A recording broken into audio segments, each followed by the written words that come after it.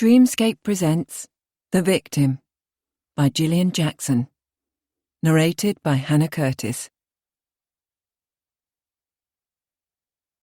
1. Day 1. Blood pooled on the kitchen floor, where Bill Rivers, gasping for breath, lay staring at his wife. His words lost in the battle for air. Karen stood motionless for what seemed an age, yet was only seconds, watching her husband struggle to breathe, whilst his blood seeped from the gaping wound over the kitchen tiles, a lustrous crimson carpet. Bill's eyes finally lost focus, sightless forever, and his chest stilled. The sight of her dead husband transfixed Karen. It was her actions which killed him. The proof lay before her, in the silent, pale version of the man she'd married 4 years previously. The blood drained from her face, her lips tingled, and Karen's whole body trembled. For a moment she thought she might pass out, might join Bill prone on the kitchen floor. But no. Taking a deep breath, she remained motionless. The only sound was the blood pulsing through her ears. She would never hear Bill's voice again. Finally, Karen's eyes travelled to the knife clenched in her fist. She stared, horrified to see Bill's blood, sticky and warm, covering her fingers. The knife, clutched in her hand, appeared almost fused to her skin, an extension of her body. Unable to bear it any longer, she released her grip and watched as the knife dropped to the floor. Then she turned to rinse her scarlet hands under the cold water from the kitchen taps. Karen was the one gasping for breath now, dizzy and nauseous. Turning back to look once again at her dead husband, in a fog of chaotic emotions, she picked up the telephone and with trembling hands dialed 999. A woman answered, her clear, crisp voice asking which emergency service was required. "My husband's dead. I've killed him."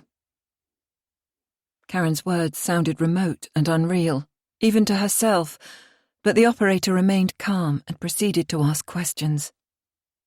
"Is the patient breathing?" The woman paused, waiting for answers which Karen couldn't form. "Does he have a pulse?"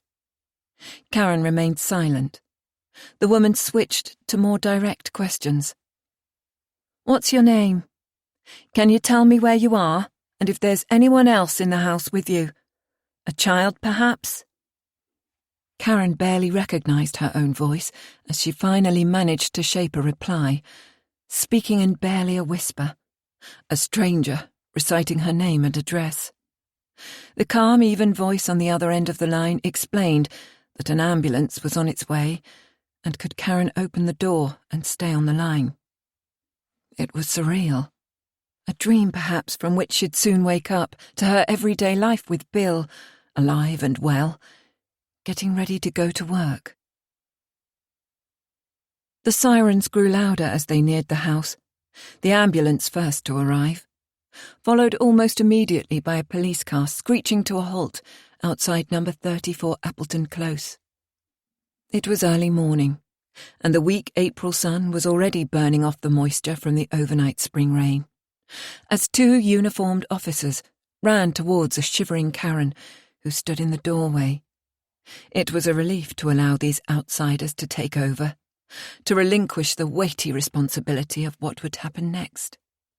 One of the men fiddled with a small device on his shoulder, which Karen recognised as a camera. Every movement the officer made, every little thing he saw and heard from that moment on would be recorded.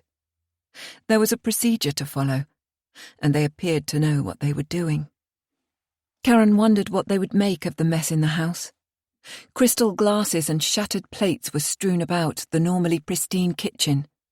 Bar stools overturned, and of course, Bill's body lay sprawled on the floor where he'd fallen. The body camera would preserve the whole ghastly scene. But it was hardly a time to be house-proud. One of the police officers steered Karen away from the kitchen to allow the paramedics to do their job. Sitting her down, he perched on a chair opposite her in the lounge, the silence stretching between them. Karen's ivory skin was even paler than usual as she stared blankly ahead, and her large brown eyes were wide with shock. Pulling her blood-stained robe tightly around her body, her slim figure was almost lost in the large cream sofa. It was as if she was viewing the whole scene from a distance, not present in mind, even though there in body. "How old are you, love?" the constable asked. 24. Karen's words were barely a whisper. The officer nodded, then allowed the silence to fill the room once more, until they were joined 2 long minutes later by his colleague with a cup of tea in one of Karen's best china mugs. The man handed it to her and mumbled something. An order to drink it, she supposed. It tasted sweet.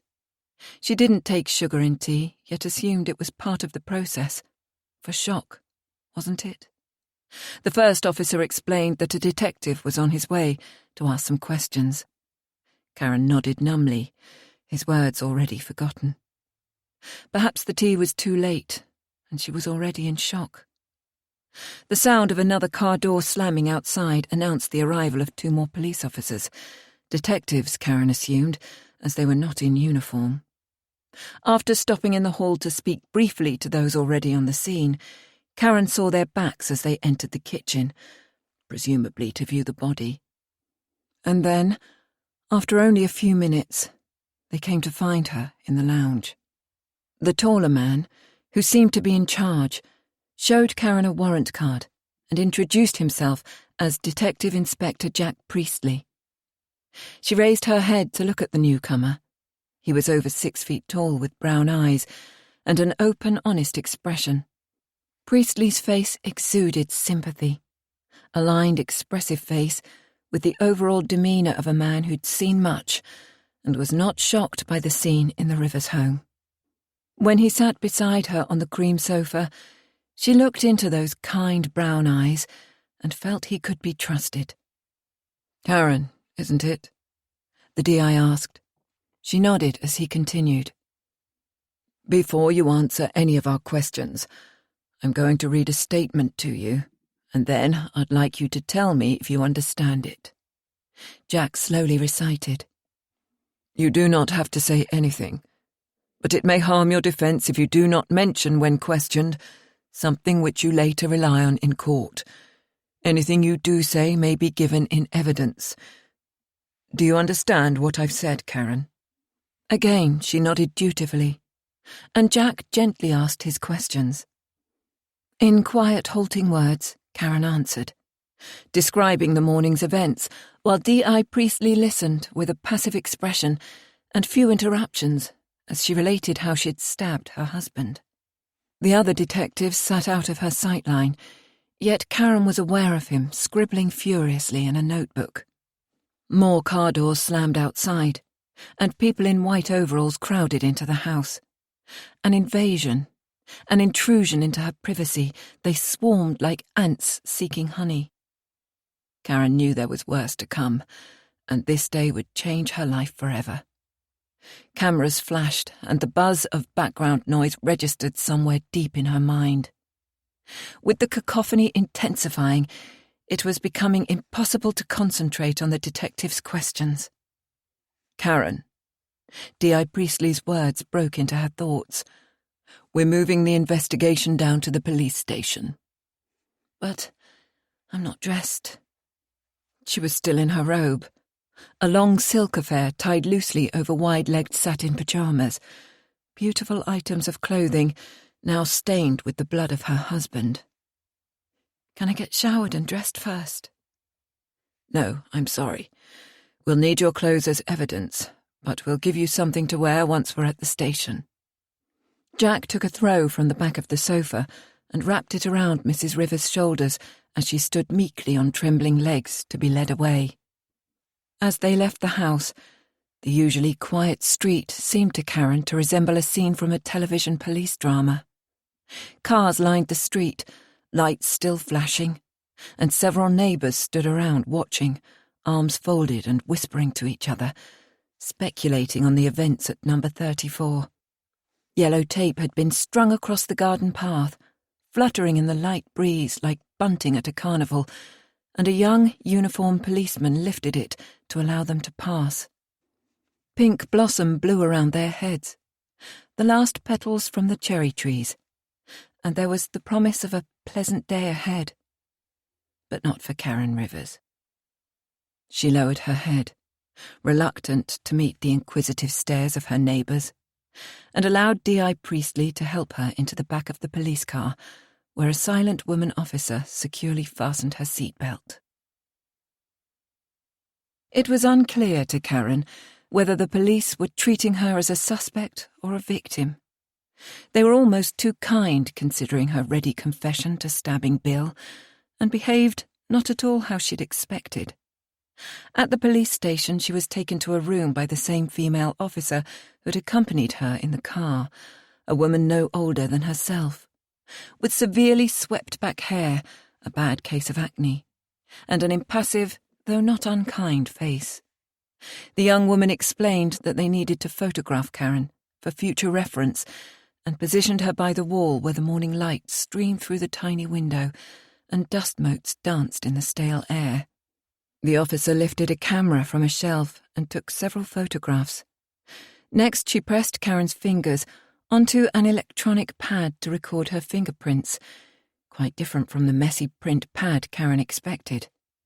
The woman then asked her to remove all her clothing and put on the white cotton overalls from a neat pile on the end of a high examination table. "Everything," Karen whispered. "Yes, procedure, I'm afraid." She offered Karen a tight-lipped smile. "A bit embarrassing, I know. A doctor will be coming to see you very soon. And if you have any injuries or feel unwell, you need to tell him. He'll probably have a few questions to ask you too, so it'll be best all round if you can answer everything as clearly as possible. Then, when the doctor's finished, someone will take you to an interview room to see D.I. Priestley again." The confident way in which the police officer spoke was in some way reassuring for Karen. The process had begun, and things were out of her hands. Other people would decide her future from now on. Yet, strangely, there was a bizarre comfort in such knowledge. 2. 4 weeks previously. Karen Rivers was sat in the doctor's waiting room for the second time in a week. Dr. Chowdhury, however, didn't appear to mind how many appointments she took up, and seemed genuinely anxious for her welfare, which was precisely what Karen needed. A spotty child bumped into her leg, and she attempted a smile when he stopped to stare, mouth open, at the sight of her face. Other patients in the waiting room glanced in her direction too, swiftly turning away, embarrassed to see the cut on her forehead and the red, swollen eye. Karen hung her head, allowing her rich chestnut hair to cover her face. She'd always considered her glossy shoulder-length hair to be her best asset. Today she felt anything but attractive. Karen's name was called just a couple of minutes after her appointment time, and she soon found herself cocooned in a warm, comfortable room, listening to the doctor's soothing words and the concern in his rich, deep voice. Enda Chowdhury was a thin, middle-aged man with leathery skin and a full head of thick, dark hair, noticeable for the distinctive widow's peak. A gentle manner made him popular with patients, and Karen always requested an appointment with him rather than any of his colleagues. "This is twice this week, Karen. Don't you think it's time to sort this problem out permanently?" The doctor spoke softly and with genuine empathy, as if his patient was important to him. Karen shrugged dejectedly, leaving him to draw his own conclusions. Enda Chowdhury stood up and moved beside his patient, gently lifting her hair to assess the open wound on her forehead. "I'll get a nurse to clean it up before you go, And I suggest an ice pack for your eye. It's going to be a real shiner before the day's out. Would you like to tell me what happened this time?" Karen lowered her head and spoke quietly into her lap. "It looks worse than it is. And it wasn't Bill's fault. I'd forgotten he was going into work early and didn't have his breakfast ready in time. He was angry, yet didn't mean to hurt me. He never does.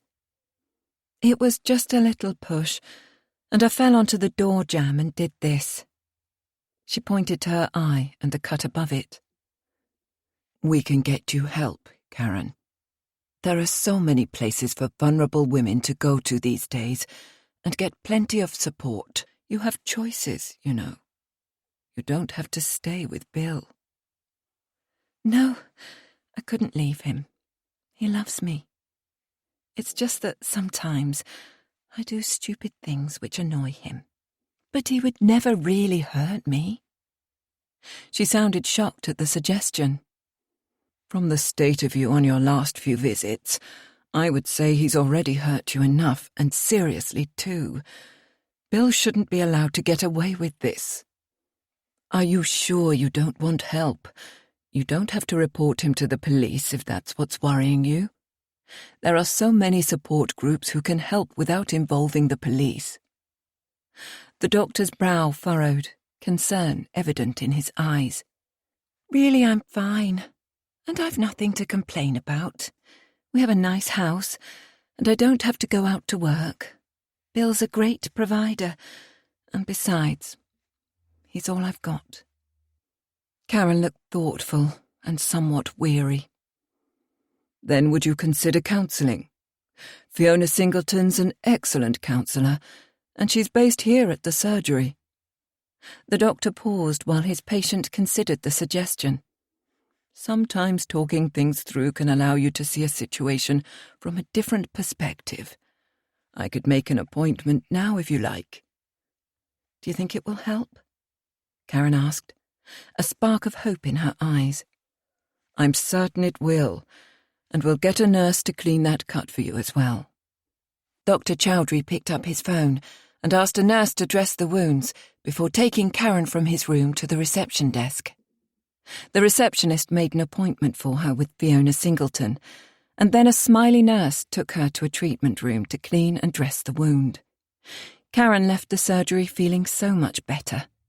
The visit had gone well. Better than she expected. And seeing a counsellor was a bonus too. Surely it could only be to her benefit. Karen decided to walk home. It was a bright, late March morning, with the warmth of the sun offsetting the cold, crisp air. She would enjoy cutting through the park, seeing the daffodils heralding better times ahead, and being alone with her thoughts. Setting off at a brisk pace, she wondered about Fiona Singleton. Would she be as kind and sympathetic as Dr. Chowdhury? There was still a week to wait before she would find out for herself. Once back in the beautiful house Karen truly loved, she noticed the light flashing on the phone, indicating a message, and a shiver of panic ran through her. With the press of a button, Bill's deep voice filled the room. "Karen, where are you? I need you to ring me as soon as you get this." Her husband generally rang each morning, although not quite so early, and Karen wondered if something was wrong. As there was only one way to find out, she dialed the office number. "Where have you been?" Bill was never one for pleasantries. "Just to the shop for some carrots for this evening's dinner." She bit her bottom lip, hoping he'd believe the lie and not daring to tell him the truth. "Okay, now listen. Mum's not well. She's called the doctor and wants me to be there when he visits, so I'll be going round later. I'm a bit concerned, and if it turns out to be anything serious, it might be time for you to step up to the plate and care for her. I know you two haven't always hit it off, but she is my mother. You'd better stay beside the phone for the rest of today, until you hear from me." "Do you think it could be serious?" "How should I know? I'm not a doctor. She sounded upset on the phone, and you know how she worries about her health. So I'm going round after lunch, when the doctor's due. If I have to stay with her, I'll let you know, all right?" The call ended. It was probably nothing much. Bill's mother was a hypochondriac, in Karen's opinion, and had her son exactly where she wanted him. Madeleine Rivers would always come first with him. Karen sighed and switched on the coffee machine to make a cup of her favourite blend. Then, turning the heating up a notch, took out her notebook and started writing. March 12th. This morning I saw the doctor again. In a strange way, I enjoy visiting the surgery. Everyone's so friendly, and I don't feel a nuisance at all. He offered me counselling, and I agreed. It could be exactly what I need, so I'm seeing a lady called Fiona Singleton next week. A nurse looked at my head and put a dressing on the cut, but I'll have to take it off before Bill comes home, or he'll guess where I've been. My head still throbs from the fall at breakfast time. Bill was in a foul mood again, something which seems to be happening more and more frequently these days. I don't know why he takes it out on me, why he gets pleasure from causing pain. It's beginning to wear me down. And now his mother's ill. Goodness knows what that'll mean if it's genuine. More work for me, no doubt. And she'll have Bill dancing attendance as usual. How is it he can be so good to her and yet treat me so badly? It's not as if I've done anything wrong.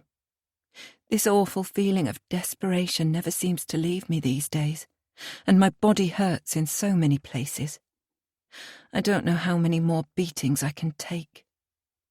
Perhaps the counsellor can help me. It seems I have no one else to turn to. 3. Fiona Singleton didn't keep her new client waiting and invited Karen into her office on the dot at 9 a.m. The counsellor was in her mid-40s, slim and attractive, with a heart-shaped face and short blonde hair. Her eyes were a very pale blue and rather penetrating. She had a warm smile, an open expression, and a pleasant, reassuring voice. Fiona showed Karen into the small, comfortable room and offered a chair. When they were both seated, the counsellor outlined the confidentiality clauses of their sessions and the exceptions to it, which were if she thought Karen was in danger of hurting herself, someone else, or if a child was at risk. The triple harm clause, Fiona called it. "So anything I tell you will stay in this room?" Karen asked. "Yes, that's right. Do you understand the exceptions I've mentioned?" "Of course. Thank you." There was a brief silence before Karen opened her mouth to speak, but suddenly broke down sobbing instead. Fiona didn't react, other than to calmly nudge a box of tissues towards Karen and wait for the outburst to cease, and for this young woman to regain composure. It wasn't unusual for a client to let go of pent-up emotions. Her room was a haven, and once inside, away from the outside pressures of the world, it often became a safe place, a place where a client could be themselves without fear of harm or judgment. After a couple of minutes, Karen blew her nose and lifted her head to meet Fiona's eyes. "I'm so sorry. There's no need to apologise. Tears can be cathartic at times. Would you like to tell me how you're feeling today?" "Rather silly now." Karen smiled weakly and continued. "I suppose Dr. Chowdhury told you my husband sometimes hits me." "No, he didn't. But if you'd like to talk about it, perhaps it will help." Fiona went on to briefly explain. "I try to begin each relationship with a new client, knowing nothing except what they want to tell me." She smiled. Counselling was an everyday occurrence to Fiona, but she constantly reminded herself that it could be an anxious time for the person sitting opposite her. Fiona continued. This enables me to get to know you from what you share with me, and not from other people's opinions, which can be biased. I may ask questions which are only to clarify what you're telling me, so I can better understand how you're feeling. I may also reflect your words back to you, to enable you to look at things from a different perspective. This time is for your benefit, Karen, to use as you wish. So now that little speech is out of the way, would you like to talk about your relationship with your husband, or something else perhaps? Well, you know now that Bill hits me, but he's not a bad husband. In what way do you mean he's not a bad husband? He's a good provider, and we have a lovely house. Karen appeared to be avoiding eye contact with Fiona, and tore little pieces of the crumpled tissue in her hands, blinking away the occasional stray tear. "And is that important to you?" the counsellor asked. "Yes, I suppose it is. I don't need to work. In fact, Bill insists I don't. He likes me to keep the house looking good, and have his meals ready for him after work." Scrunching the tissue pieces into a tight little ball, Karen looked expectantly at Fiona, as if waiting for a reaction, and received only the briefest of nods, encouragement to continue.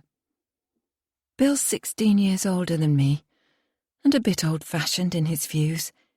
He has high standards and certain expectations." "And do you share those views, Karen?" "Mostly, yes. I would say so. Although sometimes it would be nice to be able to meet friends for coffee or lunch. I miss those little treats.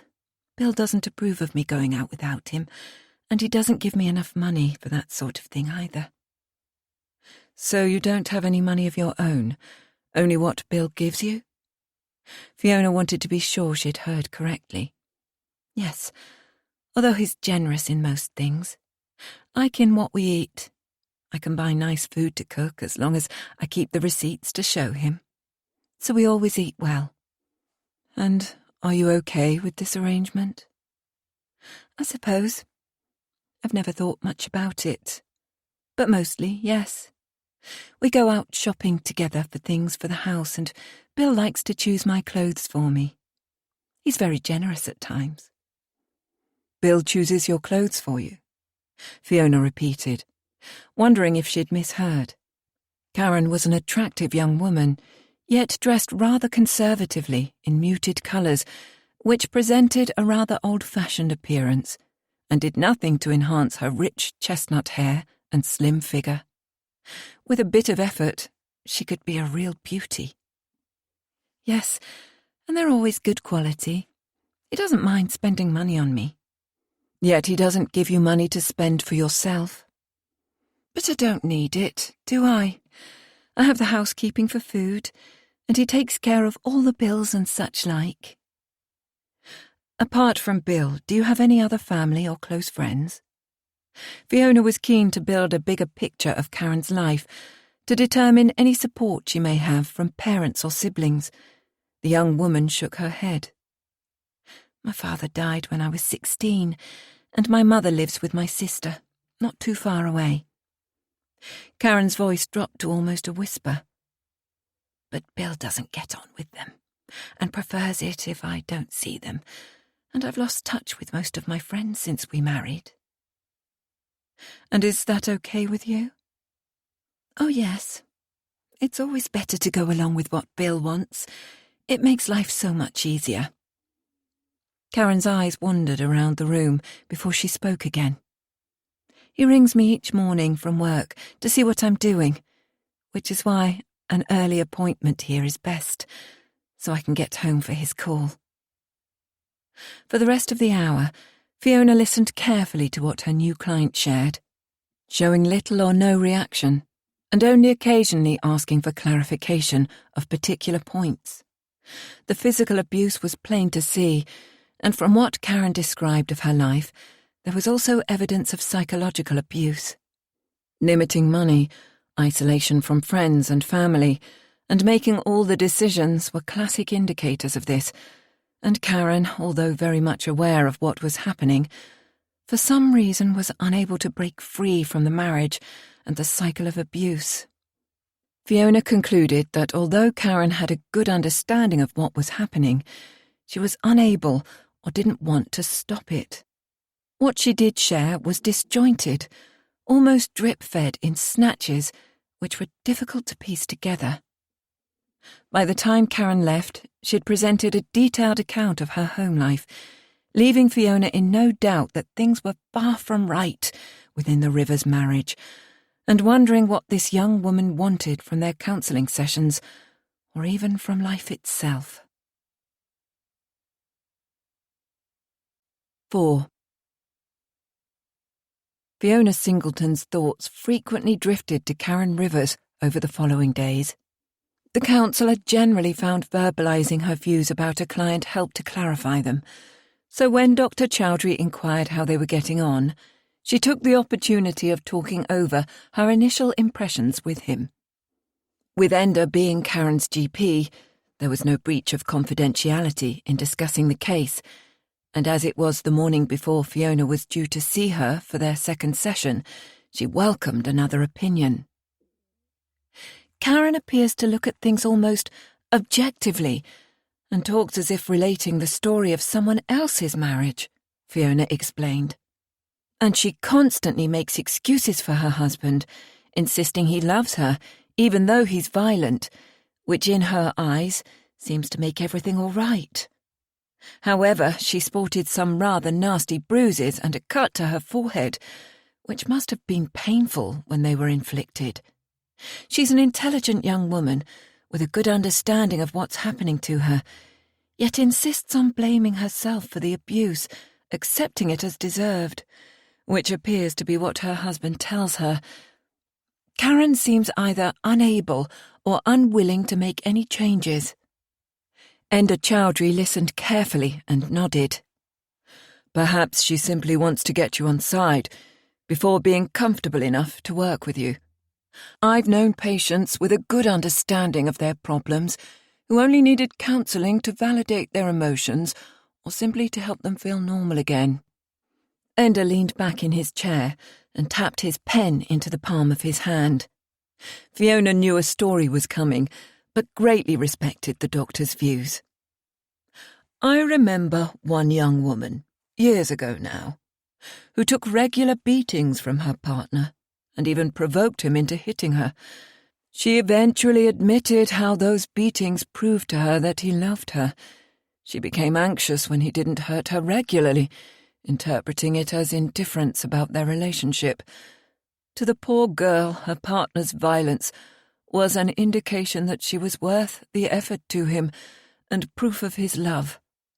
Typically, the girl had grown up in a home with a violent father and taken on board those destructive, introjected values without knowing a better way of life. Sadly, Fiona, many of the women we see need rescuing from themselves rather than from their partners. They disregard their own and often their children's safety, perpetuating the cycle when they won't break free. Yet it's a decision which only they can make, and offering all the help in the world still won't persuade some women to leave an abusive relationship. At least in Karen's case, there are no children in the equation. Otherwise, we'd need to consider bringing in child protection. Enda sighed. They'd both seen far too many cases of domestic violence. Well, I suppose it's early days with Karen, and no doubt I'll get a better understanding of her as time goes by. At least she seems keen to continue the counselling, which can only be a good thing. Fiona thanked Enda for his time and made her way back to her room to prepare for Karen Rivers, her next client. Karen was prompt. Fiona invited her in and started by briefly reminding her of the confidentiality clause explained on her first visit. After this customary beginning, Fiona studied her client, who appeared even more forlorn than at their previous meeting. An aura of despondency appeared to surround her as she haltingly attempted to interact with Fiona. After 20 minutes, the counsellor feared the session was proving to be of even less value than their first, with Karen repeating almost everything shared previously and offering very little else by way of new insights into her situation. Some of the past violent incidents were picked over again, with the same excuses trotted out for Bill's behaviour. It felt to Fiona as if there were 3 people in the room, as Karen matched every nugget of information regarding the violence with an excuse, generally a fault in her own actions, which she accepted as the reason for her husband's behaviour. It was almost as if Bill was standing over her, necessitating Karen to guard her words. The spectre of Bill as a paragon of virtue who was driven to violence by his wife's failings was undoubtedly troubling. Yet it was a situation which was apparently taken as the norm by Karen. Sadly, it was a scenario Fiona had come across more times than she cared to remember. If an abused person is continuously told the abuse is their fault, they eventually believe it. It's a form of brainwashing by installments, and a complete falsehood. The responsibility in any abusive relationship lies firmly and solely with the abuser, and Fiona could only hope that eventually Karen would come to see this for herself. Towards the end of the session, Karen mentioned her father for the first time in more detail, and Fiona nodded to encourage her to talk further about the family dynamics. Dad wasn't averse to slapping Mum around. Living at home was like constantly walking on eggshells, and I vowed never to marry a man like him. And now here I am, in the same situation. That often happens, doesn't it, Fiona? Girls marry men who are like their fathers. It can do, but not always. The cycle can be broken. What was your relationship like with your father, Karen? Was he violent towards you as well as your mother? Karen frowned and looked away, as if seeking inspiration from the walls while deciding how much to reveal. Yes. He was. She spoke emphatically, her decision to talk apparently made. When I was a little girl, I thought I must be very naughty, because he often smacked me and shouted so much. I would cover my ears and sing that silly little na-na-na thing in my head, pretending I was somewhere else, and it wasn't happening. Then, as a teenager, we had the usual father-daughter arguments, which generally ended with him striking out at me. If he got too angry, and I soon learned to anticipate his moods, I'd run upstairs and barricade the bedroom door so he couldn't get in. I suppose he took it out on Mum or Liz then. They seemed to accept it more readily, and he soon calmed down and went to the pub to get out of the house. Karen did not attempt to justify her father's actions, as she did for her husband, a fact Fiona found interesting. A thoughtful silence ensued, as it appeared all Karen was prepared to share about her father had been said. Fiona wondered about this, and hoped perhaps at a later date she'd feel able to talk in more detail about him, as well as any other issues from her early years at home. Somewhere there was a key to unlock whatever was troubling this young woman, and Fiona had a nagging feeling there was much more to this than her husband's violence. Although all the indicators were there, this wasn't stacking up as a simple abuse case. Perhaps there was more Karen wasn't disclosing. It wasn't unusual for a client to verbalise one type of abuse, often the physical kind, when the real problem could be psychological or even sexual abuse. Such behaviour is often consciously designed to shame and humiliate the victim, making it much more difficult to talk about.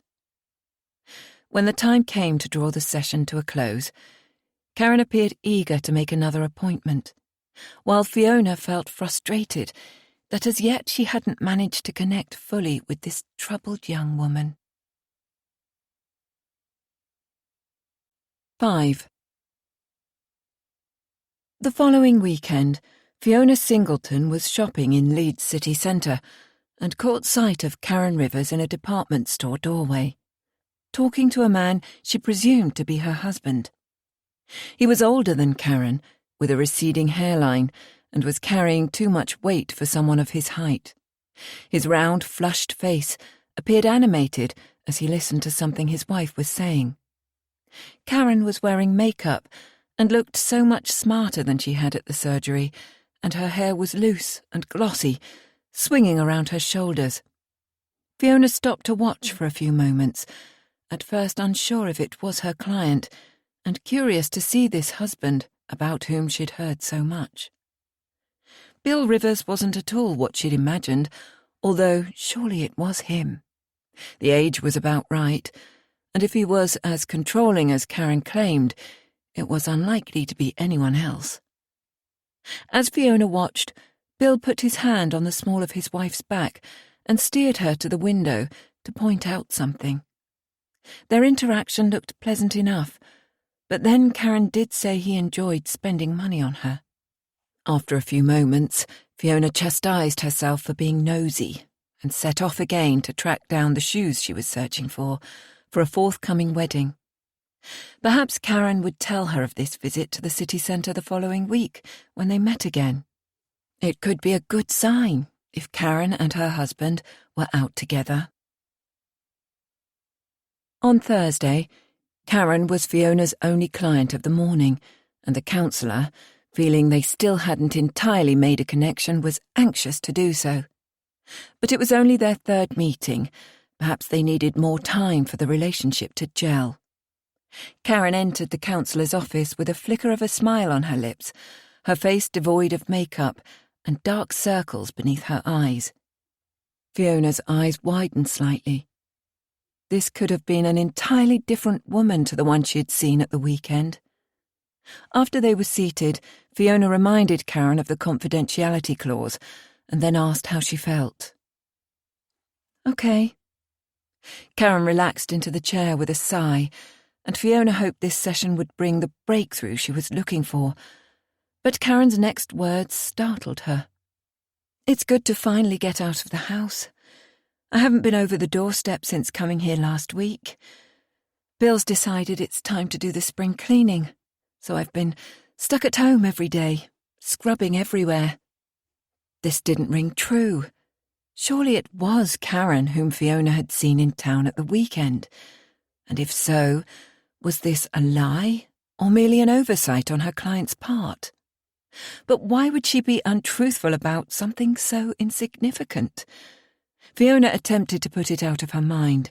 An unnecessary lie could destroy the trust between a counsellor and client, so she decided to give her the benefit of the doubt and assume her client had simply forgotten about being there. Karen continued. "Bill likes the house to be clean and tidy, and his mother's coming for lunch on Sunday, so it needs to be finished by then. It's lovely having such a big house, yet it can be hard work keeping it up to scratch." "Do you get on well with your mother-in-law?" Fiona asked. Karen hadn't mentioned Bill's mother before, and it could be a productive change of direction. "Not really. She rarely comes to our house. Bill visits her a couple of times a week and takes her shopping every Saturday. Madeleine hasn't been too well lately, and Bill said I should make more of an effort with her, but thankfully she seems better now. She always thought I wasn't good enough for her son, and clearly doesn't like me, so not seeing much of her suits us both, I suppose. I find her quite difficult. She's very critical of the way I keep the house and the meals I cook, and I often wonder what Bill must say to her about me.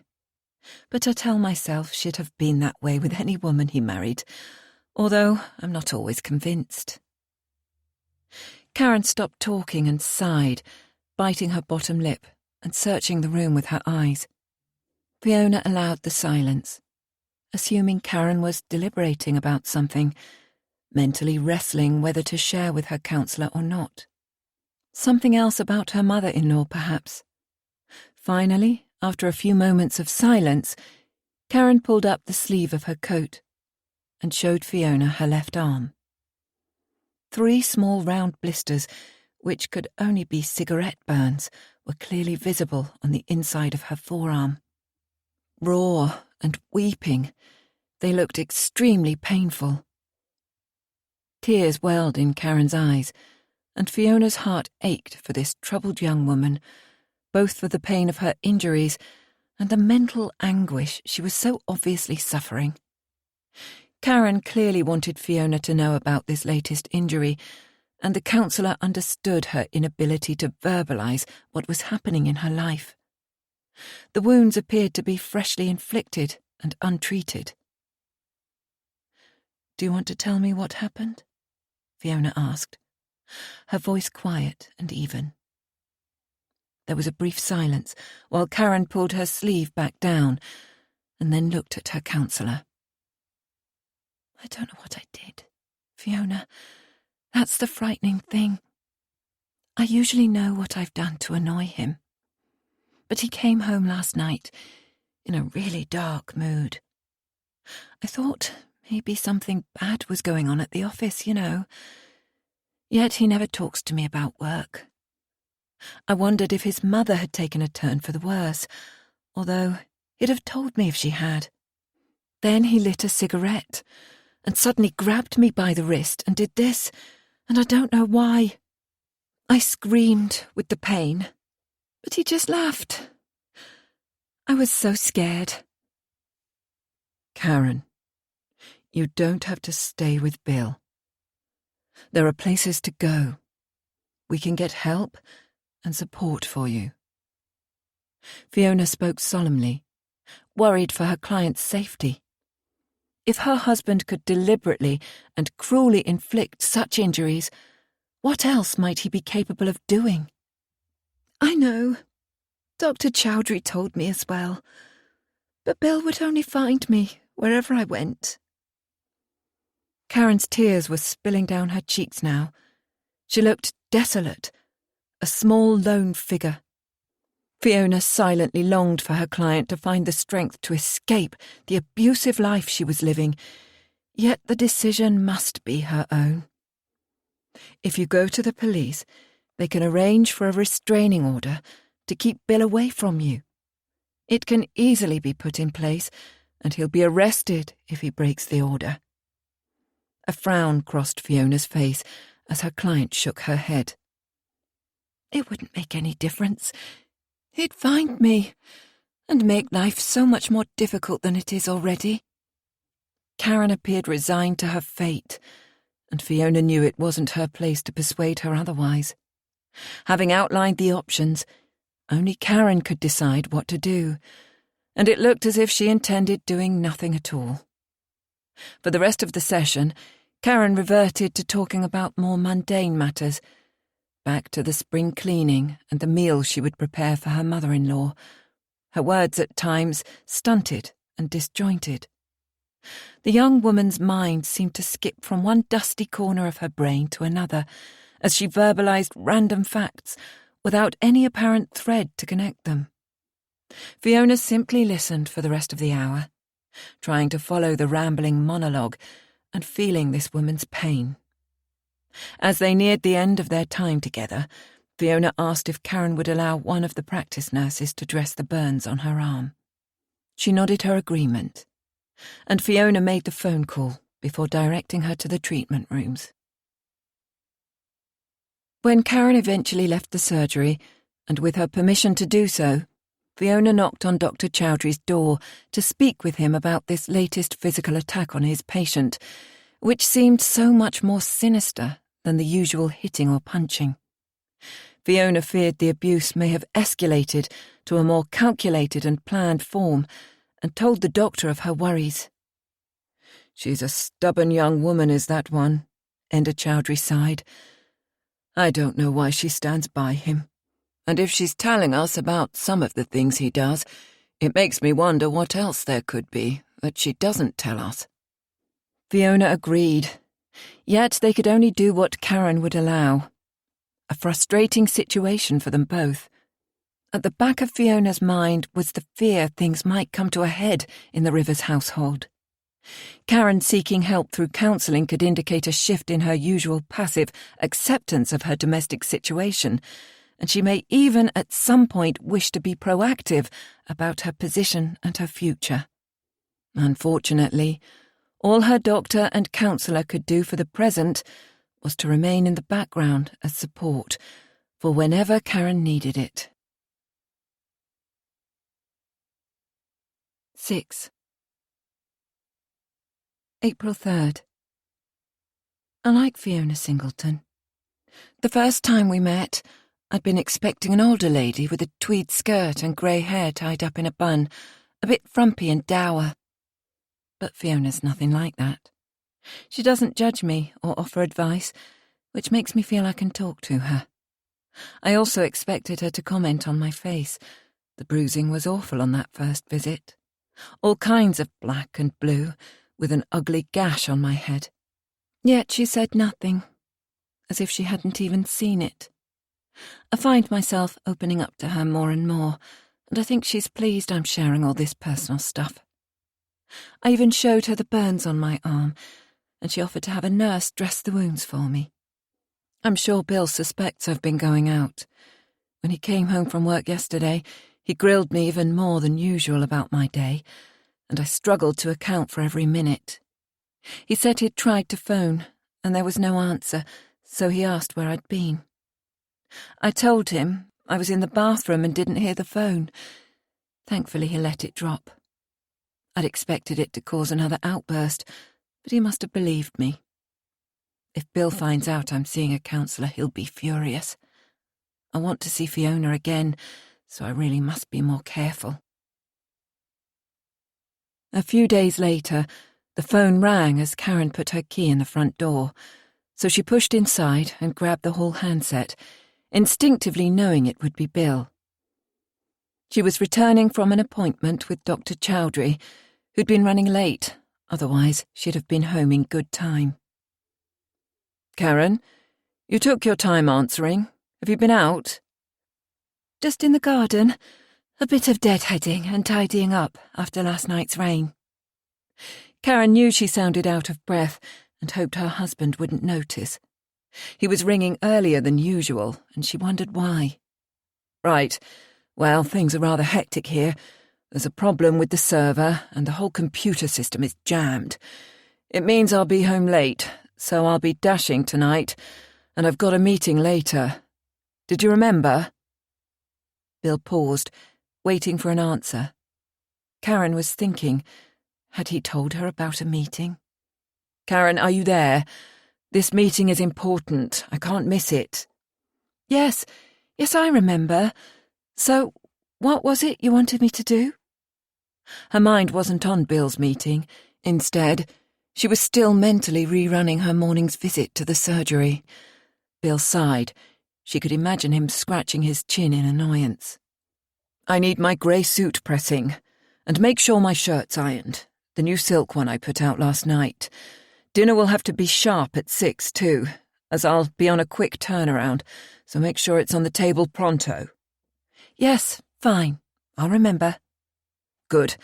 I have to go now. It's chaos here, and Jerry's looking agitated. Don't forget the suit."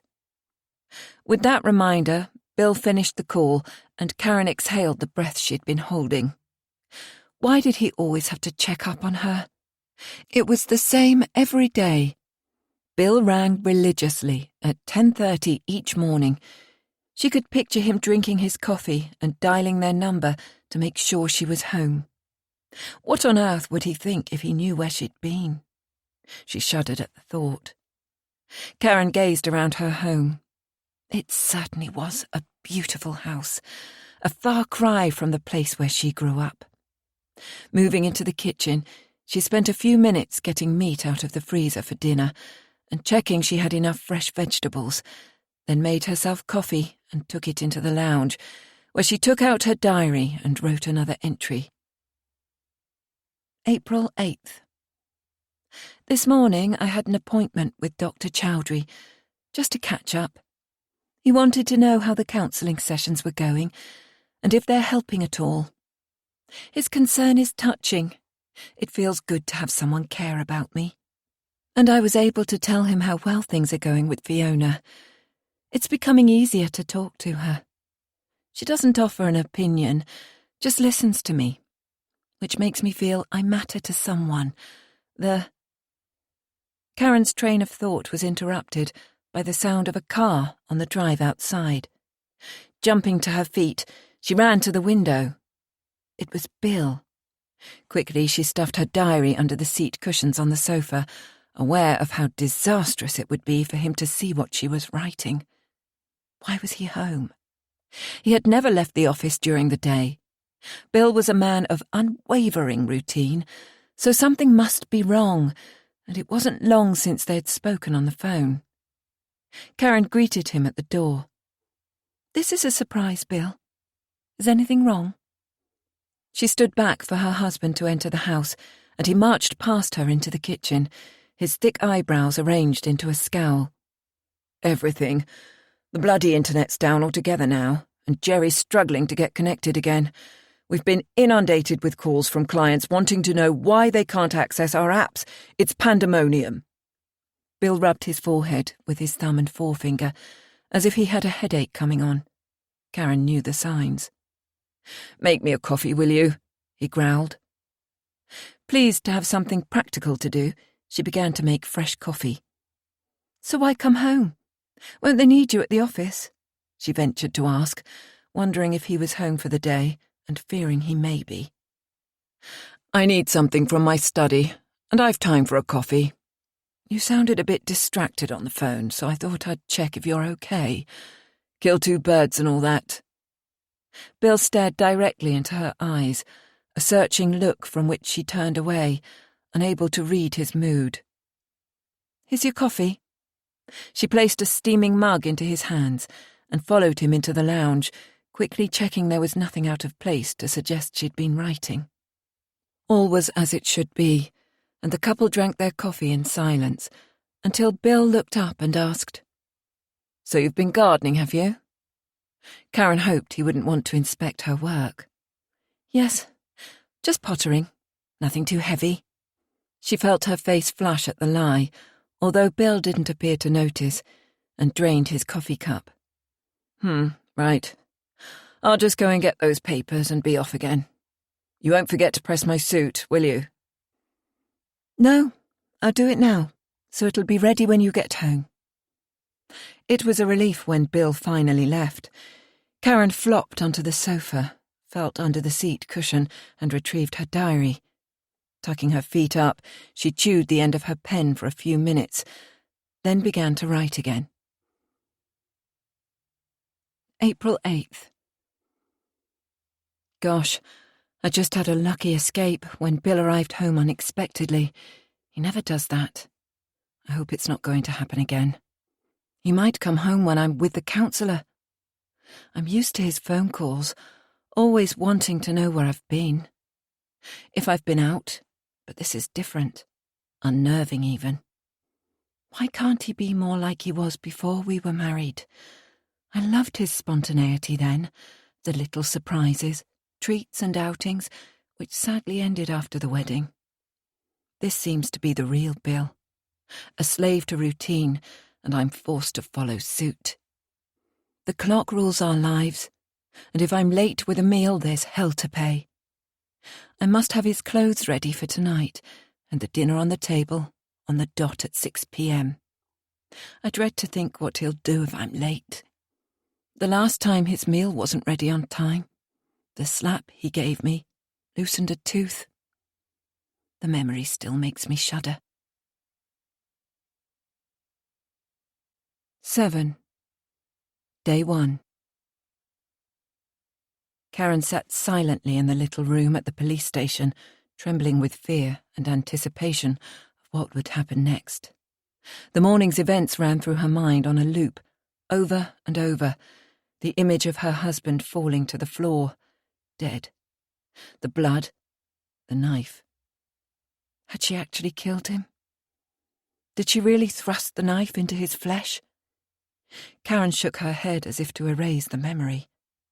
She dared not think any further than the next few minutes, and must take things one step at a time. Otherwise, she'd never get through the ordeal. The police had been kind to her so far. Would their understanding continue? Could she make them see what had happened? The room was warm, and Karen felt faint and sickly. Her stomach growled, reminding her she hadn't eaten that day, yet couldn't face food, and would surely be sick if she ate. She was shaking. With shock or fear, it was impossible to tell. The female officer stood beside the door, guarding her, as if she possessed enough energy to attempt to escape, to run away. A man entered the room, a face Karen hadn't seen before, or at least she thought not.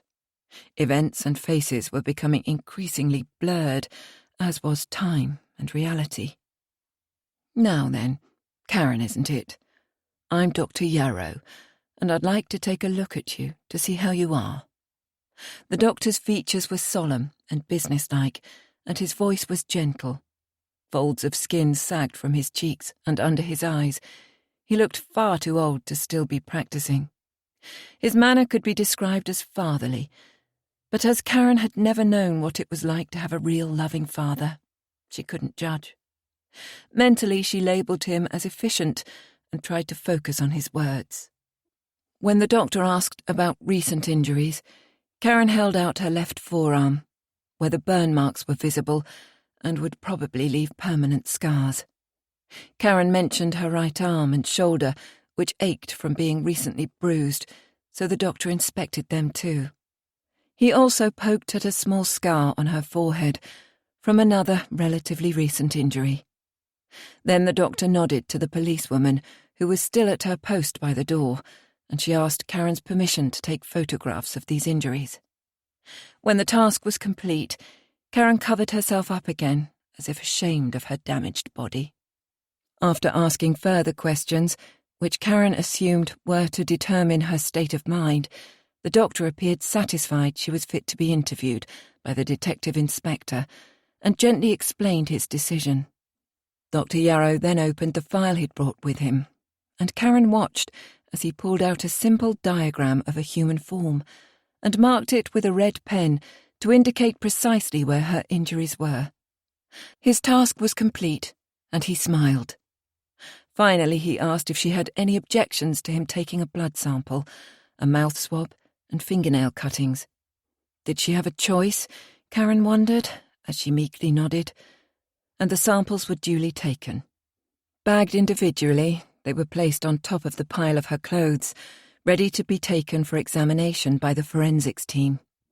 Karen had the illusory feeling of being on a conveyor belt, processed through the system with no say in what happened next, though it was nothing more than she expected.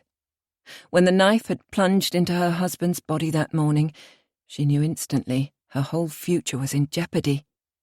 In that one violent moment, she had forfeited the right to make any future decisions for herself.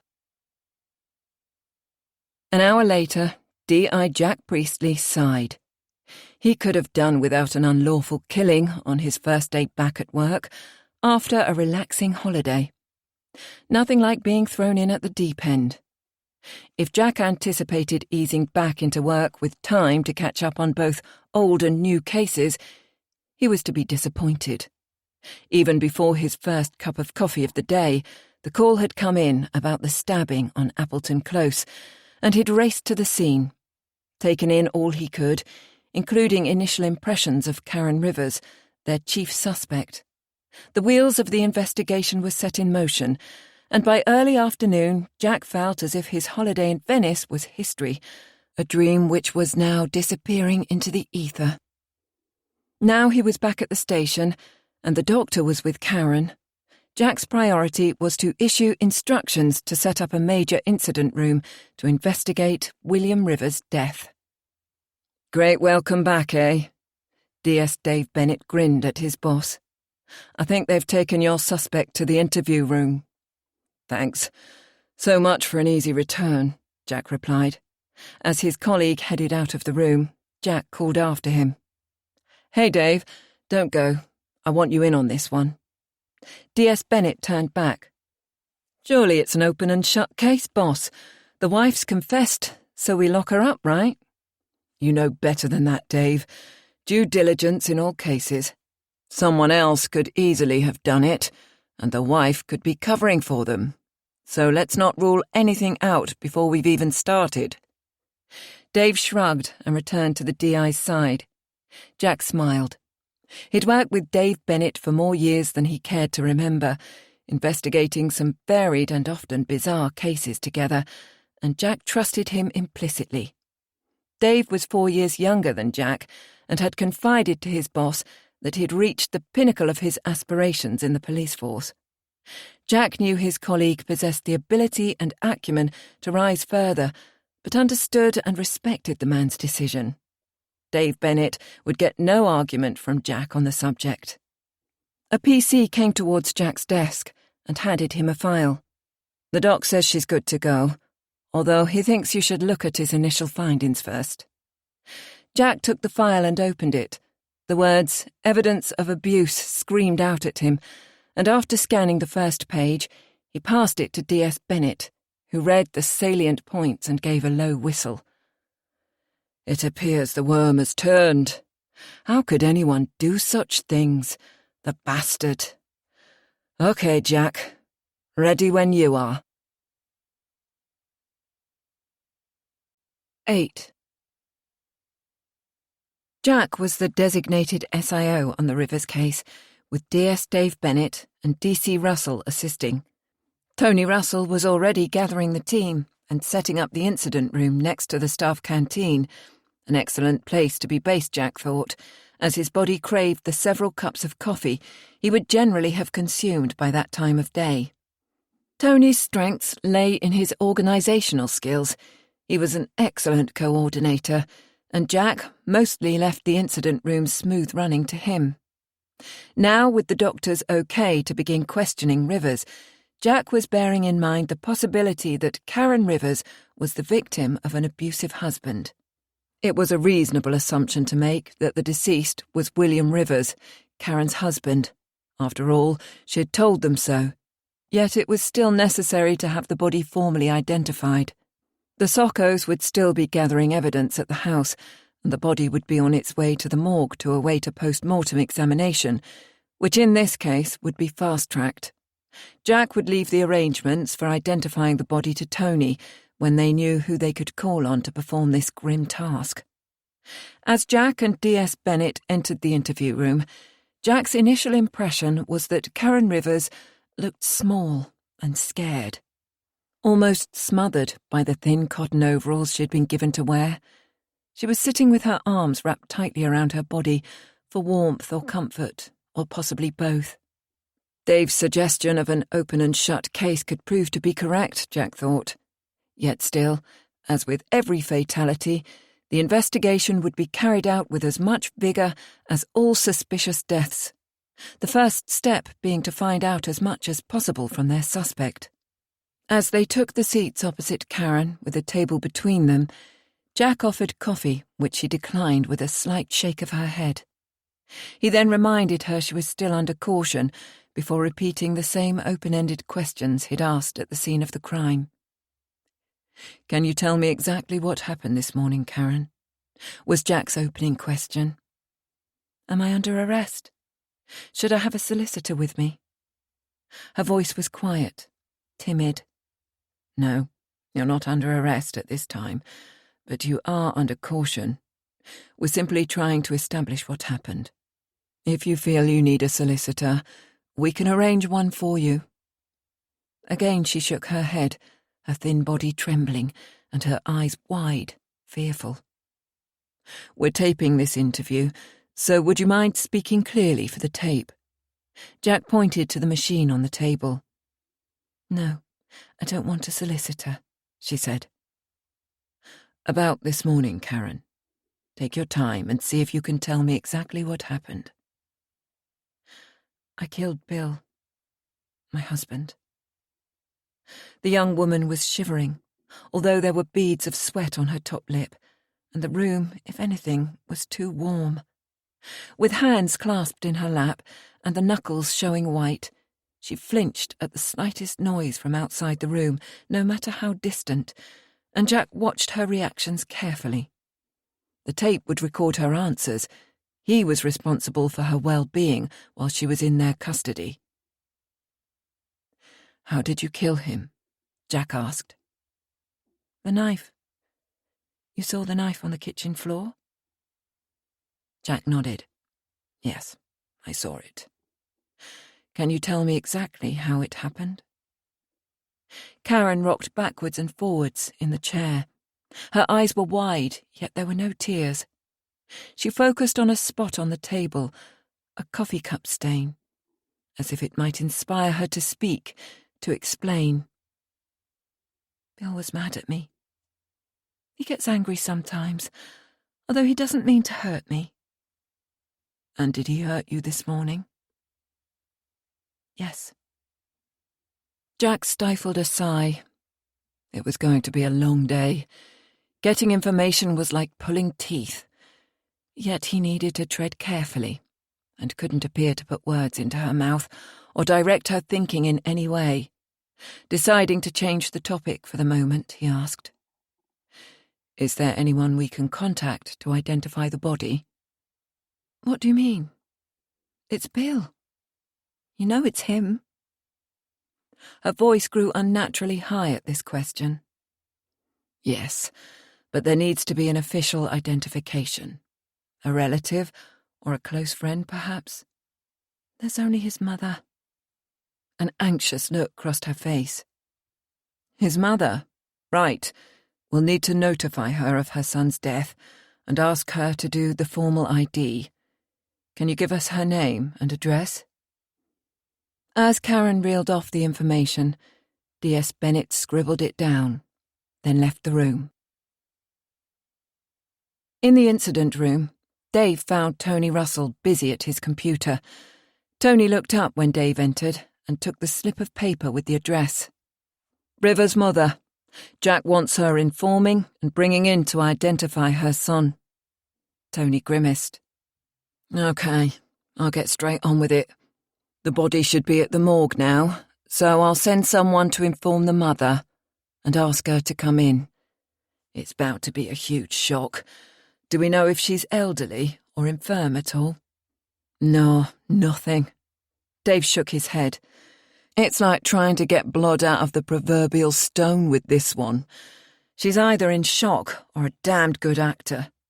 Have you started the house-to-house yet?" "A team's on its way as we speak. They're all up to speed with what little we know, but as the houses up there are all detached, and most of them have tree-lined drives, we'll probably draw a blank. It's not the sort of area where you find an eager supply of curtain twitchers ready to dish the dirt. Although we may find something on CCTV, plenty of the residents seem to have it in place. Sockos have brought in the first bags of evidence, laptops, his and her mobile phones, the contents of a desk, bills and the like. It all looks pretty routine so far." "Good stuff. Is anyone running background checks yet?" "Yes, Della's doing it now. The electoral roll shows only 2 people living at the address, and she's looking into any history either of them might have with us." Dave smiled his thanks at his colleague and then returned to the interview room, where it seemed he hadn't missed much. The investigation was moving swiftly, but Karen Rivers was struggling to answer even the most basic questions. Jack nodded to Dave as he sat down, which he took as an indication to take over the questioning. "How long were you and Bill married, Karen?" D.S. Bennett tried a different line of questioning, leaving the day's events to delve into the Rivers' lives in the hope of engaging their suspect with more mundane topics. Karen briefly raised an eyebrow and answered immediately, suddenly appearing more focused.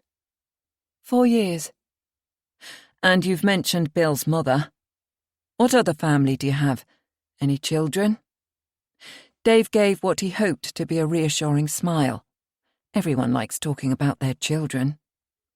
"No, we don't have children." "What about wider family?" He stifled a yawn. It was going to be a long interview. Very slowly, the 2 detectives started building a picture of the dynamics of the Rivers' marriage. It was when they returned to the events of the morning that their suspect became confused again. So after almost 2 hours, They decided it was time for a break, and Karen was taken by a female officer to the custody suite and given coffee and sandwiches. Dave could almost read Jack's mind. "You're wondering if she's competent enough to continue?" he asked, as they walked to the incident room. "Got it in one. Ask the duty doctor to take another look at her, will you, Dave? An assessment of her mental health might be prudent." In the incident room, the team gathered around Jack and Dave. "She needs a break," Dave told them with a shrug. "Tony, what have you got?" Tony Russell related the progress he and DC Della Johnson had made on delving into Karen Rivers' background. "Our suspect's maiden name was Stewart. She has a mother and sister, both living in Leeds, although not in such a salubrious area as the Rivers. Do you want me to go and see them today?" "Yes, and I think I'll come with you," Jack said. "Dave can have another crack at Karen in an hour or so, and we should encourage her to get a solicitor. Her mental health's not too stable. And we'll try having a female officer on it too. Della, are you up for it?" "Yes, sir," Della replied. "Good. Sit in with Dave, will you, and see if a woman's presence will encourage Karen to open up a bit more." Dave smiled at Della, noting the sparkle in her eyes. He enjoyed working with her. Although only recently promoted to DC, she was keen to be involved in what was her first fatality, and although she had not been on the team for long, it appeared the boss was already impressed by her evident passion and readiness to work hard. Sitting in on an interview would undoubtedly be good experience for her. He'd brief her over coffee, then get back to the interview, while Jack and Tony went to visit their suspect's family. 9. Jack was keen to move the investigation on as swiftly as possible, yet not at the expense of making mistakes. He was always one to play by the book. They would be able to keep Karen overnight without charge, yet the following day would have to decide whether to charge her or apply to hold her for another 12 hours. Nodding his thanks to the team, Jack moved to the corner of the room, took out his phone and rang his wife, Sarah. "Sorry, love, but I've got a suspicious death on my hands. I'm on my way to see relatives now, so it looks as if it could be a long day." "Ah, well, the holiday's already a distant memory. Good luck with the visit." Sarah was generally understanding about Jack's work commitments, but he made a point of not taking her for granted. He had seen too many men married to the job, to the detriment of their personal relationships. "Right, Tony, let's get off to see the mother and sister, shall we?" Jack clapped his colleague on the back. Depending on how their interview went, it could be late by the time Jack and Tony finished for the day. The team were aware that speed was imperative in a case of unlawful homicide, and the first day could easily be a 15 or 16-hour shift. The council house where Karen Rivers spent her formative years was a far cry from the exclusive address which was her current home. Jack reckoned they were post-war houses, built for returning soldiers to settle down with their sweethearts and start families. A vast, sprawling mass of houses, notable for their uncared-for appearance. The council, in their wisdom, designed these 2- and 3-bedroomed homes with small forecourts at the front and generous-sized gardens at the back. Yet the majority of the residents neither wanted nor maintained those gardens. They became dumping grounds for an assortment of unwanted rubbish, from fridges to furniture, and it wasn't unusual to see abandoned cars in various states of disrepair. Local cats and dogs frequently used the gardens as their toilet, and vermin were simply a fact of life. As the two detectives walked along Hargreaves Terrace, they took in the overturned dustbins, spilling their rotting contents into several small forecourts of neighbouring properties, and children playing football in the road, apparently using the parked cars as goalposts. Jack expected his own vehicle to be at risk, one of the minor hazards of the job which he took in his stride. The Stewarts' front door, like all the others, had seen better days, and the windows looked well past renovation and were crying out for replacement. But it was cleaner than most. Without the rubbish which adorned neighbouring properties, There was even a tiny pot of primroses beside the front door, a dash of spring colour in an otherwise grey environment. Jack knocked on the door. It was 5:30 p.m, and if either Karen's mother or her sister worked, hopefully they would have finished for the day and returned home by then. They were in luck. The door opened and a young woman who could only be their suspect's sister looked out at them, mild curiosity in her gaze. She was taller than Karen, and thin to the point of appearing undernourished. Mousy hair and a thick fringe curtained a long face, with deep-set eyes and a pointed chin. Her clothes looked old and dated, yet were clean. If Jack had to guess, he would say Liz Stewart was younger than her sister, although it wasn't easy to tell. Introducing themselves and showing their ID, the detectives asked if they could go inside and speak with her and her mother. Liz stepped aside. The front door opened directly into a square living room where Mrs. Stewart sat, and eyed them with suspicion as her daughter introduced them. A strong smell of fried food filled the small space. Fried eggs and bacon, Jack thought. Or a heart attack on a plate, as Sarah would describe it. However, the house appeared clean and tidy, unlike Jack's expectations after seeing the distinct lack of curb appeal in the street in general. Betty Stewart reached for the remote control and muted the sound on the television. "What's wrong?" Her manner was brusque, and Jack detected a note of anxiety in her voice. This woman's age was also difficult to guess, but Jack was useless at speculating on ages anyway. Betty was much plumper than either daughter, with tightly curled grey hair framing a ruddy face and a cigarette hanging precariously between her fingers. Pulling a cardigan tighter around her ample bosom, the older woman eyed both detectives as if they'd arrived in a spaceship. "We'd like to talk to you about your daughter, Karen." It was only when Jack stepped closer to Betty Stewart that he noticed a little girl of about 4 or 5 sitting quietly in the corner, lining her teddies up to whisper them a story. The child ran to Liz and clung tightly to her legs, a startled rabbit expression on her face. Liz put her arm protectively on the child's shoulder. "It's all right, Daisy. These men just want to talk to Mummy and Granny for a little while."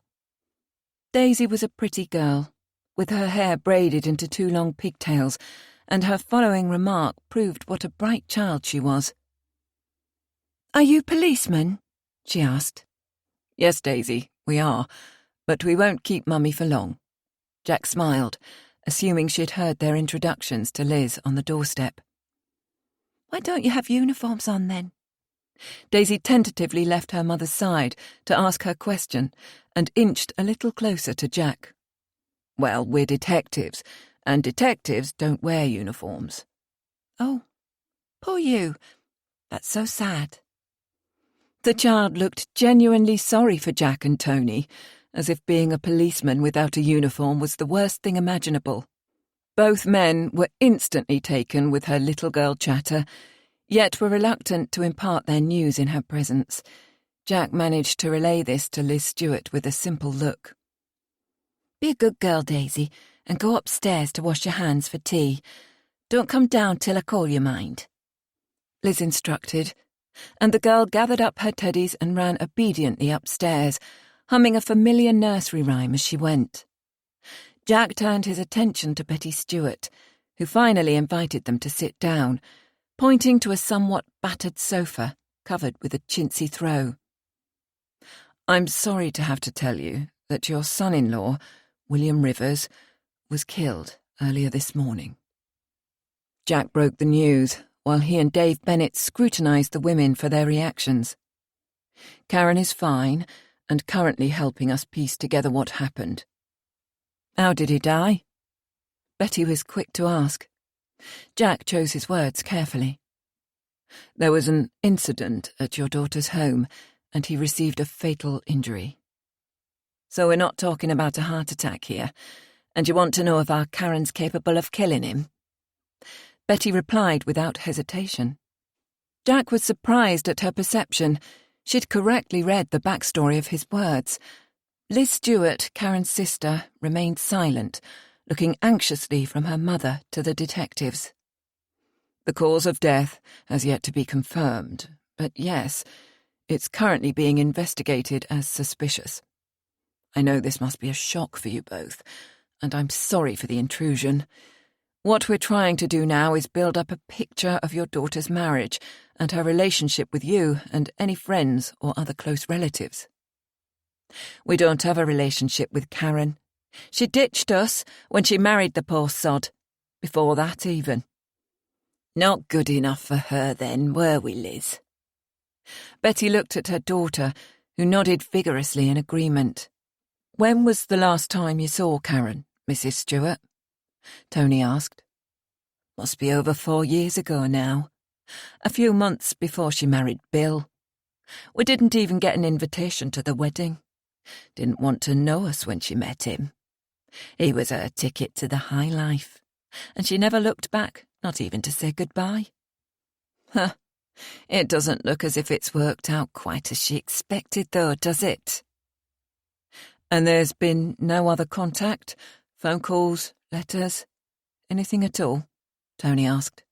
No, not even a Christmas card. Betty was dismissive as she stubbed out her cigarette in an already overflowing ashtray at her side.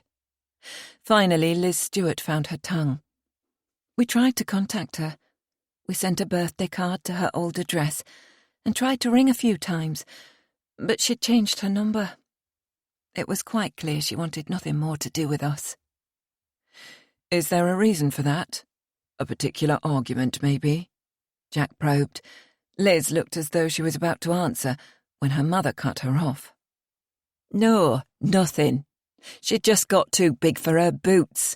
It was the same even when she was at school.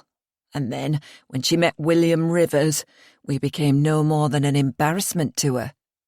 Now, you didn't just come to ask about our relationship, did you? As I said before, you want to know if we think she's capable of killing him, don't you? Did he knock her about then? Betty Stewart was candid, and Jack thought it strange that she'd automatically assume the worst of her daughter. Yet he wasn't there to give information, but gather it. We're here for any information you can give us, Mrs. Stewart. If you think your daughter could be violent, then yes, that's something we need to know. And what about her early life? What kind of child was she? Did she get on well at school? Anything you can tell us will be useful. As I said, we're just gathering information at this stage. Liz entered the conversation again. My sister was very bright at school. The teachers said she should go to university, but she was more interested in fashion and makeup. After her GCSEs, she took a job in the local supermarket for pocket money. Aye, and I never saw a penny of it, Liz's mother interrupted.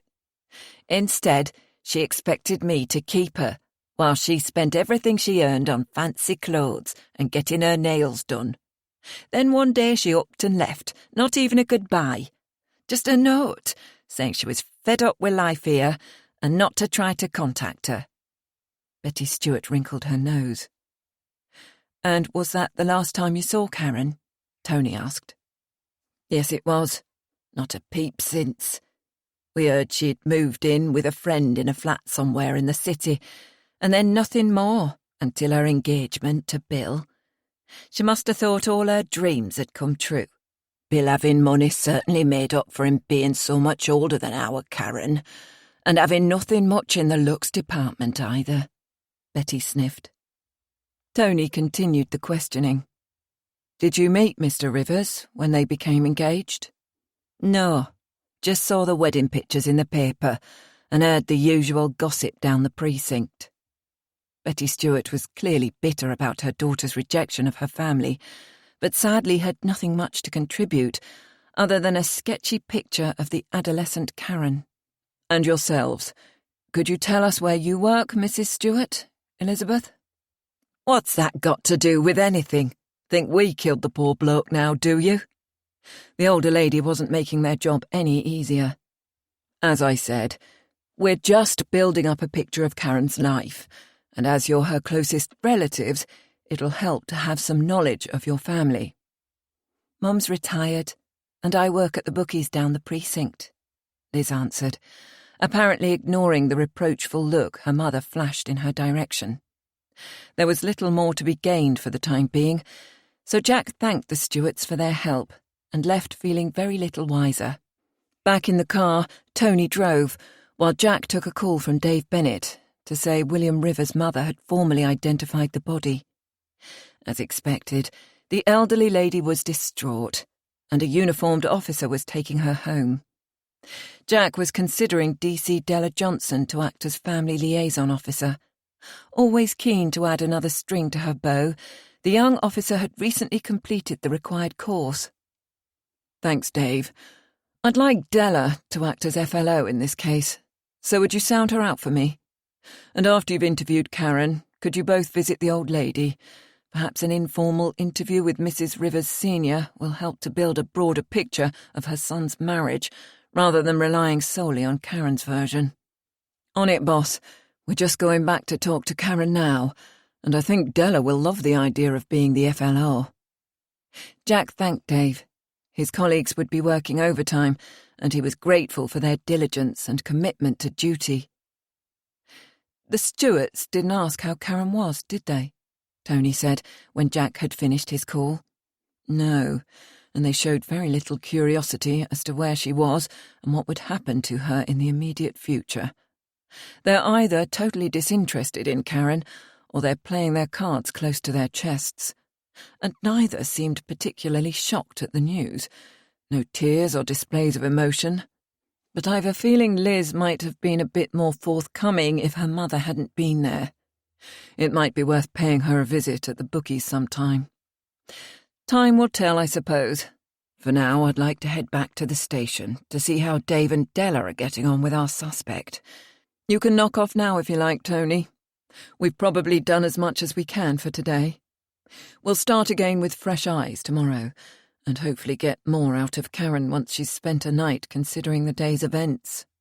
As they drove back to the station where Tony's car was parked, they discussed their first impressions of the case. "We'll likely be looking at a manslaughter charge. If there's a history of violence in the marriage, she could even plead self-defense and end up with a suspended sentence. Karen certainly appears shocked by her own actions, and has the injuries to attest to the physical abuse. I'd like to get a better understanding of their finances. Seeing her old family home, it appears Betty's right, and Karen certainly landed on her feet with Rivers. We need to see a will or any insurance policies they might have too. Perhaps she did only marry him for money, and if that's the case, the violence probably came as quite a shock." Jack was thinking aloud, but his focus shifted to forming a plan. "Tomorrow we'll start digging into their finances and get any medical records we can. A bit of poking around into Karen's younger days wouldn't come amiss either, seeing as how the family aren't giving much away. So we could be looking at old school friends or even teachers. You never know what we might turn up." As Tony drove into the car park, DS Dave Bennett was leaving the station with Della. Dave's face was downcast, and Jack guessed it was bad news. "We didn't get the chance to continue the interview with Karen. The doctor took another look at her, and she broke down again. So he's prescribed a sedative and said she's to rest. Della settled her in the custody suite, and hopefully she'll be okay to interview in the morning. We're on our way to see Mrs. Rivers Sr. now." Dave sighed heavily. "Great. She gets a good night's sleep, and we're left with too many questions and not enough answers," Tony grumbled. "See what you can get from Mrs. Rivers, then call it a night. We'll need an early start in the morning," Jack reminded them. "Did you update the superintendent, Dave?" "Yes, he's happy to give us another 12 hours if we don't get to charge her within the first 24. She might feel more like talking in the morning. Oh, and I've put her on suicide watch, just in case." "Good, you've done well. Ring me at home if your visit turns up any surprises. Otherwise, keep it short and get home for some rest. It's probably going to be another long day tomorrow." 10. Day 2. Early the following morning, D.I. Priestley arrived at the police station to be informed that Karen Rivers had requested a solicitor. It was no surprise, and something of a relief. The woman needed to have someone fighting in her corner. She'd looked so small and alone the previous day, and Jack was mindful of her fragile mental state. Whatever the circumstances, the woman had just lost her husband. The duty sergeant had already made the phone call, and the solicitor was expected at 9 a.m. The interview was delayed until then. Making his way to the incident room and grabbing a coffee on the way, Jack found most of his team already at work. The early editions of the local and 1 or 2 national newspapers were spread on the table. Jack's heart sank when he saw the word murder splashed boldly across the front page of the local rag. The only information the press office had released so far described the incident as a suspicious death. Still, the facts were distorted and sensationalized, and the press chose to use the word murder when they knew nothing for certain. It was pure speculation on their part. True, they covered themselves in the body of the article by describing the incident as a possible murder, yet the headline is what most people see and believe, and what also sells newspapers. It was time for the team to plan their day, to get to grips with every aspect of the case. Jack laid out each task, prioritising them and delegating each one to his team. Technically, there were 2 crime scenes, the Rivers house and Karen Rivers herself, whose clothing alone could tell a story from the blood spatter patterns on each item. The Sockos were already at Appleton Close, resuming their gruesome task of gathering evidence, and would most likely finish in a couple of hours. Karen's clothing and DNA samples were currently being processed by the forensic team on a fast track. With this in hand, the gathering of evidence was ready to shift from the physical to the third parties. Dave presented a summary of his previous night's visit to Mrs. Rivers Sr., which hadn't turned up any more than they already knew. The old lady was distraught. William had been her only child, and she was quick to condemn her daughter-in-law, although most of her comments were spiteful thoughts on Karen's character, rather than facts which might prove helpful. Della stayed quite late with Mrs. Rivers, and called her doctor to give her something to help her sleep. After the briefing, Della would be returning to the old lady's house to take up duties as the FLO and attempt to gather more helpful information on her son's marriage. "Before you go, Della, can you assist me with Karen's interview, and perhaps take the lead this time?" Jack asked. The DC grinned her assent, clearly delighted at this responsibility. "Yes, no problem. Although you might want to take a look at this first. There was a diary with the papers we gathered from Appleton Close. It appears Karen documented some of the incidents of violence by her husband." She handed Jack a leather-bound notebook, which he started to read. Della had it open at the entry she thought he needed to see first. April 1st. I can barely write for the pain in my arm, but I need to do something to take my mind off the agony, to try to understand what I've done to deserve this. Bill was so angry with me, simply because I didn't iron the shirt he wanted to wear. But he has so many shirts, and he's fussy about them all. How am I supposed to know which one he wants to wear on which day? He was in a foul mood and lit a cigarette, which I naively thought might calm him. Then I saw a look in his eyes which made me shudder. Why does he seem to hate me so much when he professes to love me? Bill came towards me with a half-smile on his face. If I'd known what he was going to do, I'd have run away, anywhere, just to get away from him. But I was confused, taken by surprise, and then it was too late. With the cigarette in his mouth, he grasped my left wrist, and before I realised his intentions, Bill took the cigarette and pressed it into my arm. Pulling away was impossible. He's so much stronger than me, and gripped my arm so tightly, while making 3 excruciating burns. Dizzy with the pain, I thought I would pass out, and longed for the oblivion which didn't come. When Bill finished with me, he just laughed and left as if nothing had happened. I staggered to the kitchen and ran cold water over the burns. feeling sick with the pain. All morning my arm stung, and I didn't know what to do.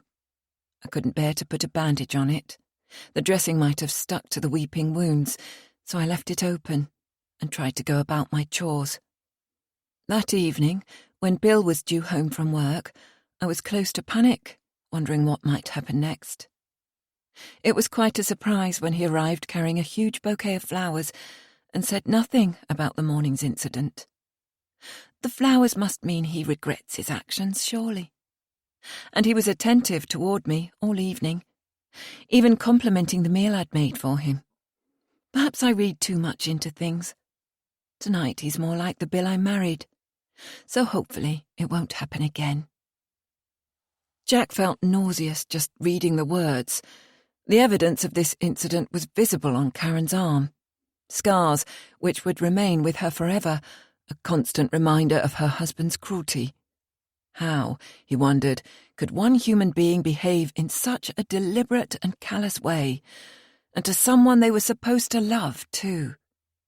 From Della's expression, it was clear she had also been affected by the words. Jack flicked through the pages. There was much more, all in a similar vein. Finally, he stopped at an earlier entry. February 18th. Bill came home early this evening and found I'd switched on the central heating. I know he's told me not to use it until 5 p.m. when he's due home, yet it was so cold, and I was freezing. He slapped me across the face so hard that one of my teeth now feels loose.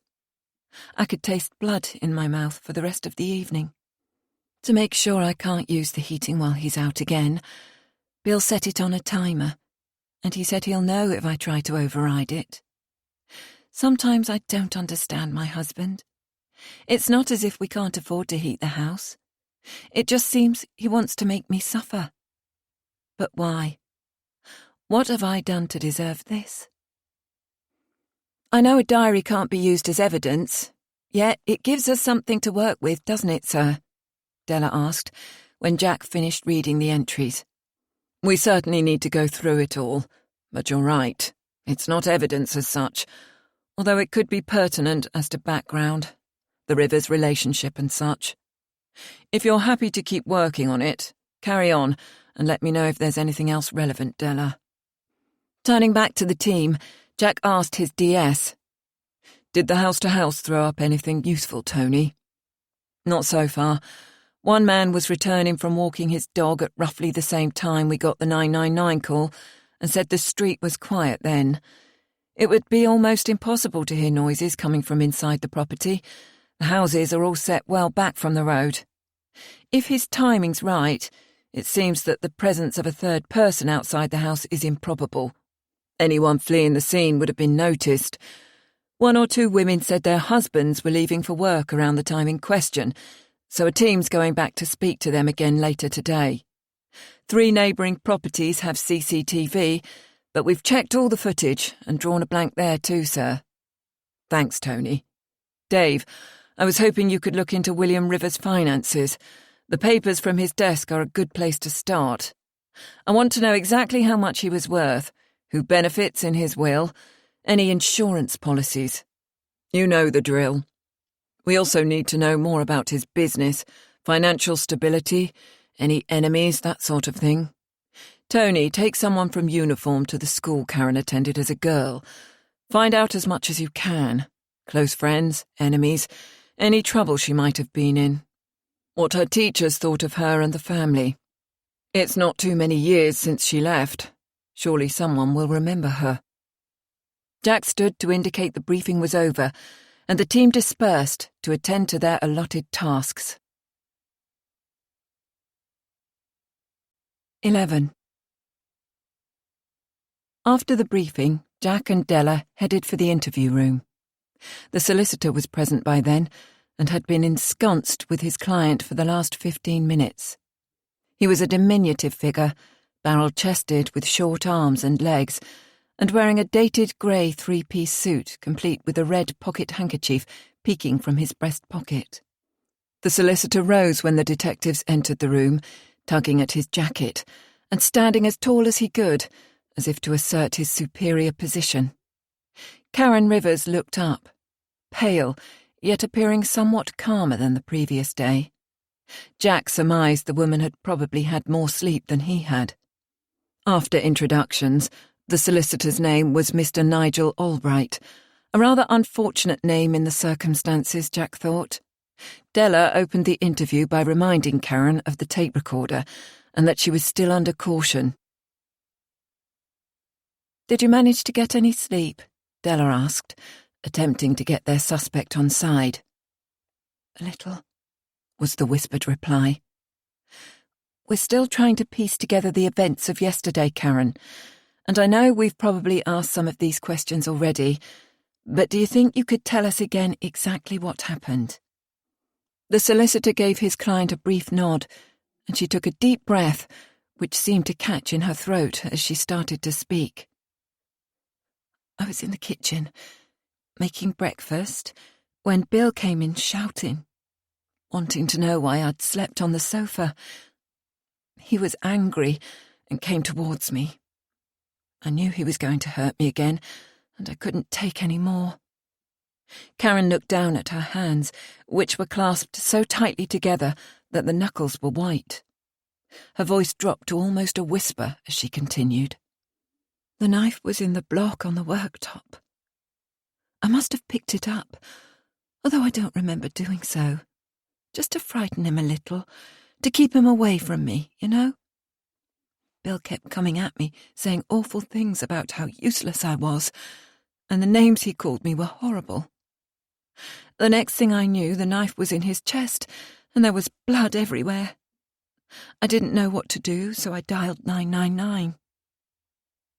Karen's voice trailed off to a murmur as she lowered her head, staring at her hands in her lap, her palms facing upwards now. Della wondered if she was thinking about the blood. Karen, although quiet, was undoubtedly more fluent in her words than she'd been the previous day, and Della wanted to keep the momentum going. "And all this happened in the kitchen?" She wanted to clarify the exact location. "Yes, that's right." "Good. You're doing really well.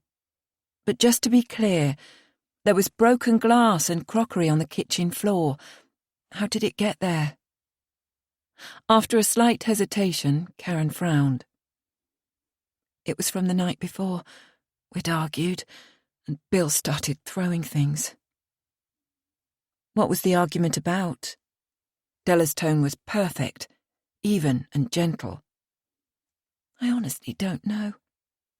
Bill came home from work in a bad mood and started drinking. Then he didn't like the casserole I'd made for dinner, and he just lost it. He began throwing things at me, plates and glasses. Then he grabbed my shoulder and dragged me from the table. And—" She was crying softly, the memories clearly painful. Della tried to keep their suspect focused. "You're doing so well, Karen. Can you tell me what happened next?" Silence filled the room. "Take your time.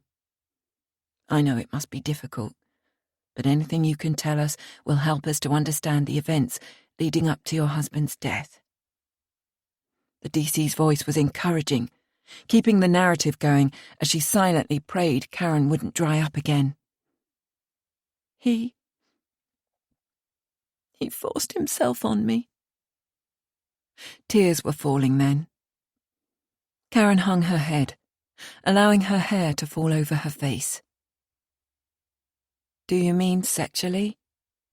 I know how hard it is to say these things, but we need you to be specific. Did your husband force you to have sexual intercourse with him?" "Yes." Karen continued staring at her lap, chewing on her bottom lip. "And afterwards?" Bill drank for most of the evening, while I stayed in the kitchen out of his way. Then, when he went to bed, I slept on the sofa. I didn't think he'd notice, as he always sleeps so soundly when he's been drinking. But he did. And in the morning, he came at me again, This is good, Karen. It helps us to understand precisely what happened. Can you tell me more about the actual stabbing? I know it's difficult for you to think about. If you could try to remember. How many times did you stab him? Just the once, I think. She glanced at her solicitor, who didn't meet her eyes. And whereabouts on his body did the knife go in? Della moved on quickly, wanting to keep her attention. His chest? Karen turned back to look at Della. I'm not sure. It might have been his stomach, but there was such a lot of blood. It was everywhere. Did you have the knife in your right hand or left? It would be the right. I'm right-handed. Karen's tears were streaming down her cheeks then, and her solicitor decided to interrupt at that point. He addressed Jack. I think my client needs a break now, D.I. Priestley. You've been so helpful. Thank you. Della continued to focus on Karen. We're going to leave now for a little while and send in some coffee. You can talk to your solicitor and we'll come back shortly. Della switched off the tape recorder before she and Jack left the room. Good job, Della. You handled that well. It's looking more and more likely we have a manslaughter case on our hands. Do you think she's telling the truth? Yes, I think so. Della was flushed. The only thing troubling me about this morning's interview is the broken glass on the floor. Jack was thinking aloud. If Karen's as afraid of her husband as she says, surely she would have cleaned the mess up after he'd gone to bed. Yes, but if she was at breaking point, she wouldn't be thinking straight. I know Bill was her husband, but he'd just raped her. Karen would be in shock and not thinking logically, surely. I can understand how she'd just want to curl up on the sofa and escape into sleep. Yes, that could explain it. Ask her about it when we go back in, will you? Grab yourself a coffee for now and get some sent into the interview room. I'm going to update Superintendent Moss. I think we're almost ready to charge her now.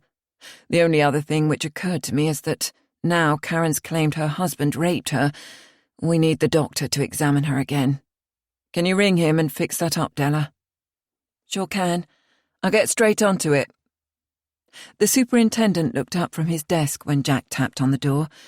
Harold Moss was a big man, tall and somewhat overweight since his promotion to a more sedentary post.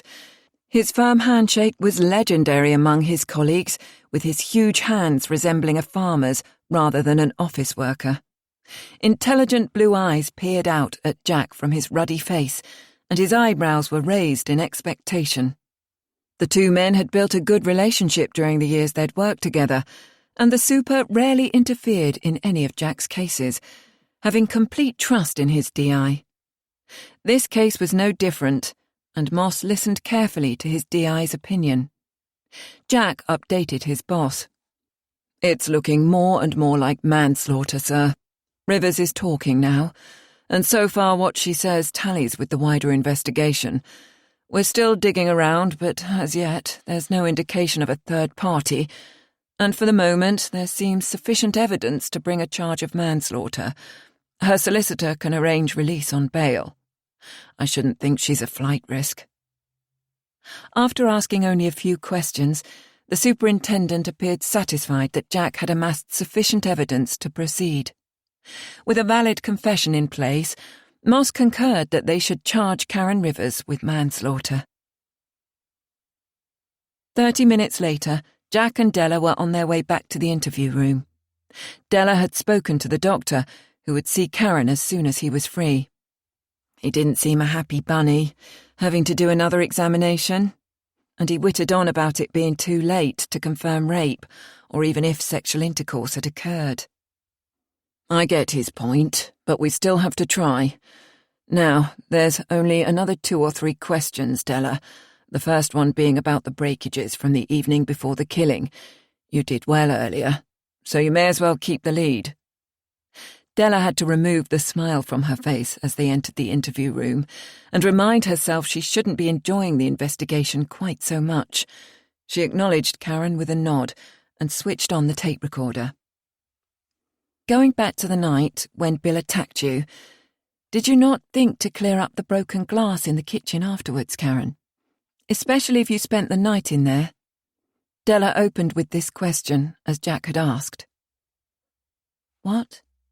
Karen frowned and looked at Mr. Albright. The glass. You told us Bill had thrown things on the floor during the evening. Did you not want to sweep it up before you went to sleep, or before Bill would see it the following morning? No, I wasn't thinking straight. I was scared and tired, and just sat on the sofa, not daring to move. Bill had hurt me. I was in pain. Karen still looked exhausted, and her eyes glazed over as if in a trance. Della feared they were losing her again. Karen, I'm afraid because of what you told us about the sexual assault, the doctor will need to examine you again. Karen nodded, although Della wasn't sure she'd heard her words.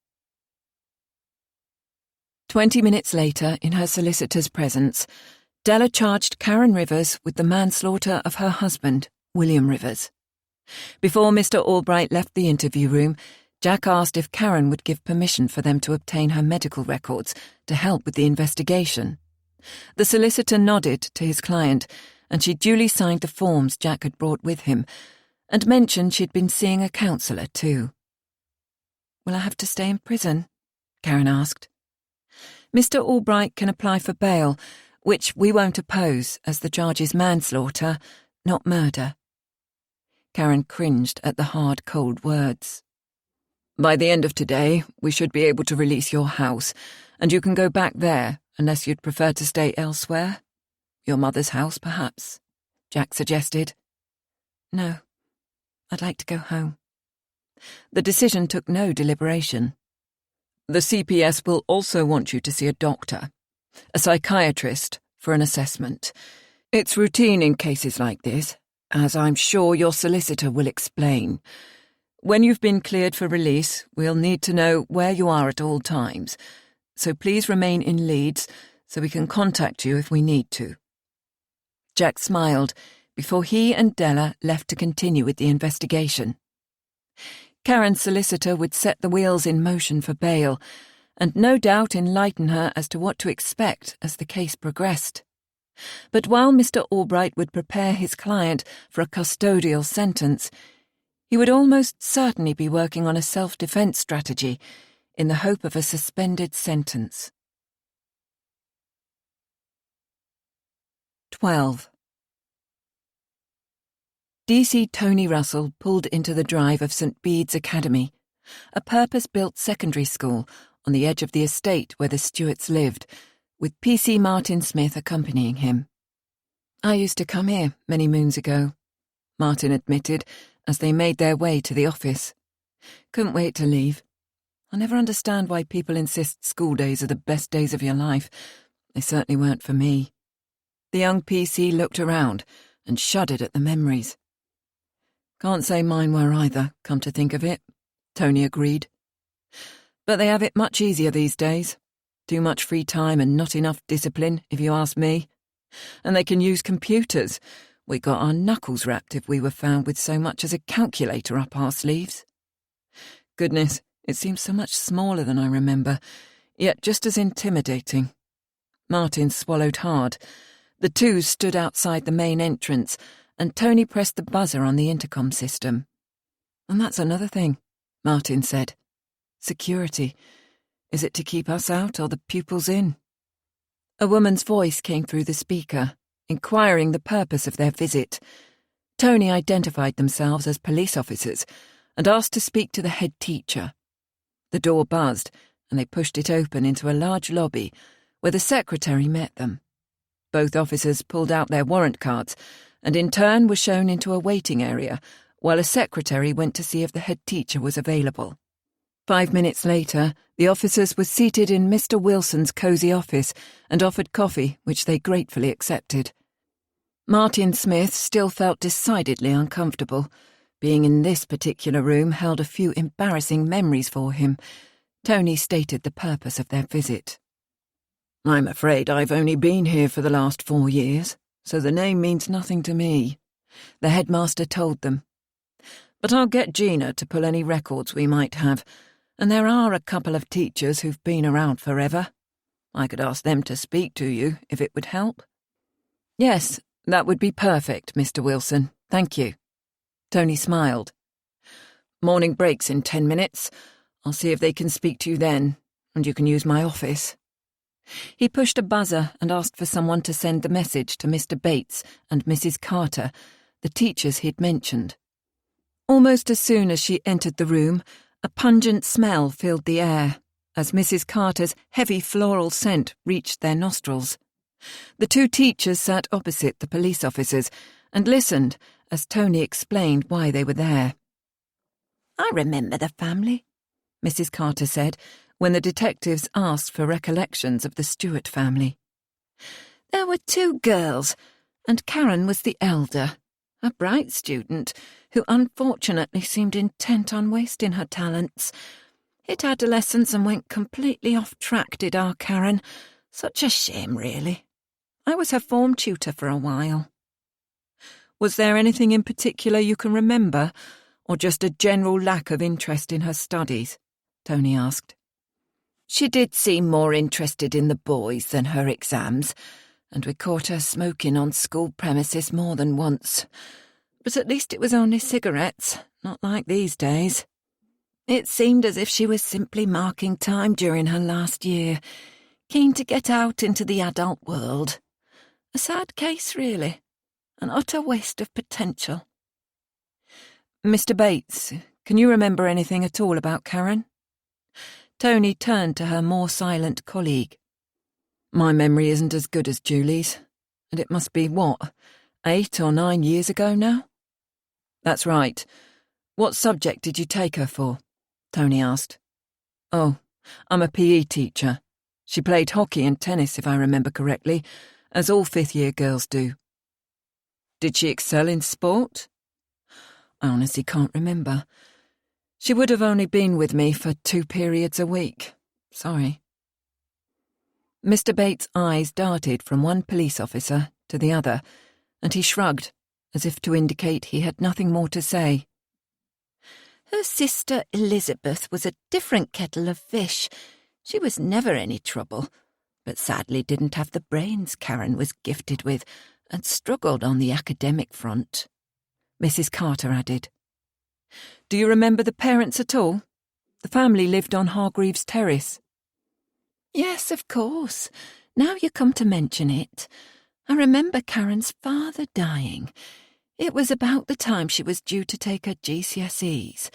Some kind of accident, I think." Again, it was Julie Carter who possessed a more precise memory. The secretary entered the office at that moment and passed a thin file to Mr. Wilson. He looked it over before speaking. "I'm afraid the file doesn't tell us anything much. Just her address and examination results.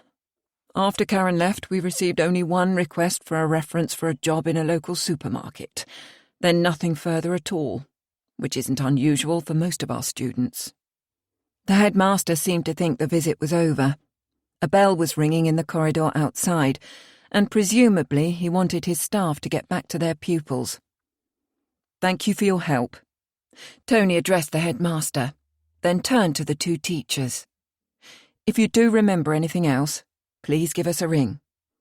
Although unsure of what they'd hoped to learn, the visit had proved rather fruitless, and a somewhat frustrated Tony and Martin made their way back to the station.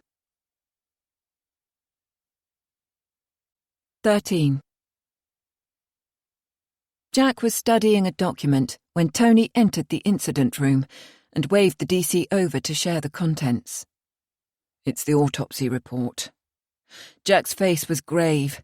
He never enjoyed such gruesome reading. "A single wound, deep, and delivered from a right-handed person, and the knife we took from the house is confirmed as the one which killed him. It somehow bypassed the ribs and pierced the heart. A lucky or unlucky blow, depending on what was intended. Tony's eyebrows rose at his boss's last comment. You don't think this was premeditated, do you, sir? We've charged her with manslaughter now. Are you changing your mind? I'm just keeping an open mind, Tony. Karen's plausible and certainly carries the evidence of physical abuse, but there's a little niggle in my mind. Something I can't quite grasp. The other thing the autopsy highlights is a few minor cuts to Rivers' head and face, clearly not from the glass on the floor as he fell on his back, so cuts to his face seem somewhat incongruous, as, according to Karen, he'd thrown the glass the night before.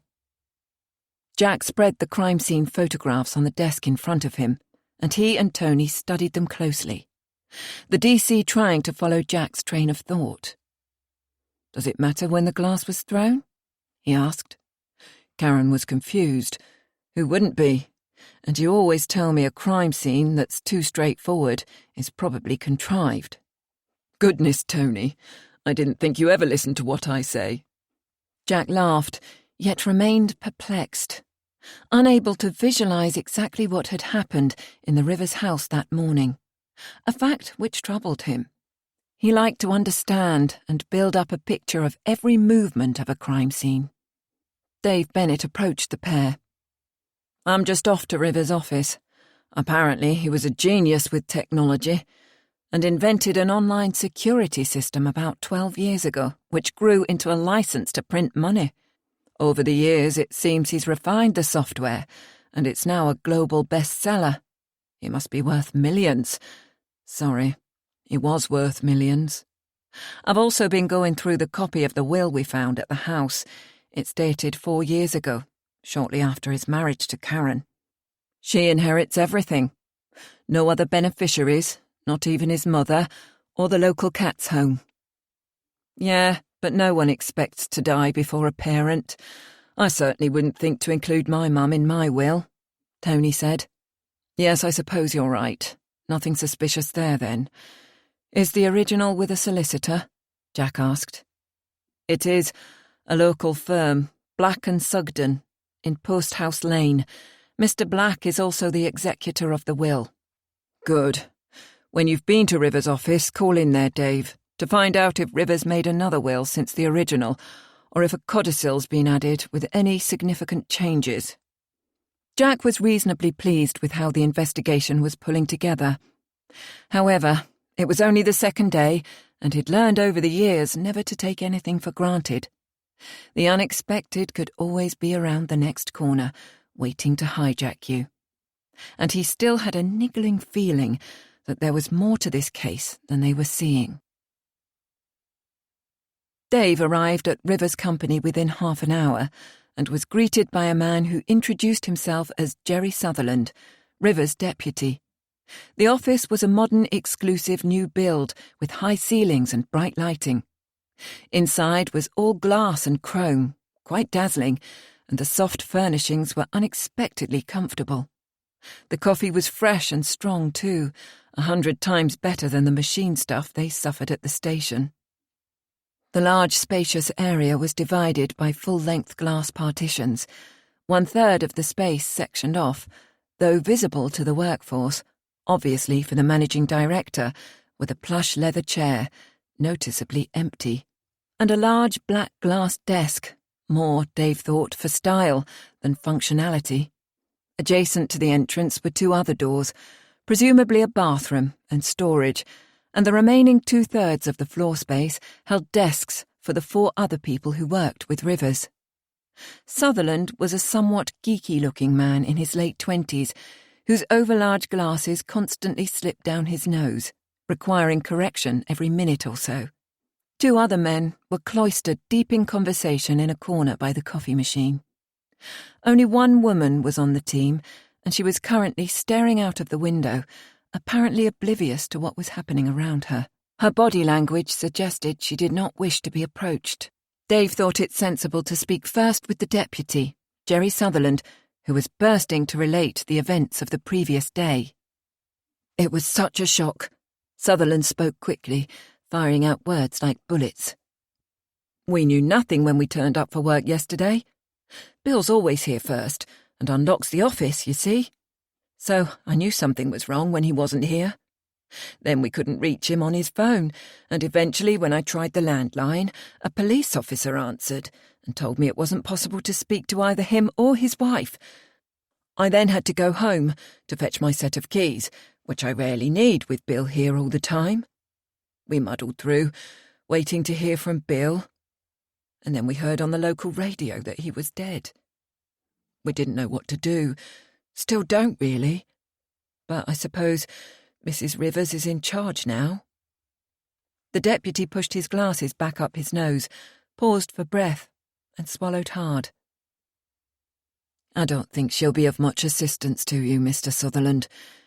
You'll not be able to speak to her for a while, and she can't have any involvement in the business until our inquiries are complete, Dave told him. Sutherland's jaw dropped, and Dave could almost see the cogs of his mind whirring as he continued.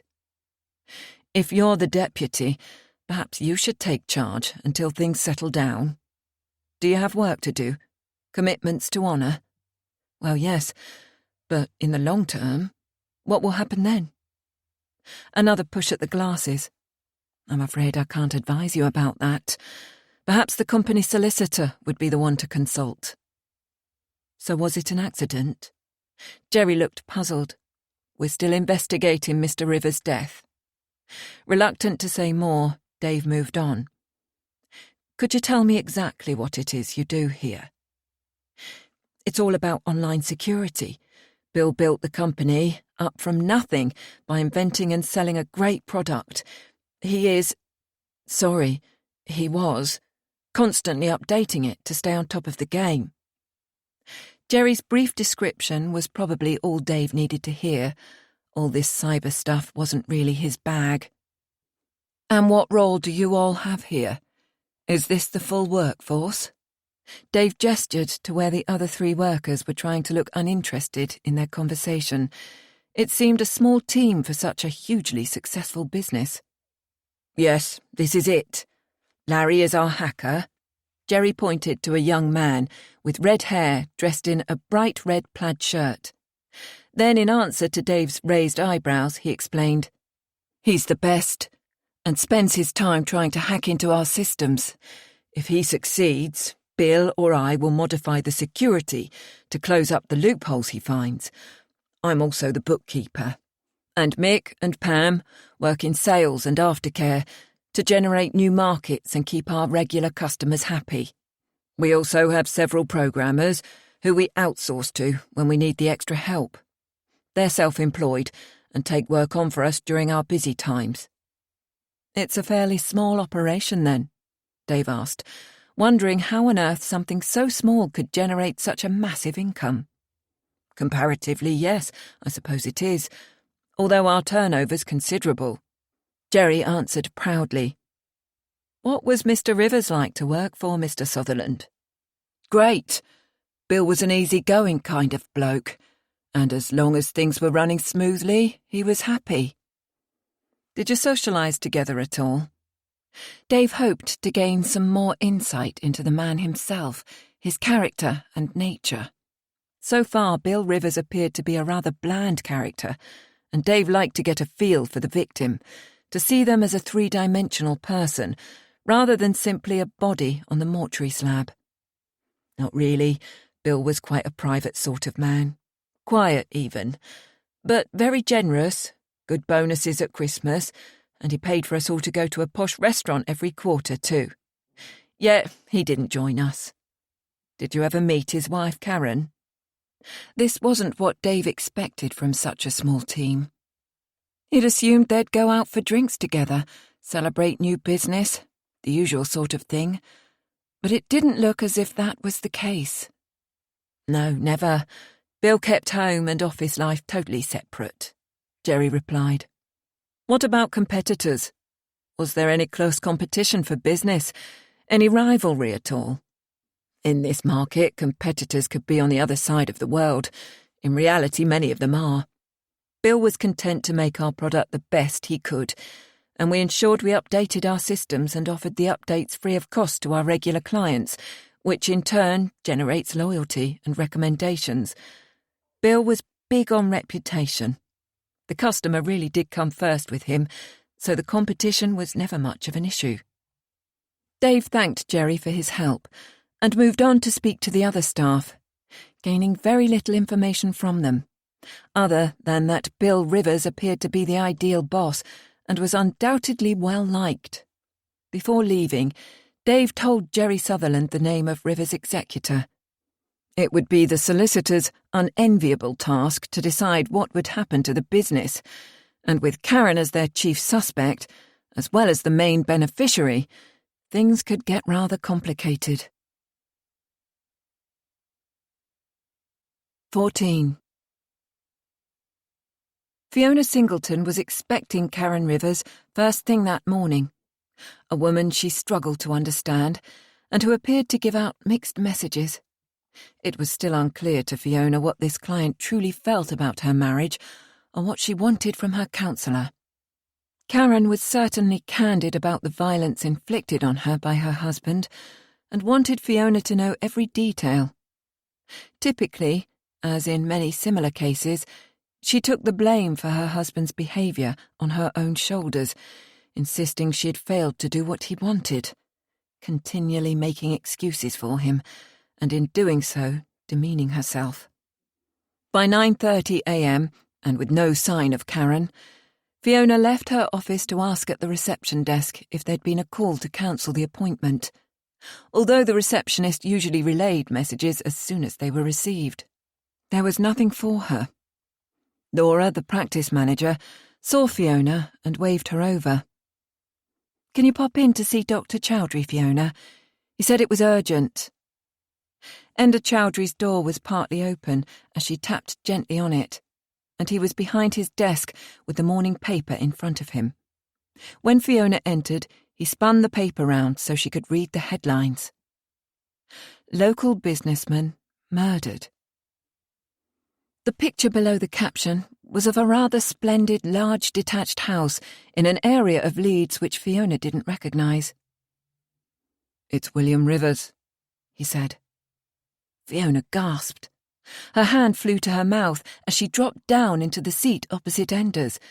He continued to explain. "The report says a 24-year-old woman is helping the police with their inquiries." Enda's expression was grave, as his colleague took in the meaning of his words. Surely, not Karen. It was unthinkable. Enda nodded. "I didn't think things were so bad, yet it looks as if she could have reached her breaking point." The doctor sighed and shook his head. When did it happen? Fiona was frantically trying to remember Karen's last visit, and if she had given any indication of reaching the end of her tolerance of Bill's violence. Her mind was a haze. Could she have missed signs of her client being at breaking point? "Yesterday, apparently. Early morning, although too late to make yesterday's papers." Enda filled her in, watching for a reaction. "Now I know why she hasn't shown up for her appointment this morning. Does it mention her by name?" Fiona peered at the paper. "No, but it sounds highly likely it's her. The age is about right, and they don't mention any break-in, or if they're looking for anyone else. You've spent more time with her than I have, Fiona. Does this surprise you?" "Yes, absolutely. We've only met 3 times, and she's not been the easiest client to get to know. Karen's thoughts skip around and can be very disjointed. The abuse, however, is always central to her thinking, and she certainly doesn't hide it, making excuses for her husband and generally blaming herself. The incidents Karen's shared indicate a degree of psychological abuse, isolation, withholding money, all the usual signs, but she appeared to accept her situation and even believed it to be natural behaviour in a marriage. I sensed a degree of uneasiness, yet in no way imagined she was so traumatised that she'd actually kill him. Heading for some sort of breakdown, yes, but not this. I'm shocked, Ender. I didn't see this coming. That just about sums up my thoughts on the situation, too. It could be that the physical abuse went too far and Karen cracked. We'll not know for certain until the police charge her, or someone else. For the moment, it's still supposition, Fiona, even though it seems likely it's a domestic incident. We'll keep it between ourselves for now. Yes, of course. Fiona took the newspaper and left Ender's room in a daze, scarcely able to believe what had happened. Returning to her own office, she studied the article in its entirety. The reporting was sketchy and didn't offer much in the way of detail. The police hadn't officially released the dead man's name, but neighbours readily speculated on the events they'd witnessed and told the press who lived in the house. The photograph of the house itself was somewhat of a surprise too. Appleton Close wasn't an address Fiona was familiar with, and until then she hadn't given much thought to her client's material circumstances. Karen admitted she didn't need to work, and her husband had a good job, and the photograph in the paper confirmed their wealth. Fiona read the article a second time, picking up nothing new. The idea that the police may want to see her suddenly popped into her head. The confidentiality clause counsellors worked under was rarely tested in this way, but if the police were looking at Karen as a suspect, then Ender would most probably receive a request for her medical records, which would include Fiona's notes. Perhaps, Fiona decided, she was racing ahead of herself. Karen Rivers might not be the woman who was helping the police, but the reality and statistics of such incidents usually suggested the perpetrator was a family member. Later in the afternoon, Fiona was still reeling from the day's events when Laura, the practice manager, told her that a D.I. Jack Priestley was waiting to see her. Fiona's immediate reaction was relief that Jack was on the case rather than any other police officer. The detective was known to her through his wife, Sarah, an old friend. The women first met when their children were at primary school together and still kept in touch, meeting for coffee whenever they could squeeze a mutually convenient time into their busy schedules. Although she didn't know Jack quite so well, they'd met on a couple of occasions, and Fiona found him to be an easygoing, pleasant man who possessed a gift for putting people at ease, which must surely be an asset in his line of work. Jack had spoken first with Ender Chowdhury, catching him before he left for his rounds, and then it was Fiona's turn to be interviewed. Naturally anxious as to what he might ask, and how much she could tell him without breaching Karen's confidence, Fiona greeted Jack warmly. After only the briefest of catch-ups as to how life was for both of them, she offered coffee. After 3 cups herself that morning, Fiona's nerves were jangling. She was always threatening to change to decaf, but one more would be welcome, even necessary in the circumstances. After handing Jack a steaming mug, they settled into the easy chairs in Fiona's room to have the kind of awkward conversation which might be everyday fodder for Jack, yet was quite surreal for Fiona. Jack quickly dismissed her worries about confidentiality by showing her a signed consent form from Karen, giving permission to view all notes from their sessions. Mrs. Rivers has admitted to stabbing her husband, and for the moment it appears that's exactly what happened. We've charged her with manslaughter. Jack paused, noticing Fiona's pained expression. Sorry, Fiona. Are you okay talking about this? Yes, of course. It's just so hard to believe. It's one thing seeing an account of violence in the newspapers, but to hear it from you makes it so much more real. I can hardly believe that Karen, who sat in the very same seat you're sitting in, could do such a thing. She's such a slight, pale-looking girl. I know, and I'm sorry. Look, it must be a shock for you when you've been working so closely with her, so I'll try to keep this as brief as possible. Karen was not only happy to give permission for us to speak to you and Dr. Chowdhury, but she also seemed quite keen for us to do so.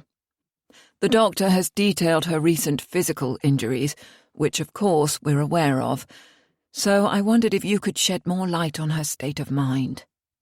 I'll do my best, but I've only actually seen her 3 times, so our relationship is still a work in progress. I can give you a copy of the few notes I made after each of her visits, although I shouldn't think they'll be of much help.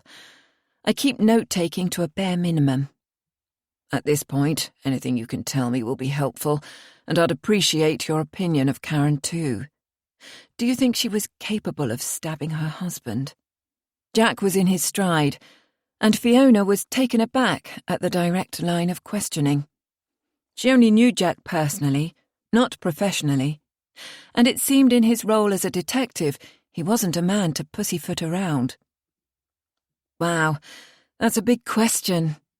Our sessions have certainly focused on Karen's marriage and the considerable violence she suffered, about which she was quite candid. I think anyone who's been treated in such an appalling way would have the propensity to kill if they felt in danger, cornered perhaps. Self-preservation's a basic instinct for us all. However, if you're asking whether she was capable of planning to kill him, then I simply don't know. Do you think she might have planned it, Jack? We're not ruling anything out at the moment, and it's still early in the investigation. Did Karen talk about her life before she married Rivers, or her relationship with her family? Very little. She claimed to have no contact with her mother and sister, and I believe her father is dead. Her mother-in-law saw Bill quite frequently, yet only occasionally visited their house, so there was no close relationship there. And I think the women disliked each other. Karen did tell me her father physically abused her, her sister, and her mother, but generally seemed reluctant to talk about her past, except to say she'd always vowed never to marry a man like her father. Sadly, it seems she did. Karen also appears to have no friends.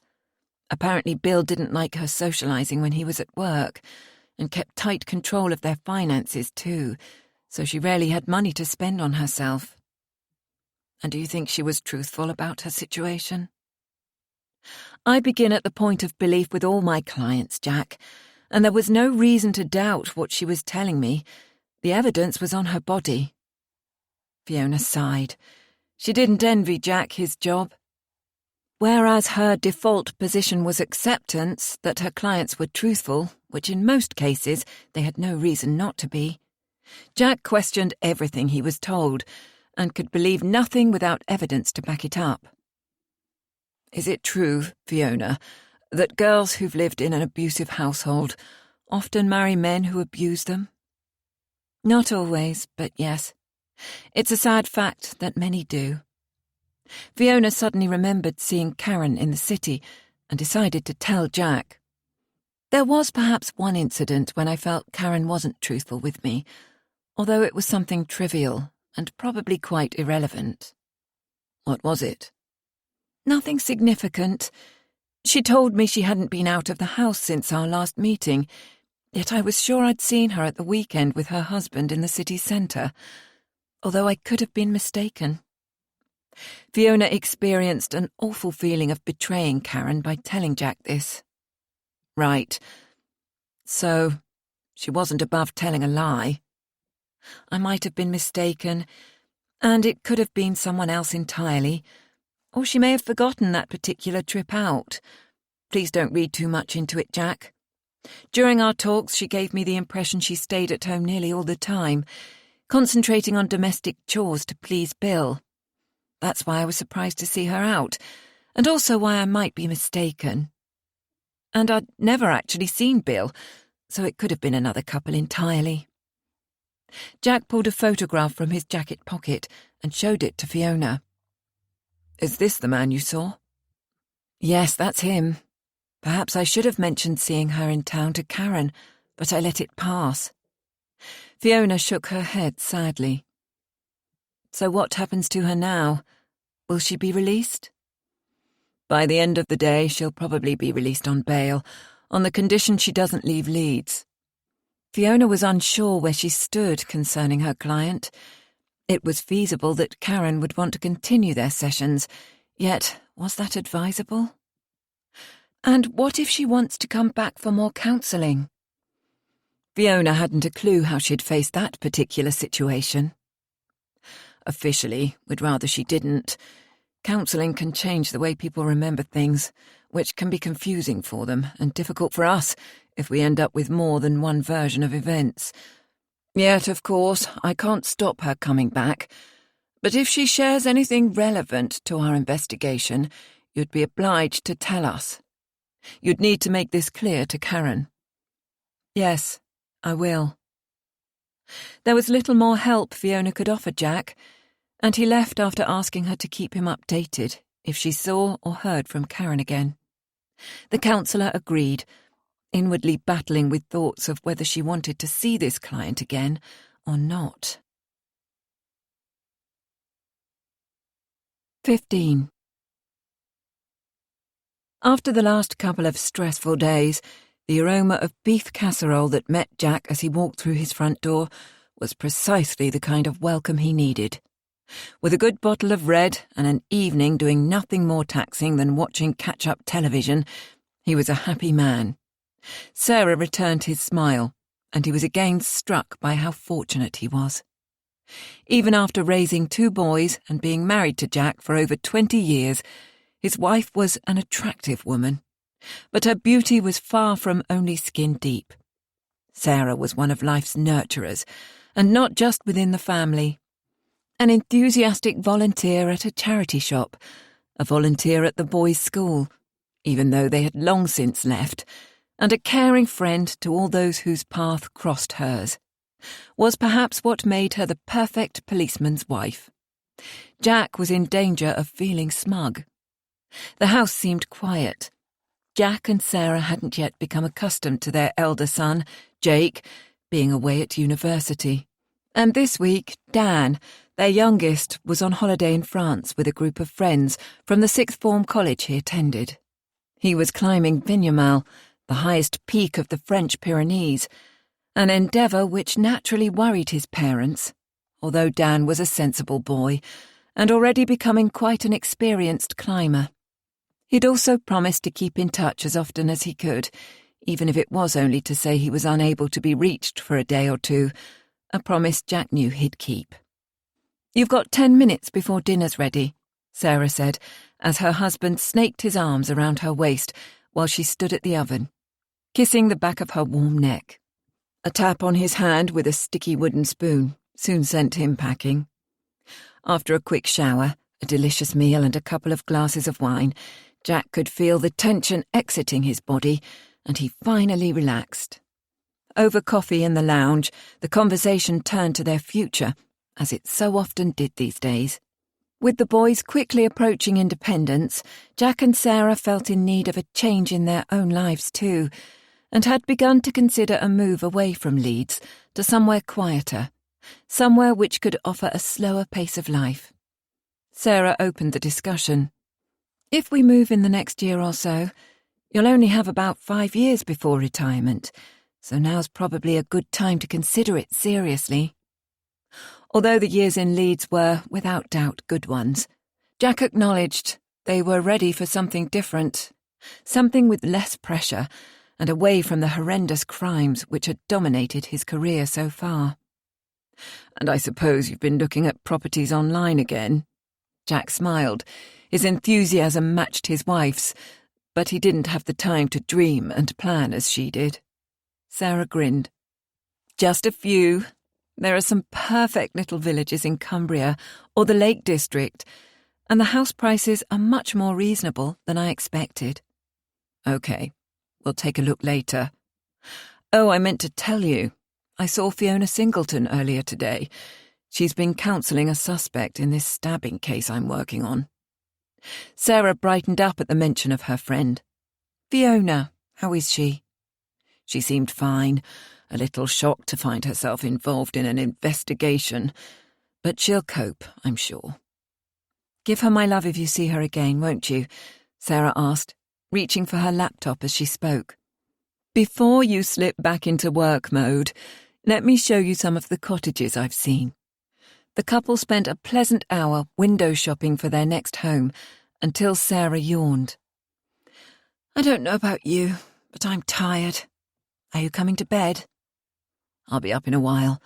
There's something I want to read first. It shouldn't take me long." He smiled at his wife, who'd heard that one so many times before, and shook her head as she left the room. Despite his intentions to relax and switch off from work, Jack fired up his laptop. Della had scanned the entries from Karen Rivers' diary into the files, and he wanted to read them more thoroughly before the following day, hoping to gain a better insight into the couple's marriage. With no inclination to read the account of the cigarette burns again, he skipped back to earlier dated entries. February 1st. Bill was in a terrible mood again last night. The smell of alcohol was on his breath when he came home from work. Banging the door, he grabbed my arms and pushed me into the lounge. The dark, angry look in his eyes sent a shudder through my body, and without warning he punched me full on in the stomach. I doubled back onto the sofa, bent with pain. He then caught hold of my hair and dragged me up, landing an open-handed slap across my face.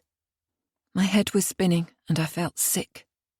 I must have blacked out because the next thing I remember is waking up on the floor in the dark. Bill had gone to bed, so I crept upstairs and climbed in beside him. He didn't stir. The soft skin on my upper arms is bruised this morning, and my face is swollen and red. But I've lived to tell the tale, so it can't be all bad. Bill was fine with me too. It made for sickening reading, hardly relaxing bedtime material. Jack turned to one more entry. March 23rd. Today is our wedding anniversary, a day we should celebrate. Going out for a meal to a nice restaurant perhaps, like we used to do before we were married. Bill certainly knew how to treat me then. The best of everything. "Nothing's too good for my princess," he would say to me. But those days seem a lifetime away, not just 4 years. I tried to make an effort with dinner tonight, and with my appearance. There's always hope, isn't there? And I wanted Bill to remember how happy we were at the beginning. But no. He was late in from work and smelled of drink. He claimed not to be hungry, and when I pointed out that I'd made his favourite meal, he laughed in my face and said I couldn't cook. Bill then told me I looked ridiculous, like a whore with my makeup and short skirt. I couldn't believe it. He used to like the way I dressed. When he saw my tears, Bill's mood darkened. He grew angry and called me stupid. I didn't see the slap coming until I felt the sting of his hand. It was so painful I thought my neck was going to break. He struck me a second time and I fell on the floor. Bill kicked me, laughing at my screams as I pleaded for him to stop, and shouting such vile words, such hateful things. Now he's in bed snoring peacefully, while I'm at a loss to know what I did wrong. I'm still the same person he married, so why does he treat me this way? And tomorrow, will he be sorry, or will his bad mood persist? Sometimes I feel so afraid, and there seems to be no end to Bill's violence. No pattern to it to allow me to anticipate when he's going to be angry. This isn't the wedding anniversary I'd hoped for, and I almost dread to think what the next year will bring. Perhaps it's better not to look more than a day ahead. But I don't know how much more I can take. I sometimes wonder if one day Bill will kill me in one of his fits of rage. The words touched Jack, the heartfelt pouring out of a woman who craved the love she once had. Karen's attempts to bring a little romance into her marriage on the occasion of their anniversary were understandable.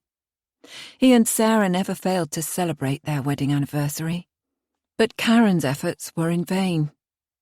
It appeared Bill had ridiculed her and used her as little more than a punch bag to appease his bad mood.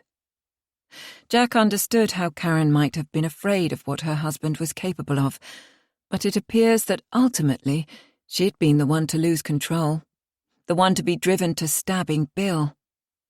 Other entries were written in much the same vein, not incredibly relaxing bedtime reading, although certainly informative regarding what was going on between the couple.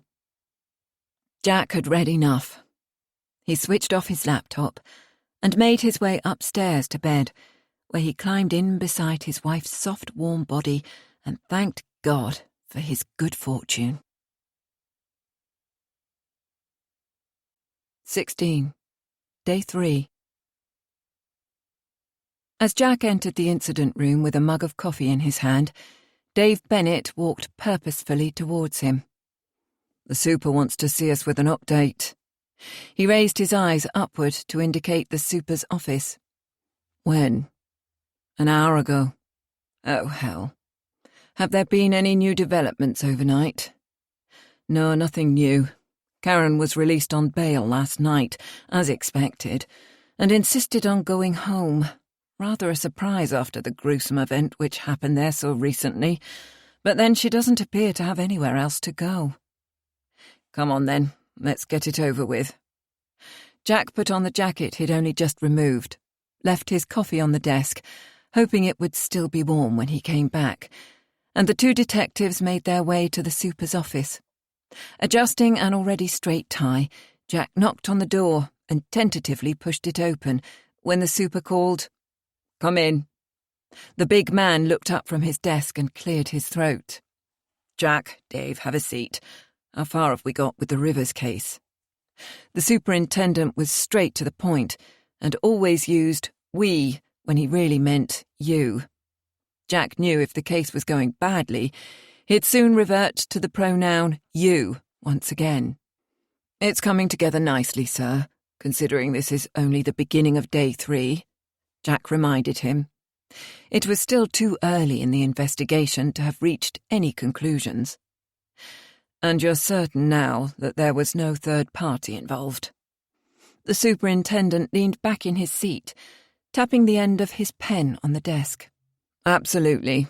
The house-to-house gave us a good picture of the street at the time of Rivers' death, and according to at least 3 witnesses, the street was deserted other than themselves.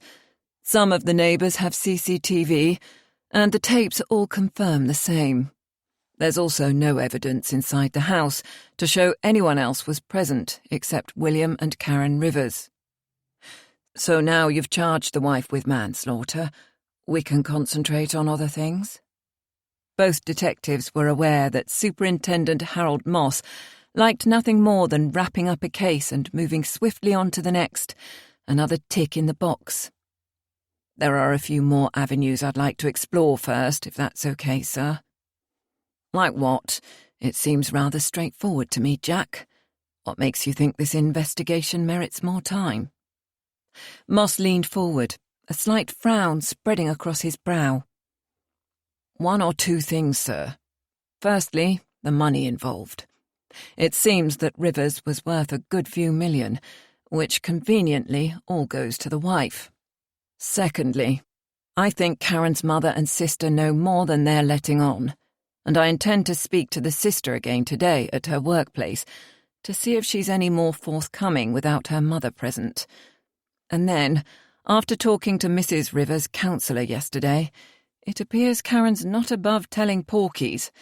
I know it doesn't amount to much, but put all these minor niggles together, and I think the case warrants a bit more time, sir, just to leave no stone unturned, so to speak."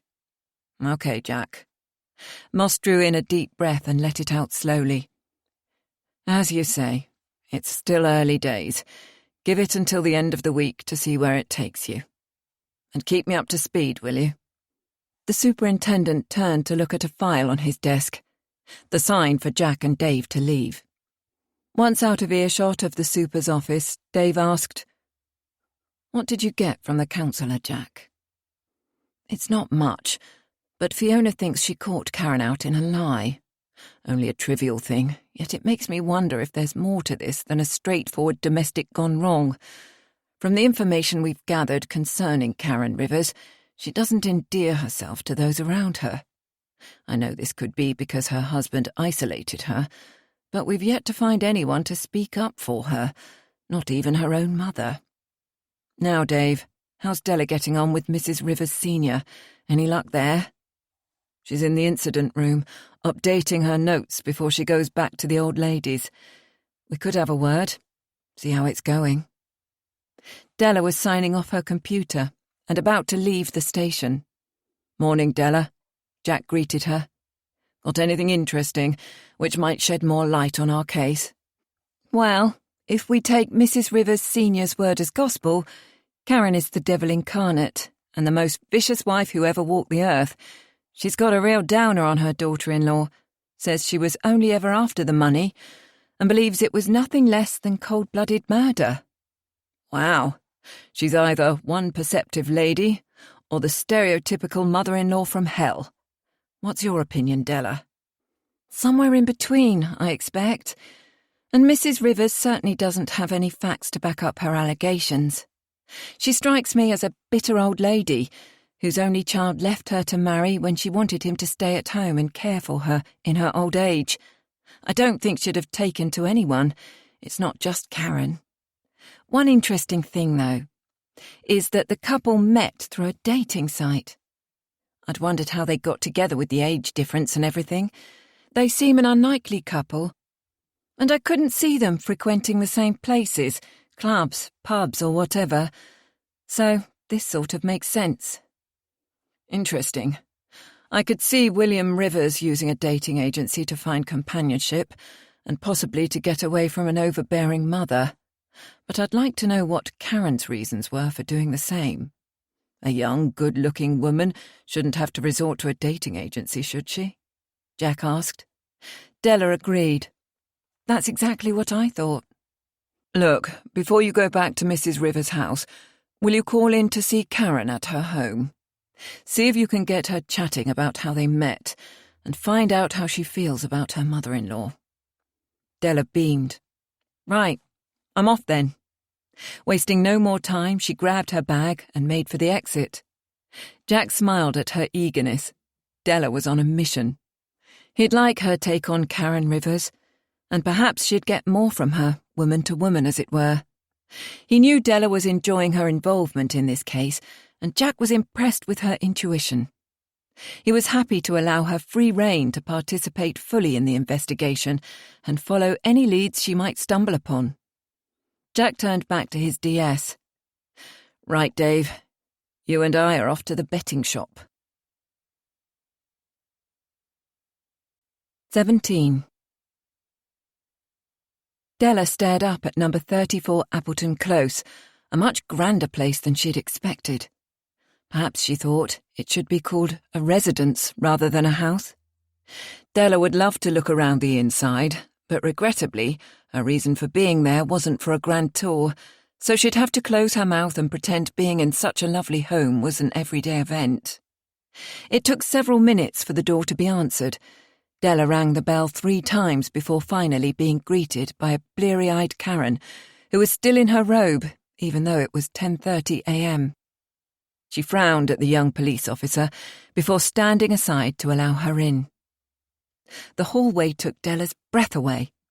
A wide, polished wooden stairway wound its way upstairs, with an enormous stained-glass window at the turn of the stairs, casting prisms of light in all directions. It resembled something from the pages of a glossy magazine. Karen looked groggy, and as Della followed her through the hallway, she wondered if it could be a hangover. "I'm not sleeping well, so I took a pill," Karen explained her torpor while leading the way to the lounge. Della silently marvelled at the quality furnishings as she took a seat on the luxurious cream sofa, so far removed from her own battered second-hand one at her flat, which was permanently covered in cat hair from Fred, her ginger Tom. Karen offered coffee, claiming she could do with some herself, so Della accepted, taking the opportunity to follow her through to the kitchen for a sneaky look around there too. It certainly lived up to expectations, and she struggled to stop herself from gawping.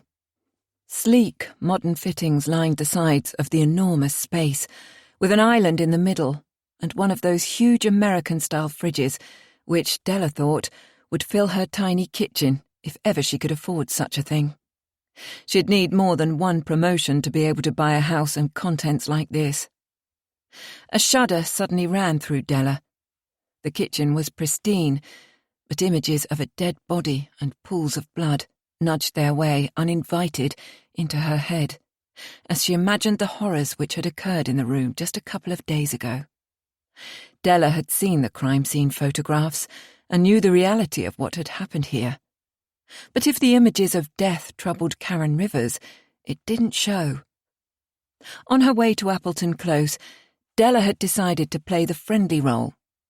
When she had interviewed Karen on the day of the killing, she had kept her manner sympathetic and considerate, feelings which came naturally to her, and she'd continue in the same vein today. After all, this was a woman who'd been abused by her husband, beaten and burned most cruelly.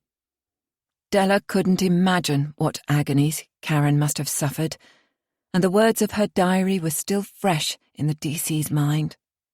Living in constant fear, it was unsurprising Karen had eventually cracked to the point of defending herself with such tragic results. Now being in the very room where the horrific event occurred was surreal. Della's eyes swept the work surfaces and came to rest on the expensive kitchen knives, housed in a block on the grey marble worktop, with one noticeably missing, like a gap from a missing tooth. After such a gruesome event, Della was initially surprised when Karen decided to return home after being bailed, but having seen the house, she now wondered who wouldn't want to return here. It must be distressing for you, to be here after all that's happened. Would you not sleep better staying with friends or family? Della gently probed, already knowing the answer. I've no choice in the matter, Karen replied, a startled expression on her face. There's nowhere else to go. My mother and sister don't speak to me, and Bill stopped me from seeing my friends. My best friend from school, Vicky, had a flat in Leeds, which we shared before I married Bill, but I've lost contact with her now, and everyone else. Besides, she continued, it's the familiarity of home I need now. Della made a mental note to mention Vicky to the boss. What's Vicky's surname and address? She asked casually. Karen gawped at her, clearly horrified. Why do you need that? She's got nothing to do with any of this. You'd be wasting your time talking to her. I haven't seen her for years. Very probably, but the boss likes to cover every base. So now you've mentioned Vicky, and because you lived with her for a time, I should take her details. Della noted the change in demeanour as Karen reluctantly recited her old friend's name and address. Della got the distinct impression Karen was wishing she'd never mentioned her friend and hoped she wouldn't clam up now. Wanting to probe deeper, the DC smiled and changed the subject. What about Bill's mother, Mrs. Rivers? She must be feeling the loss too. Wouldn't she be glad of your company? Again, Della knew the answer to her question, yet was interested to hear Karen's opinion of her mother-in-law. She wouldn't throw me a line if I was drowning. The old biddy's never forgiven me for taking her precious son away from her. Madeleine rarely came here, and the odd occasion she did deign to visit was like preparing for a state event. There's no way she'd want to see me now, which suits me just fine. They carried their coffee, the real deal from one of those costly machines, into the lounge, and as they sat opposite each other, Della asked, How did you and Bill meet? He was so much older, and, if you don't mind me saying so, he was no oil painting.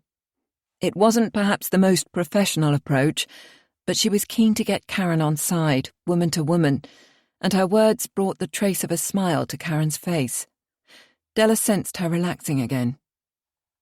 You're not the first to comment on that one. Yet, it was quite romantic, actually. We met on an internet dating site. Really? Yes. It wasn't his looks which attracted me. Bill came over as gentle and caring, a kind, solid man. He seemed genuine, too, you know. Not like those men who only want one thing.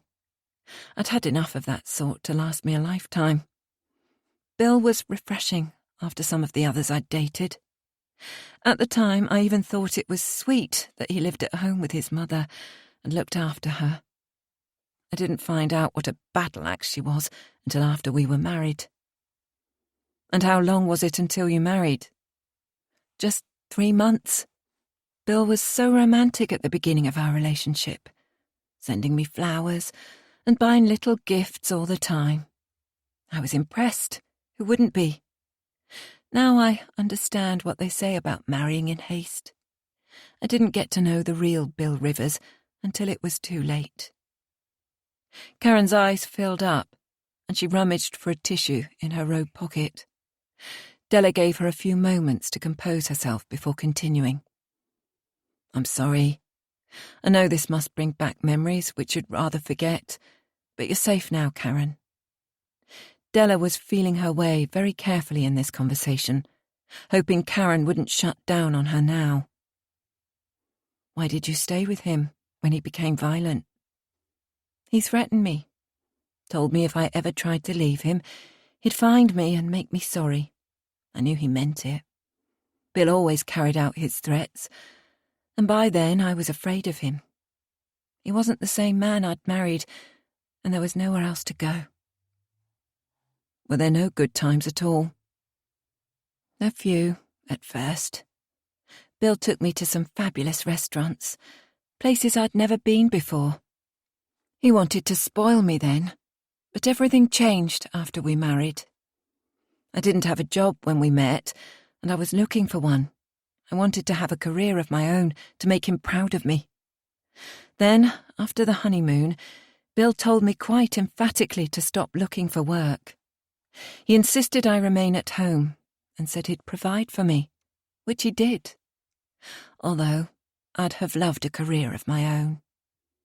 And he made it clear he didn't want me seeing my friends either, when just sometimes it would have been good to have a girls' night out, or even meet up with a friend for coffee. My old friends eventually stopped contacting me. I must have seemed evasive to them, always making excuses why I couldn't meet up. They thought I was too stuck up once I'd married well. I really missed the banter and fun of a night out with the girls. I can't even remember when I last had a good laugh. Occasionally Bill would take me shopping. He liked to choose my clothes and was always very generous. Yet he wouldn't give me any money of my own, only enough for the housekeeping. And then I had to account for everything I bought. Karen reached down to put her cup on the coffee table. Her robe sleeve slipped, and Della noticed the ugly scars on her arms from the cigarette burns and mentally cursed Bill Rivers. Anyone who treated a woman in that way deserved all he got. The sudden thought shocked her, and the realization that she was feeling sorry for Karen hit her hard. Yes, she was attempting to befriend her, but only as a tactic to seek out the truth. Della silently reminded herself to remain detached, unbiased. What's going to happen to me now? Karen looked at Della, her large brown eyes brimming with tears. Well, when we finish the investigation, the case will be turned over to the CPS, who will decide what the charge will be. Then a court date will be set, but that will be a good few months away. Because of the circumstances, you'll probably be able to remain out on bail and report to the station regularly. Hasn't your solicitor told you all this? Karen dabbed at her eyes with a tissue and screwed up her face in concentration. He probably did, although I don't remember. Everything's a bit of a blur at the moment. I can hardly believe Bill is dead, and worse still, that I killed him. I honestly didn't mean to do it. He was coming at me, and I was scared. It wasn't long since he'd burned me, and then the way he'd been the night before, you know. I didn't know what he was capable of anymore. So I grabbed the nearest thing to me to defend myself. The knife, just to keep him away from me. I didn't want him to hurt me again, but I never meant to kill him. Karen's eyes filled up again, and Della spoke soothingly. If you tell the truth as you are now, you'll get through it. We can't turn the clock back, and although it might not seem like it at times, we're here to help you sort this out. Bill was a bully, and his behaviour was inexcusable.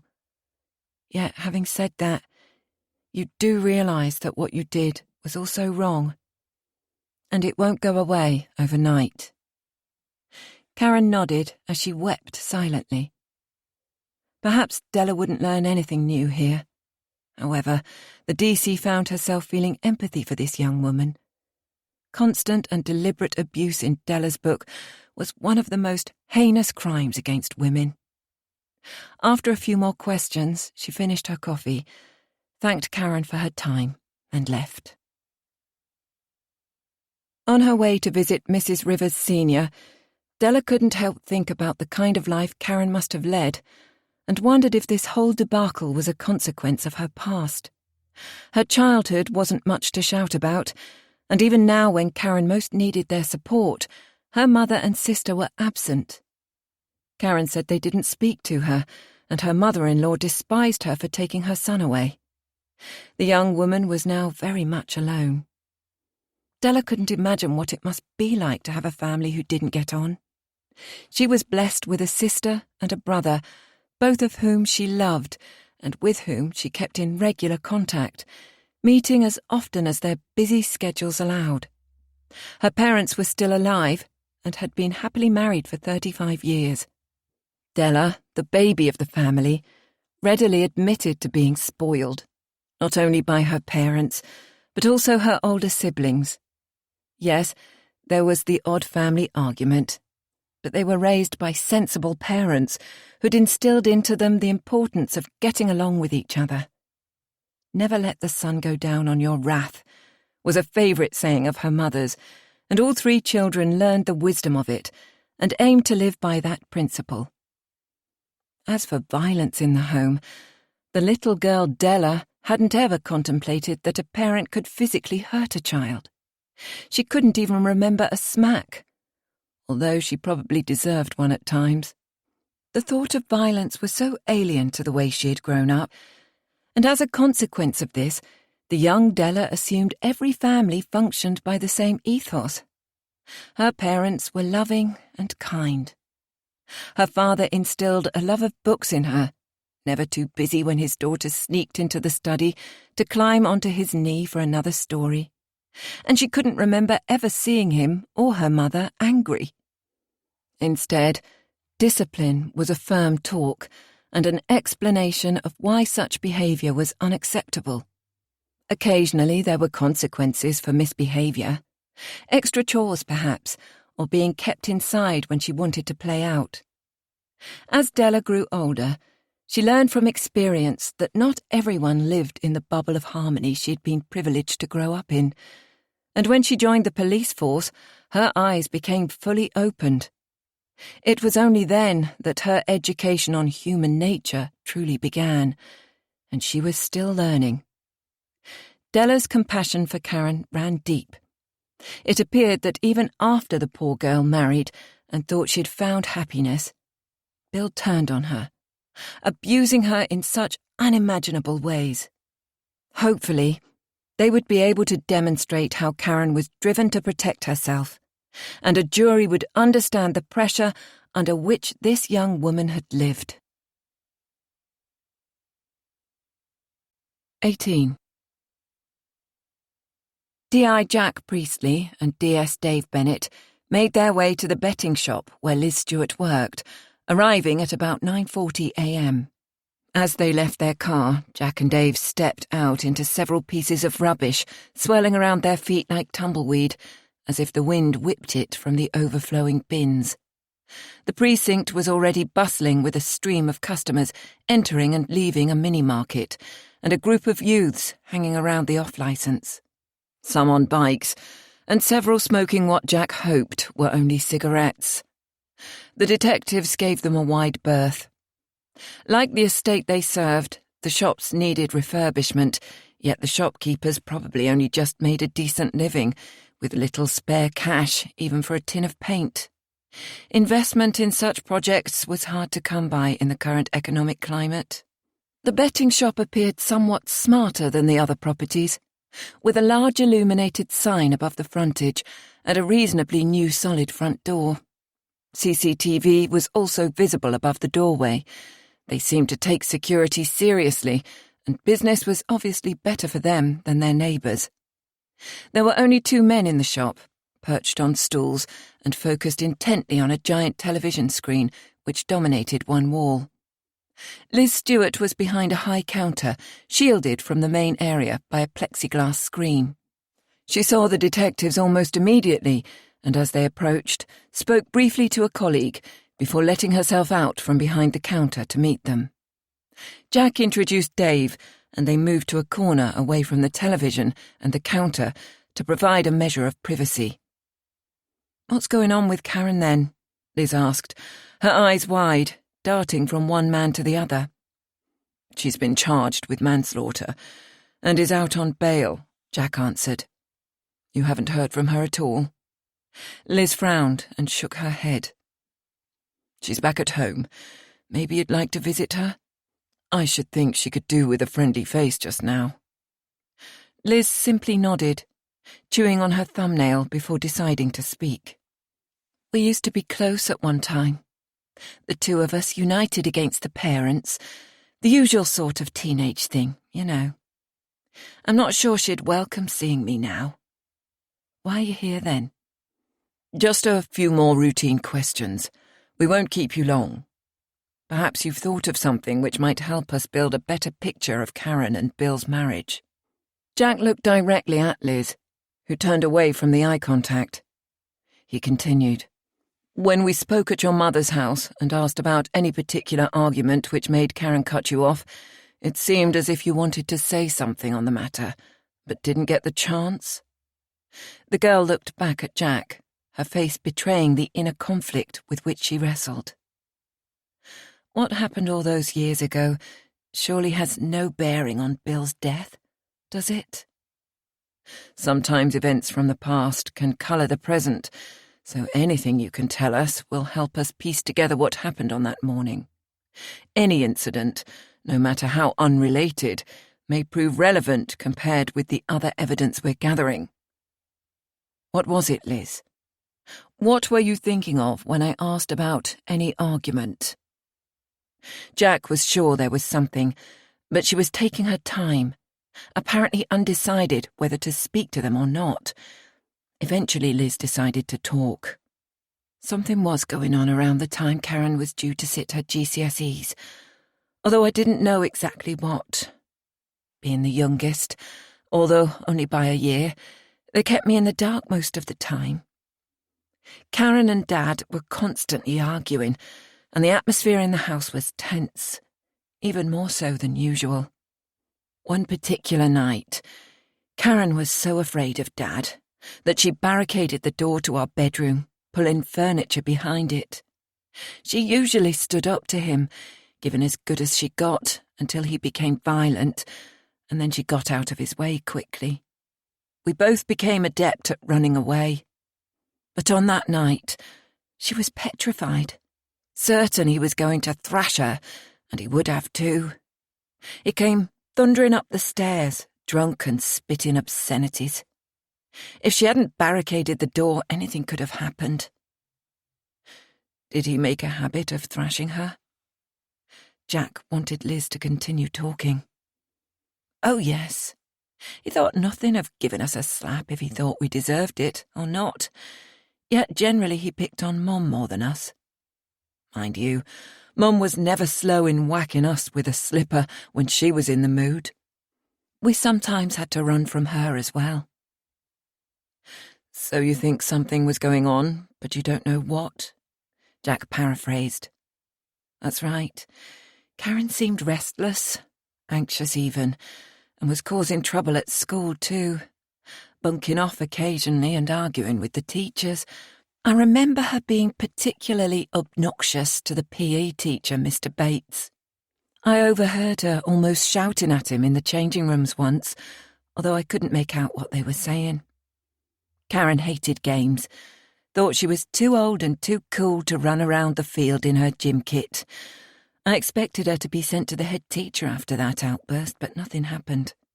Mr. Bates was known as a bit of a soft touch, and most of his classes took advantage of his inexperience. So, I guess Karen wasn't the only one. I shouldn't think any of the teachers actually enjoyed having her in their class, which was a shame, really, as she was the one with the brains. She could have gone far. When did this happen, Liz?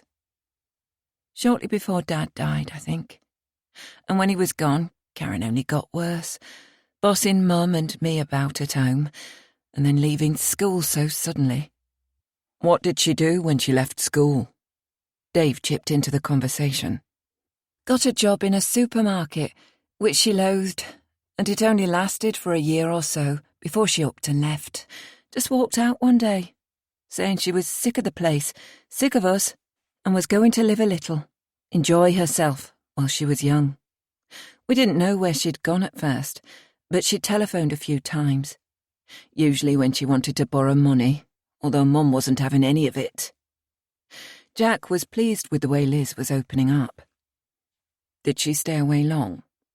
3 years, maybe more. Liz pulled at the sleeve of her jumper as she spoke, as if anxious to get this interview over. And did she visit during those years? He continued. Liz shook her head. She never came to the house. I think Mum made it more than clear she wasn't getting anything from her. Karen did turn up here, though. Again, to borrow money. I gave her what I could, but it's minimum wage year, and I've got Mum and Daisy to support. That was generous of you, Liz, after the way she'd treated you, Dave remarked. She's still family. And as I said, we used to be close once. Liz appeared to be growing uncomfortable at their probing questions and glanced back towards the counter. Going back a bit, Liz, how did your father die? Jack was keen to piece everything together. In an accident, he fell down the stairs and broke his neck. By the time we found him, he'd been dead for most of the day. And you and Karen were still at school then?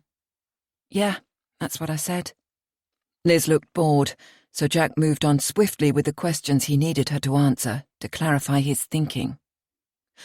What did you think when your sister married William Rivers? I was shocked. We didn't even know Karen was seeing anyone. She turned up one day and announced they were getting married. Karen never brought him home, but then she hadn't been living with us for years. I think she was ashamed of us and where we lived. I met Bill once in a coffee shop in the city centre. She rang me at work to arrange it. I think she wanted to show him off, yet didn't want Mum to meet him, so I never told her. I rather liked him, even if he was a bit dull, and he was plainly besotted with Karen. Afterwards she went quiet on us again. If I'm honest, I think she only married him for his money. Bill was her knight in shining armour, rescuing her from this dull life. She boasted about his money. Our Karen always did like to spend big. Then she cut us off. No wedding invitation, and we never saw her after the wedding. Liz looked towards the counter again, and Jack sensed she was anxious to return to work. It wasn't relevant to their investigation, but before they wrapped up the interview, he ventured to ask. Why do you stay here, Liz? Did you not have the same dreams as Karen? To get away from this life as she did? That's easier said than done. Karen was the one with the brains and the looks. It came naturally to her. I was always in the shadows. With this job, I don't think I'll ever be able to afford anything better than staying at home with Mum. But I have Daisy. She's worth it all. Liz smiled wistfully as she mentioned her daughter. Jack and Dave thanked Liz for her time, left the betting shop and returned to their car.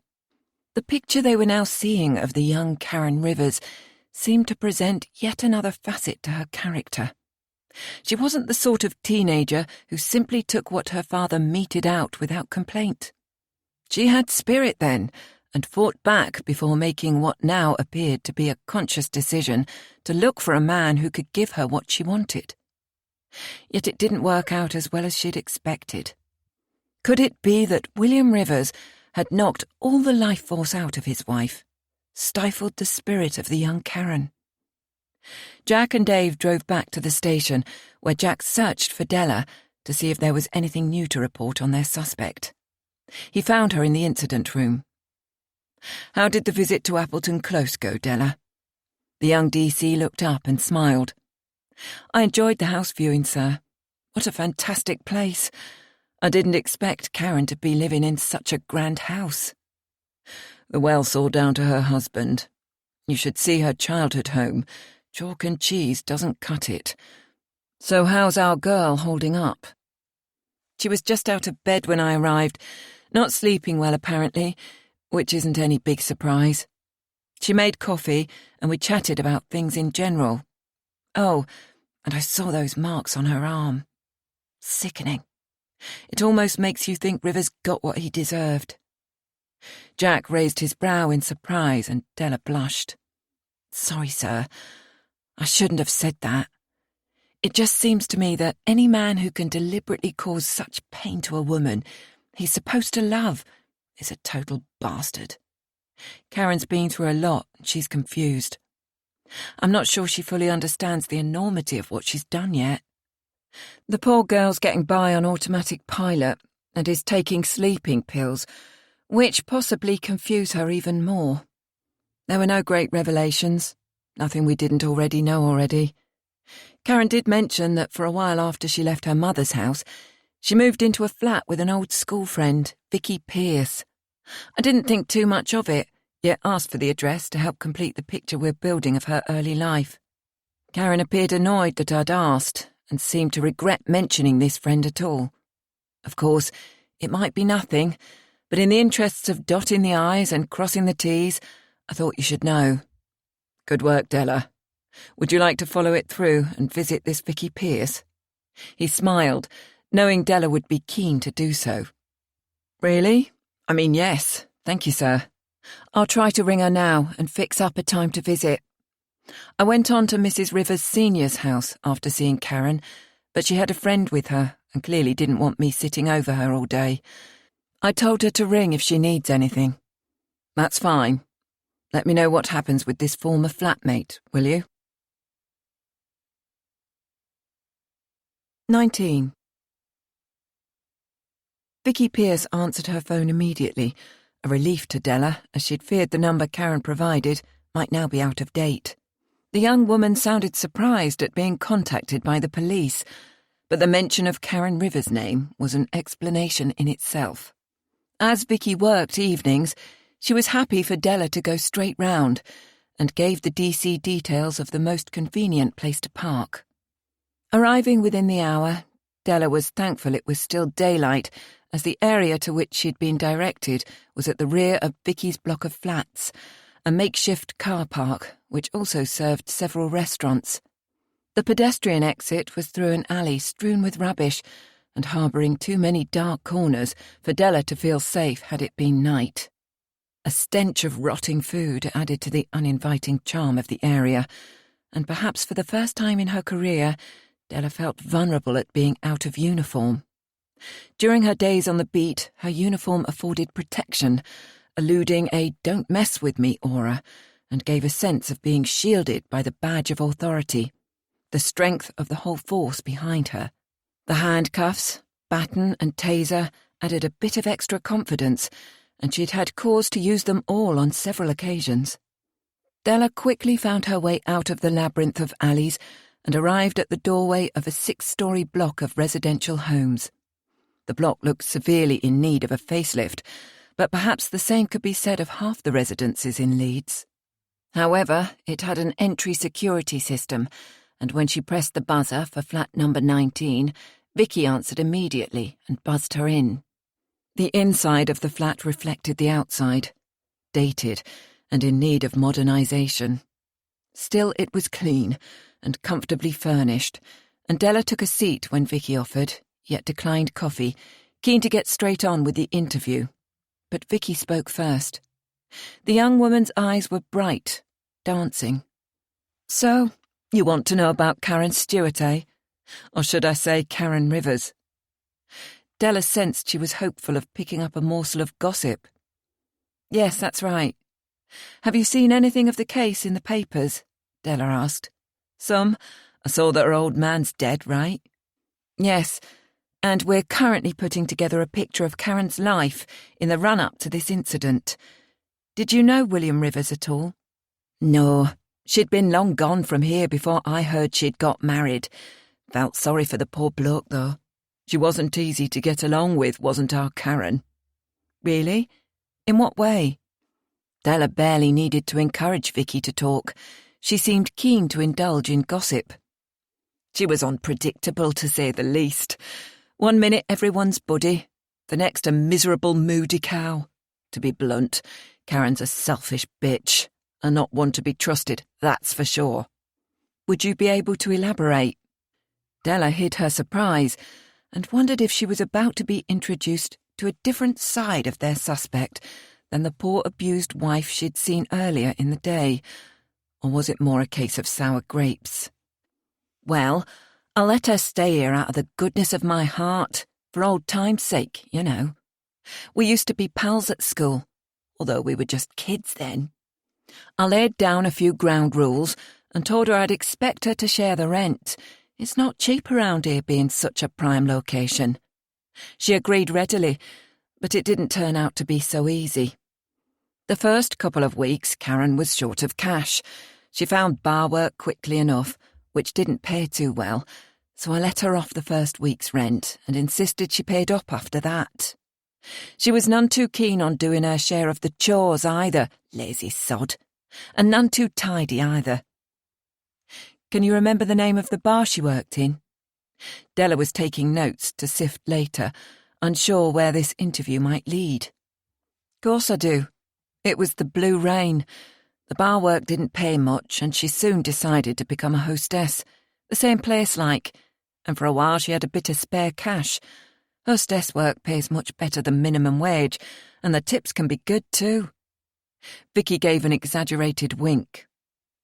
"Then she started to spend, big time, mainly clothes and jewellery, all top-end stuff, nothing but the best for her.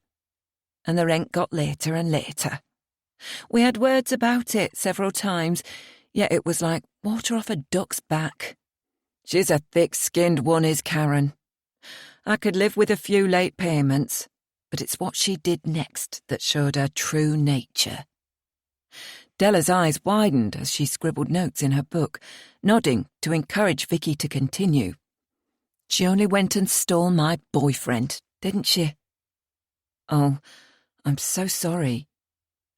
Della immediately knew her comment was inappropriate, a knee-jerk reaction.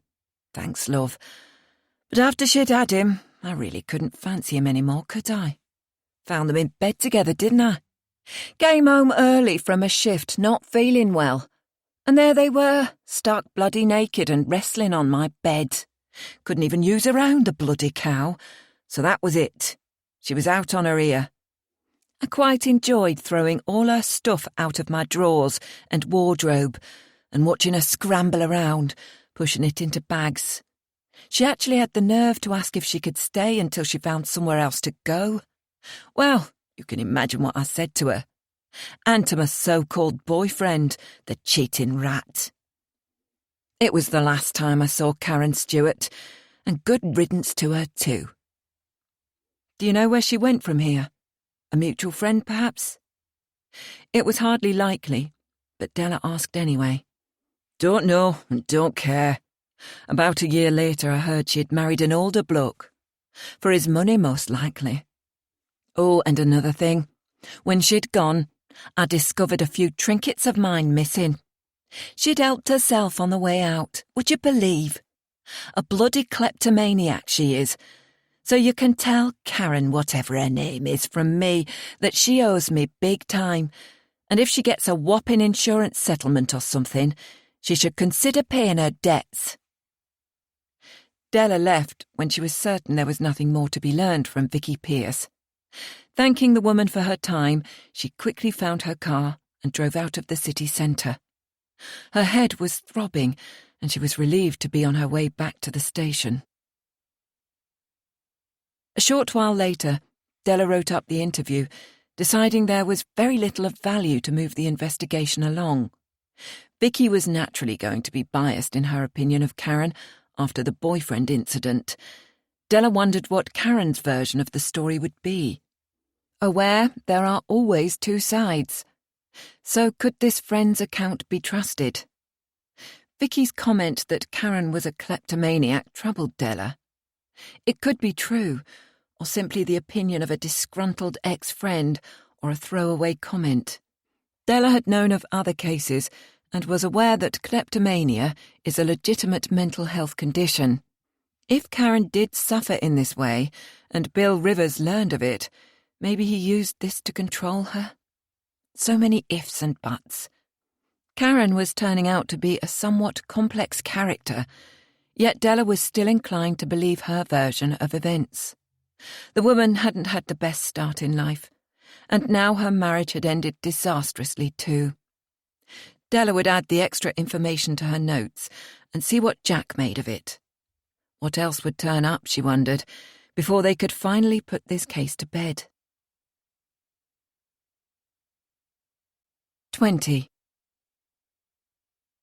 In the light of his recent discussion with Liz Stewart, D.I. Jack Priestley felt another trip to Karen's school was warranted, and as it was still early afternoon, there was time to get there before school finished for the day.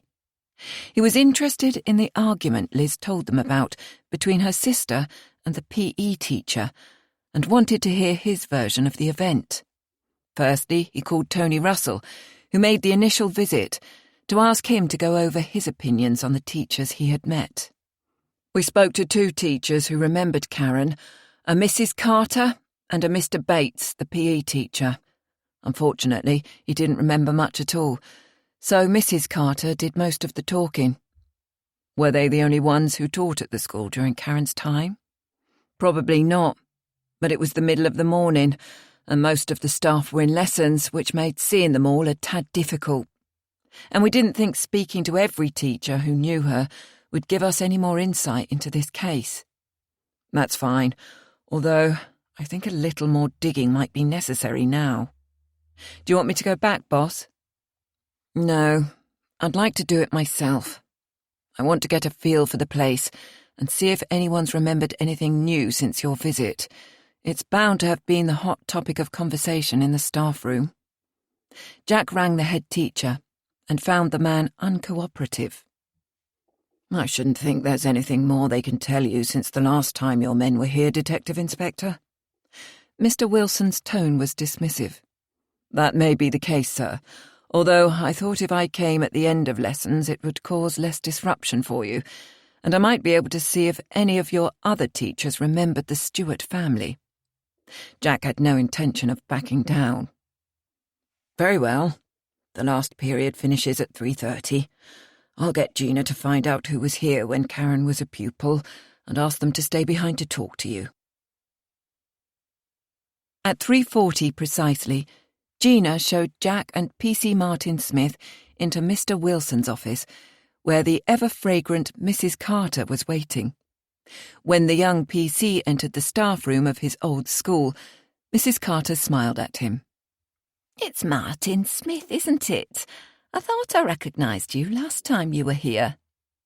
Martin blushed, but replied politely, and the two entered into quiet conversation while they waited for others to join them. Slowly another 6 teachers arrived, and finally the PE teacher, Mr. Bates, who looked as if he'd just stepped from the shower. Gina, the efficient secretary, declared them to be all the teachers who taught at the school when Karen Stewart attended, and Jack thanked her for her help before turning to address the small gathering. I'm sure you've all heard about Karen Rivers' husband, although you'll remember her as Karen Stewart. My colleague spoke to a couple of you a few days ago to see what you remembered about the girl and her family.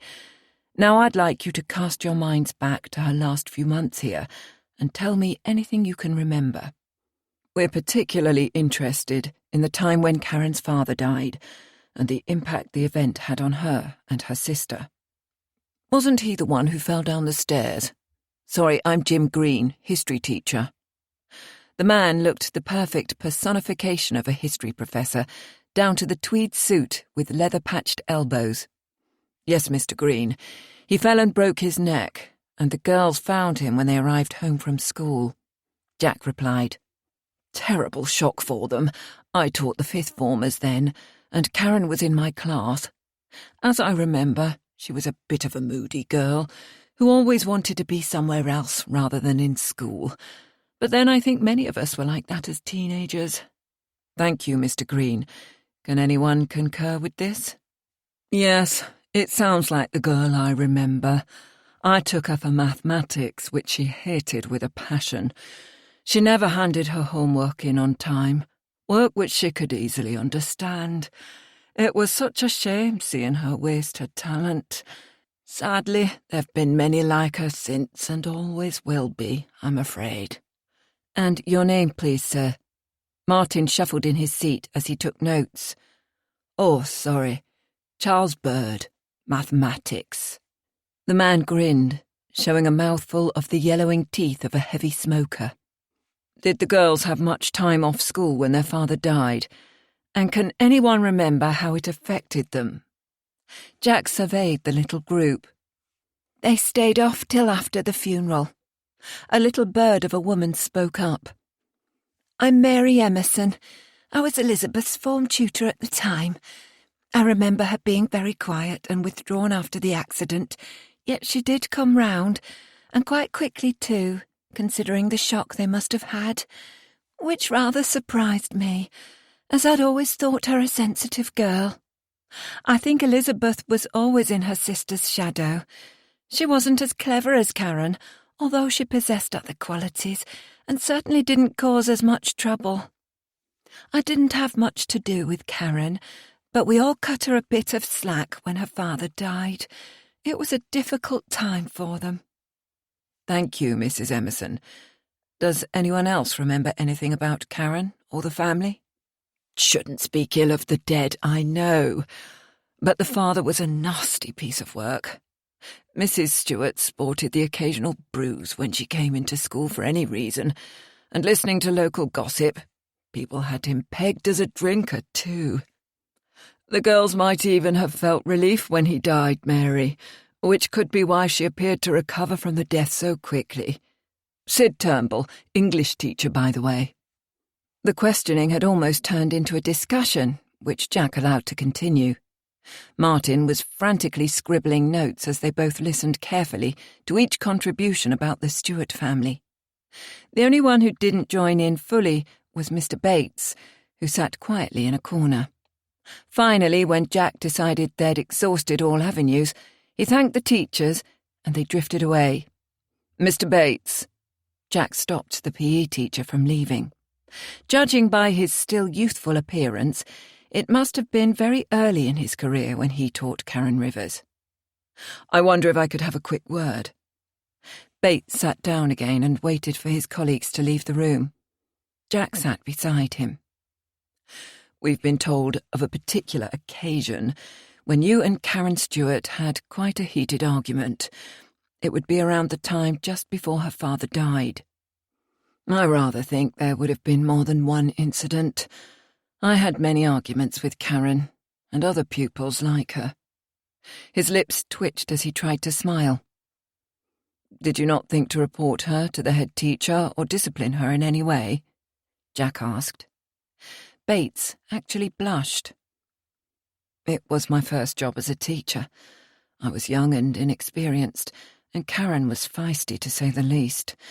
I didn't want to go running to the head every time I had a problem with a pupil. He'd think I couldn't hack it as a teacher." It sounded plausible enough to Jack, who remembered one or two teachers from his own school days who were soft and taken advantage of by the pupils. "So you don't remember a specific incident as standing out from the others?" "No, sorry, I don't." Jack thanked him, and then he and P.C. Smith left the school. In the car, Martin was thoughtful and eventually asked Jack, "Did you ever do that thing at school, where you chose the pupil most likely to succeed in your class?" "Not that I can remember. Why, did you? Yes. Trevor Wright got voted in by nearly everyone. About 90% of the class, I think. And did he succeed? Is he at the top of his tree? No. I nicked him about a year ago for GBH. 21. Day 4. To Jack's dismay, the national newspapers were showing more than a passing interest in the Rivers case. After their initial front-page spread about the stabbing, they'd been relatively restrained the next day, and only printed the police press release when they charged Karen with manslaughter. But their interest soon returned, and the day's edition even included a photograph of the couple on their wedding day. Goodness knows where they'd got that one from. And the case was again front-page news. One pesky wasp had suddenly become a swarm. Journalists blatantly embellished the facts released from the press office. The case was built up into some kind of drama, with Karen as the heroine, unable to take any more abuse from a cruel, overbearing husband. The wave of sympathy both locally and nationally didn't help the police investigation. In fact, it would probably hamper it. Jack knew some papers had approached Karen for her side of the story, and he'd asked her to resist speaking to them at all, but they were clearly getting their information from somewhere. It was always more difficult to investigate a case when there was so much public sympathy for the person at the very centre of it. The press, in their wisdom, decided that Karen was the victim, not Bill, and support was flooding in from many sources. Sarah had come across an article in a national newspaper, which she passed on to Jack to read. It was an interview with a spokesperson from WADA, Women Against Domestic Abuse. It read, "Although WADA categorically does not condone killing, we fully support Karen Rivers in this case. Mrs. Rivers was driven to such drastic measures by what she suffered during years of living with an abusive husband. It is a clear case of self-defense against a frequently violent man who perpetrated regular, vicious, and humiliating attacks on his wife. Karen Rivers is the victim here, and we will put our full weight behind getting justice for her. Surely this woman has already served her sentence, trapped in a violent marriage, suffering the mental and physical torment which such a relationship brings. In this clear case of self-defense, we would hope to see a suspended sentence. This poor woman needs support and understanding, not locking away." How this spokesperson could offer such an opinion when they knew absolutely nothing about the case was beyond Jack. As always, this type of publicity would make his job even more difficult. In the local press the same morning, the headline read, "Local businessman, wife beater." It seemed that William Rivers' character was being publicly vilified, and Jack couldn't help hoping Mrs. Rivers Sr. would not see this blatant character assassination. Recently there'd been 1 or 2 high-profile cases involving celebrities claiming historic abuse. Perhaps this was the reason the Rivers case was receiving such unprecedented press coverage. It was undoubtedly topical, if not fashionable, Jack thought, as he put the newspaper down with a heavy sigh, knowing there would be pressure from above to wrap this case up swiftly. Grabbing a much-needed coffee, Jack made his way to the incident room where his team were already assembling and started poring over the evidence once again. In front of him were photographs of the Rivers house, shots of the kitchen where the stabbing took place, with the body in situ and after it had been removed. There were photos of Karen Rivers wearing her clothing and images of her clothing after it was removed and before it was sent to forensics for analysis, marked by the examiners to show the blood spatter pattern. These, with the wound itself, enabled them to tell precisely what angle the knife entered Rivers' body. It never ceased to amaze Jack precisely how much forensic analysis could tell them, and the information was still coming in. In many ways, it was like attempting to complete a jigsaw puzzle without a picture on the lid from which to work. A table at the back of the incident room groaned under the weight of paper, recording the statements from house-to-house inquiries, as well as copies of all interviews with Karen, her family, the school she attended, and the staff at William Rivers' place of work. Rivers' computer and the contents of his desk were stacked on another table, together with the results of the team's digging into his financial affairs and a copy of his will from Black and Sugden. Jack gathered the team around. "Tony, what's the news from the solicitor about Rivers' will? A codicil, perhaps?" "No, boss. There's only ever been the one will, the copy of which we've got with no changes." "Not a huge surprise there, then.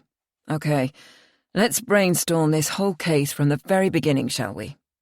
What exactly have we got? A 999 call from the wife, followed by a confession. The most damning evidence of all. Her fingerprints all over the knife, making it appear to be a cut-and-dried case. No fingerprints found in the house at all, other than Mr. and Mrs. Rivers themselves.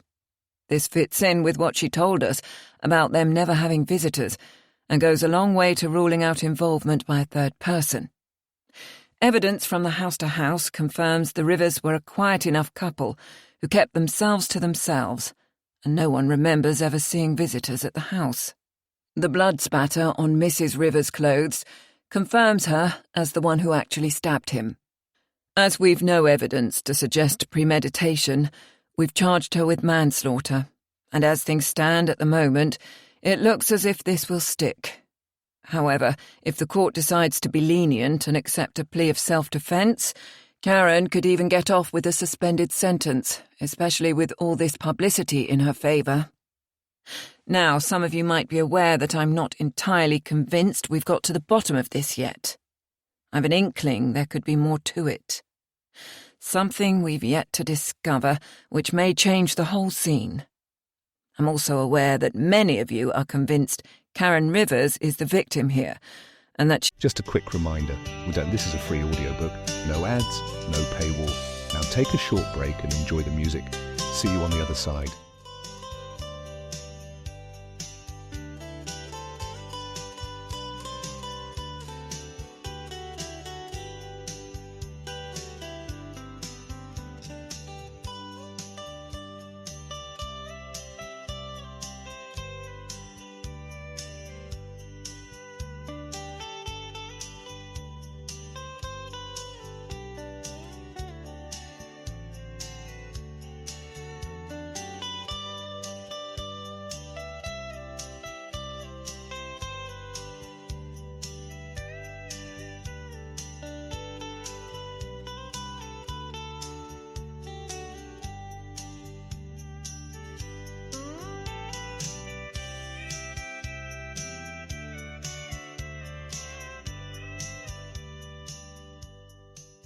she did indeed act in self-defence.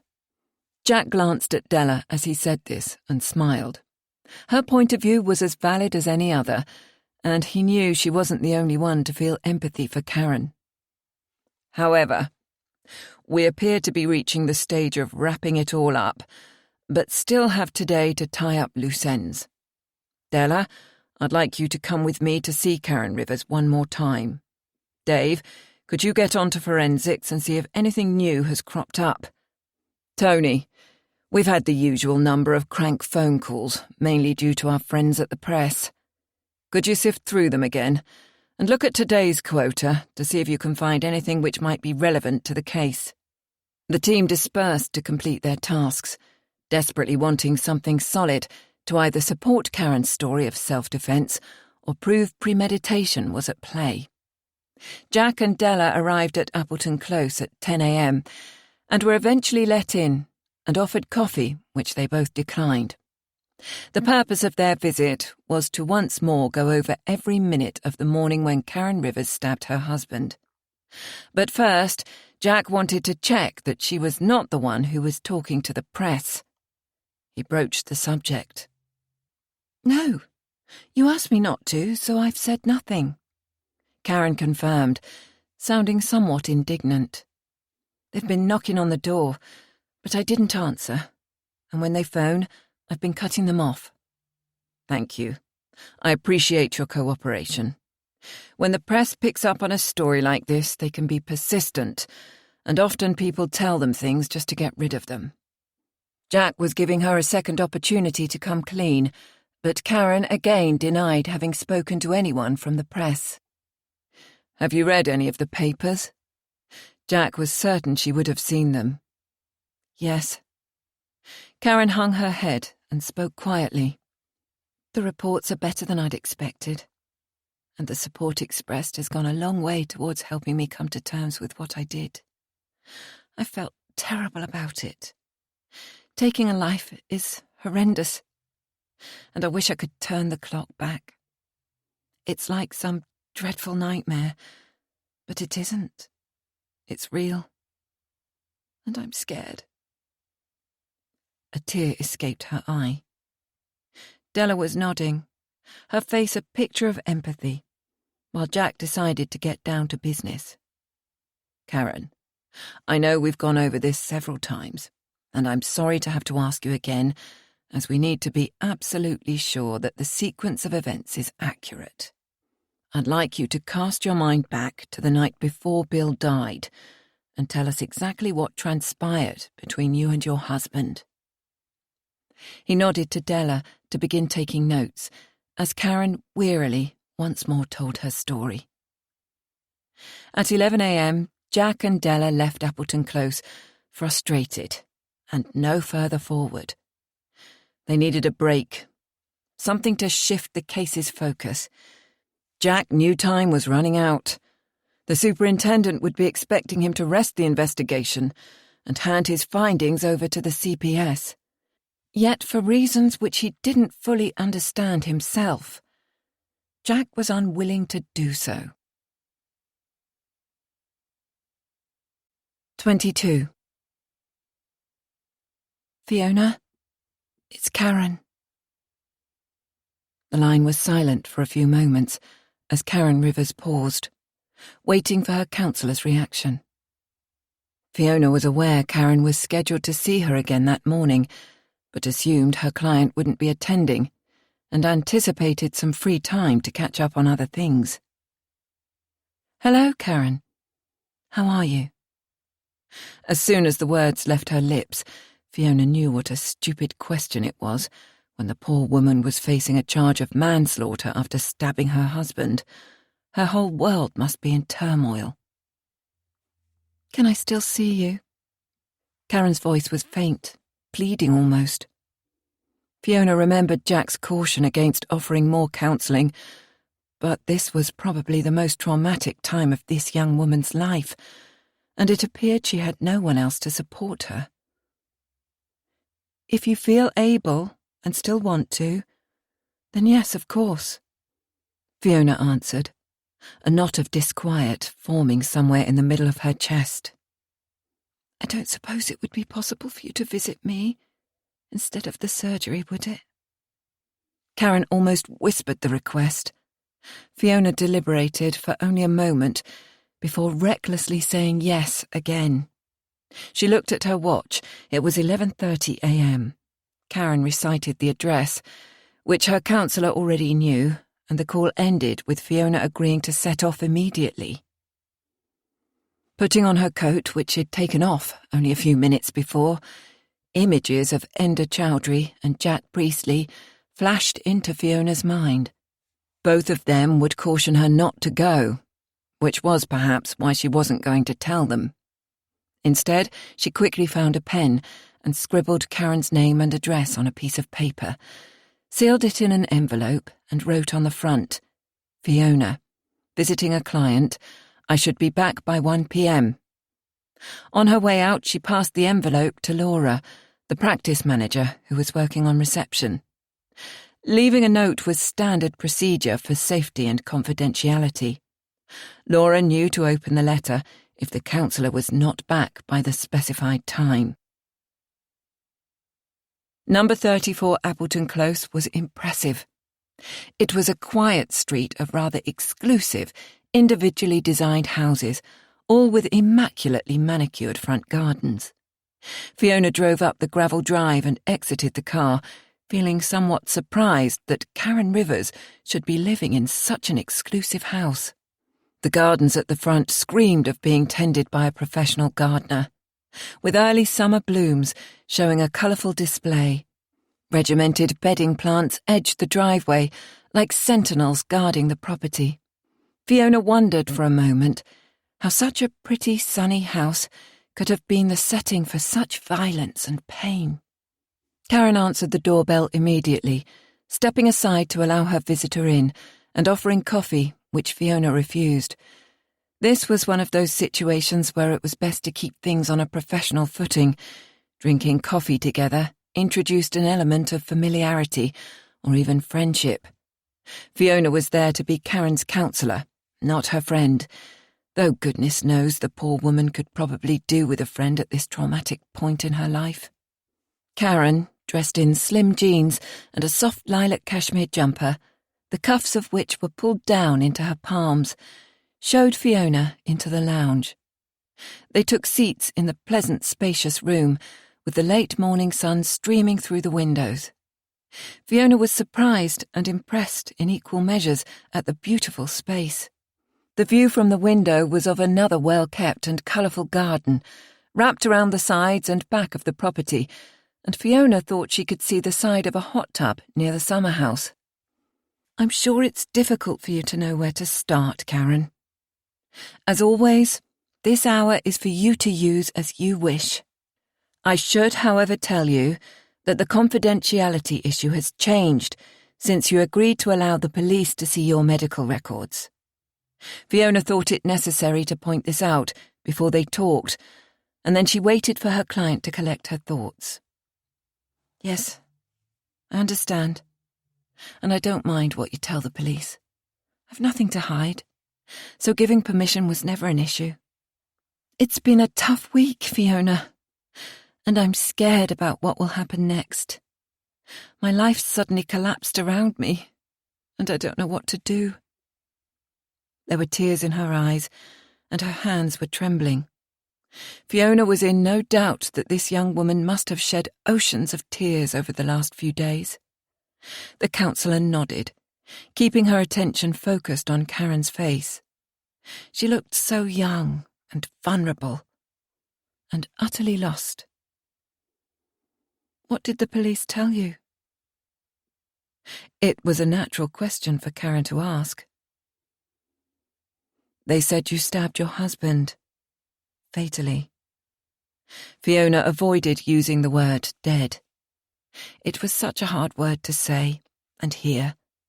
Two vowels squeezed between two consonants, leaving absolutely no room for compassion to be expressed in pronouncing the word. Fat tears rolled down Karen's cheeks as she sniffed and rummaged in her pocket for a tissue. "Would it help to talk about it?" Fiona asked, unsure if she wanted to hear the full unedited version. Karen nodded, blowing her nose and wringing her hands in her lap, and taking a deep breath before commencing. "I didn't mean to kill him, Fiona. Honestly. But he was wild. Out of control. The night before we'd had a huge row. I don't even remember what it was all about. Bill was drinking, and he didn't like the meal I'd made." Her voice cracked. It was clearly increasingly difficult to get the words out. "Take your time, Karen. There's no hurry." The counsellor waited for her client to regain a degree of composure. He raped me. On the kitchen floor. He threw things around. And then..." Another silence filled the room. Fiona waited again. This was not something she could hurry. Karen needed to tell her story at her own pace. "Bill had been getting increasingly angry and violent." She sniffed and drew in a deep breath before continuing. "In the past, it was usually over quickly, and he's never actually raped me before. I can't remember much of what the row was about. It was mostly Bill shouting. I hoped letting off steam would get it out of his system, but it didn't. I didn't answer back, Fiona, I never do, but it seemed to annoy him even more. He came at me with his eyes, wild, like a madman. I knew what he would do when he reached for his belt buckle, yet there was nothing I could do about it. I just froze. Tears streaked Karen's cheeks as she paused, her face ashen, eyes almost glazed at the memory.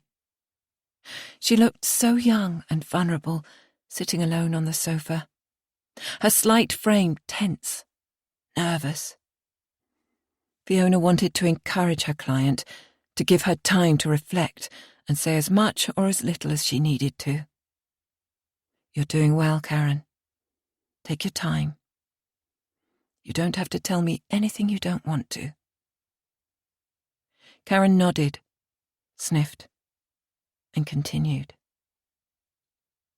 Afterwards he went to bed, and I stayed downstairs, and eventually fell asleep on the sofa.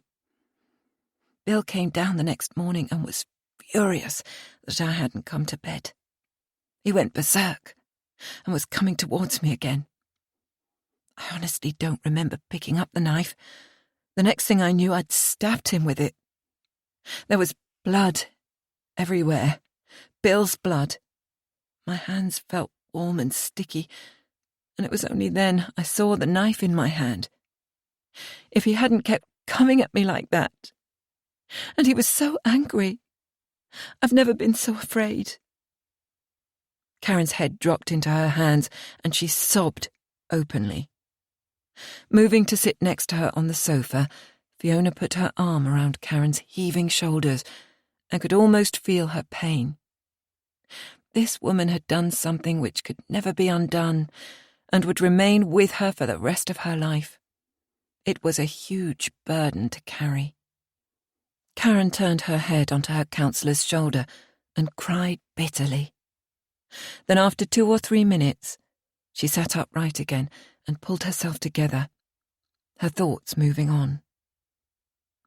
It was horrible at the police station. They made me take off all my clothes, and the doctor examined me before the detectives asked their questions. The same questions they'd asked here before we left. I tried to tell them what had happened, but it was hard. I was so confused.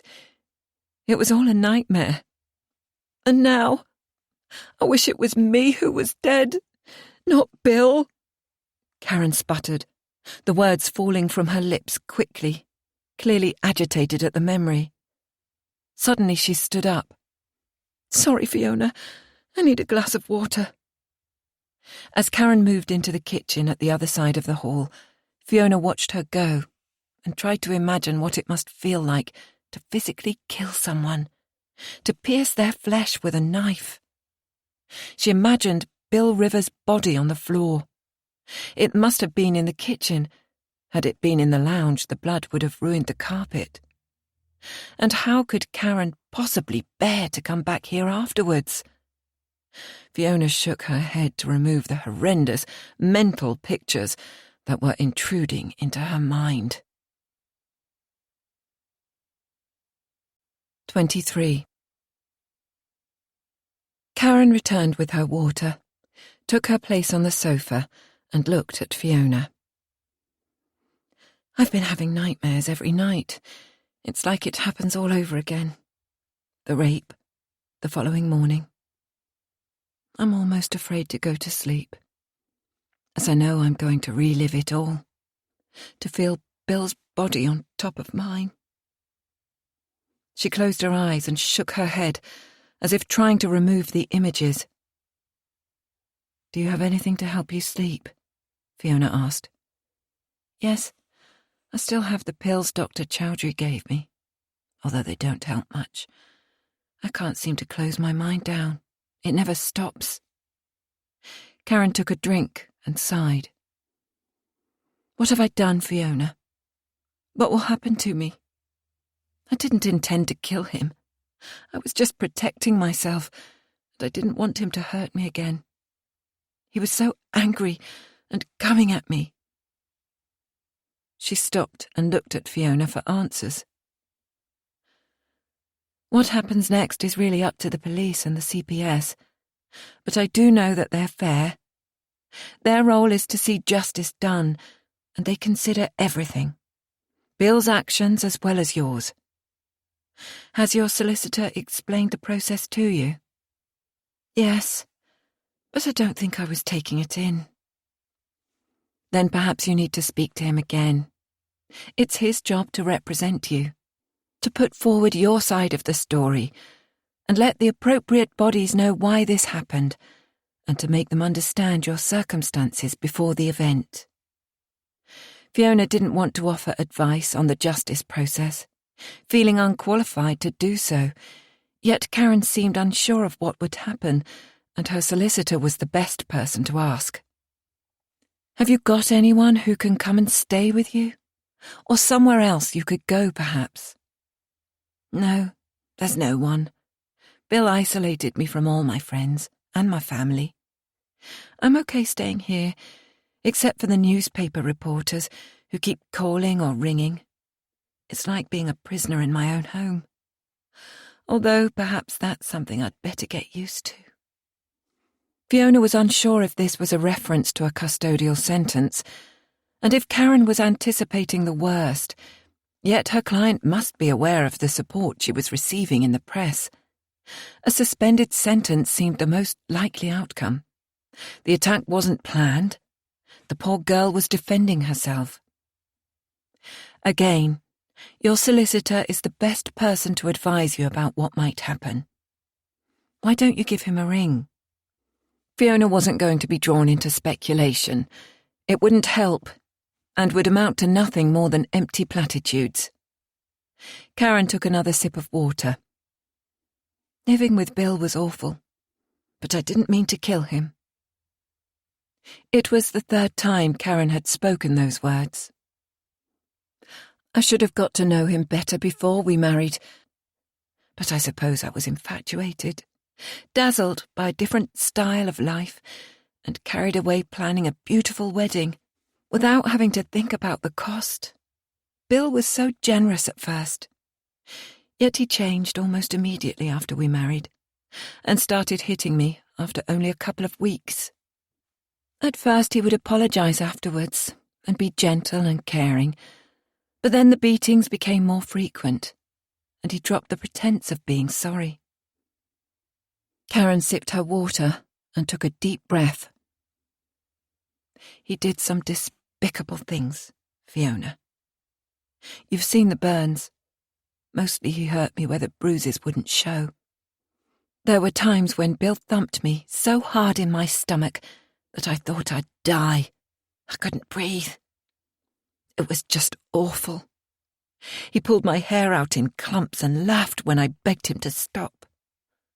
But the worst thing is how he made me feel. Worthless and pathetic. I almost believed I deserved the beatings. Do you think some people are naturally evil, Fiona?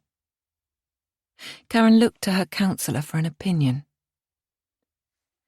I prefer to look for the good in people, yet I can see how the way Bill treated you will colour the way you see the world, and sadly, it'll take time for you to recover. Fiona didn't want to say much more. Her time was running out, and Karen was the one who needed to talk, not her. I should have left him. I can see that now. Although there was nowhere to go. Things were strained with Mum and Liz even before I married, and I knew I'd get no help from them. So I stayed with Bill, always hoping things would get better. They couldn't have been much worse. Do you think your mother and sister will be more supportive now they know what you've been through? No. I'd be too ashamed to go to them now. They'd only say I got what I deserved. I've repeated the pattern, haven't I? Karen looked at Fiona for an answer. What pattern do you mean? The cycle of abuse. I married a man like my father, a bully. Isn't that often the case? It does happen, yes. but you can change patterns of behaviour. Fiona remembered Karen asking these same questions before. Could she be looking for a hook to hang her shame and mistakes on? It's human nature to justify our actions and try to understand the whys and wherefores of life. When I was a child, I used to look up to my dad, which every little girl should be able to do. Yet he was a distant figure, who I didn't actually know at all. It was the idea of a devoted daddy that I loved. As I grew older and saw what he was really like, I hated him and was glad when he died. Do you think that's awful of me? No, I don't. None of us can help our feelings, and to respect someone, that person must be deserving of our respect. A picture of Fiona's own wonderful father flashed through her mind. He'd been dead for 3 years, and she still missed him terribly. I'm not sorry Bill's dead either. Does that make me a bad person? Karen scrutinised her counsellor's face, as if weighing up her reaction. We can't help our feelings, Karen. You acted on a basic self-preservation instinct. You were protecting yourself. Fiona felt this was the most open Karen had ever been with her. And as they talked some more, her client went far back into her childhood and managed to verbalise some of the angst she still harboured even now. If only we could have connected sooner, things might have worked out differently, Fiona thought. But she wasn't a fan of if only. The past can't be altered and should remain firmly in the past.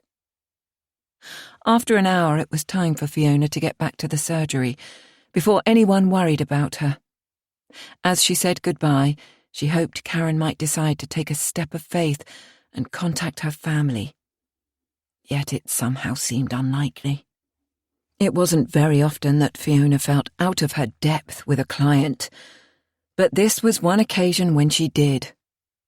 Although her instincts were crying out to help Karen Rivers, it was a relief when Fiona was finally able to leave number 34 Appleton Close. 24. Karen Rivers was to have one more visitor that day, when Liz unexpectedly arrived in the early afternoon. Karen's face must have reflected her surprise. The sisters hadn't seen each other for over 4 years. "Can I come in?" Liz asked. Karen remained silent, but opened the door wider to allow her caller to step inside. Following into the lounge, Liz's darting eyes took in everything she saw in the place her sister called home. Eventually, Karen collected her thoughts enough to speak. "Why are you here?" "To see if you're all right, and if I can help in any way. You must feel lonely at the moment. How are you coping?" "I'm doing fine. What makes you think you can help anyway?"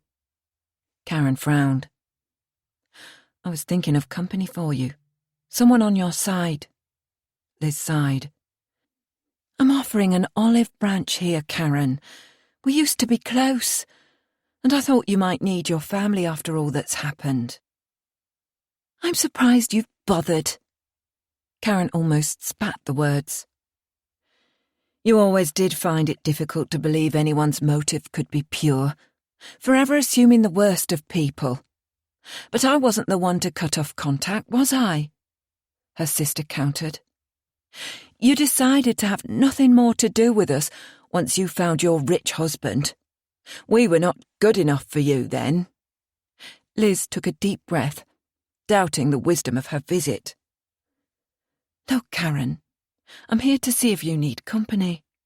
For all I know, you may have dozens of wonderful friends, and some of Bill's family too, to support you. Although, I would imagine after what happened, his family and friends won't want to know you anymore. You did kill the poor bloke, didn't you?" "Only in self-defence. He abused me. I'm the victim here, not Bill." See for yourself." She pulled up the sleeve of her jumper to show Liz the cigarette burns. "Ouch." Liz had the good grace to wince. "I'm surprised you let him get away with it. You were never one to be bullied, as I remember." "It was usually you doing the bullying." "That's when we were kids at school. And you were no angel, as I remember. You don't know what my life's been like since then. Bill terrified me. I've been living with a monster. He was as bad as Dad, worse at times. It was Bill who stopped me from seeing you. He didn't want to know anyone from my past, and insisted I severed all contact." Liz listened in silence, staring at her sister, trying to see the young girl she'd once known, before reminding her, "You cut us off long before you met Bill. Did you never wonder how we were? How Mum was? Or Daisy? I only saw you a couple of times after you left home, and then only when you wanted money. I had issues, problems. I can give you the money back now." Karen rose to leave the room, but her sister stopped her. "I don't want your money. We've managed fine without you, and it's too late for that now." Karen flopped back down and glowered at Liz. "I did invite you to meet Bill that day in the city, don't you remember?" "Yes, but that was it. The only time. And you didn't want Mum to meet him, did you?" Karen had the good grace to look penitent at her sister's challenge. "Well, how is Mum? And yourself? And Daisy too, of course. Come through to the kitchen, and I'll make coffee." Liz stood and followed into the bespoke kitchen, silently staring at the house, which would now belong entirely to her sister. If things worked out in Karen's favour, she would be a rich woman, exactly what she'd always wanted. Karen used the activity of coffee making to try to decide precisely why Liz was there. Had her mother sent her to snoop, or was she genuine? Was her sister really offering an olive branch, or was there something else? Curiosity, perhaps, or simply prying. It wasn't easy to tell, although Liz had always been an uncomplicated girl, unless she'd changed in the last 4 years. "So, Liz, what are you doing now? Still living with Mum?" "I'm still working at the bookies in the precinct, and yes, Daisy and I still live with Mum." Karen smiled. "What?" Liz asked. "Nothing." The smirk grew wider. Then why the grin? "Just that you haven't changed, have you? No ambition, no dreams or aspirations." "And look where dreams and aspirations have got you," Liz countered. "You might have plenty of money, but money's not everything, is it? Where are all your friends when you need them?" Karen looked thoughtfully down at her feet and chewed on her bottom lip. Her sister's words stung, made her think, and she didn't enjoy the thoughts they triggered. Anger bubbled within her, annoyance that her sister should dare to criticize her. "You know nothing about my life. I might have dozens of friends for all you know," Karen snapped. What right had her sister to make a sudden appearance and sit in judgment? "You're just jealous because I managed to better myself and get married. I don't suppose you even have a boyfriend," she continued, spitting the words out. "What do you know of my life? Do you seriously think I'm jealous? Of what? Being charged with murder? Of killing your own husband?" "It wasn't murder. It was manslaughter. Self-defense. Any fool can see it." Karen's eyes were wide, glistening with angry tears. "I haven't come here to argue with you, Karen. We're not kids anymore, and you're in trouble. You're my sister, and I want to help, that's all." Liz's conciliatory tone did nothing to calm Karen down. I don't need your help. Karen's voice was shrill, angry. Well, I'm sorry to have disturbed your perfect little life. I'll go and leave you in peace then, shall I? To enjoy all this. Liz swept her hands in an arc around the room, then turned to leave. She stopped in the doorway and looked back. It was just the same with Dad, wasn't it? He wouldn't give you all you asked for, would he? It's nothing like it was with Dad. And for your own sake, you should be careful what you say about him, Karen retorted. We stuck by one another then, but you don't seem to need me now. You've got it all planned out, haven't you? Goodbye, Karen. I hope you enjoy your lonely little life. Liz walked through the door, leaving her sister angry and reflecting on the damage Liz could do if she put her mind to it. 25. Day 5. Jack intended to gather the last strands of the Rivers investigation together that day, before signing off the case with the superintendent and allowing the wheels of justice to run their course. His work would then primarily be done until the trial, of course, which would be several months away. Meanwhile, he could work more reasonable hours and hopefully spend more time at home with Sarah. The case so far had proved frustrating, with no new breaks or evidence to point to anything other than manslaughter and self-defence at that.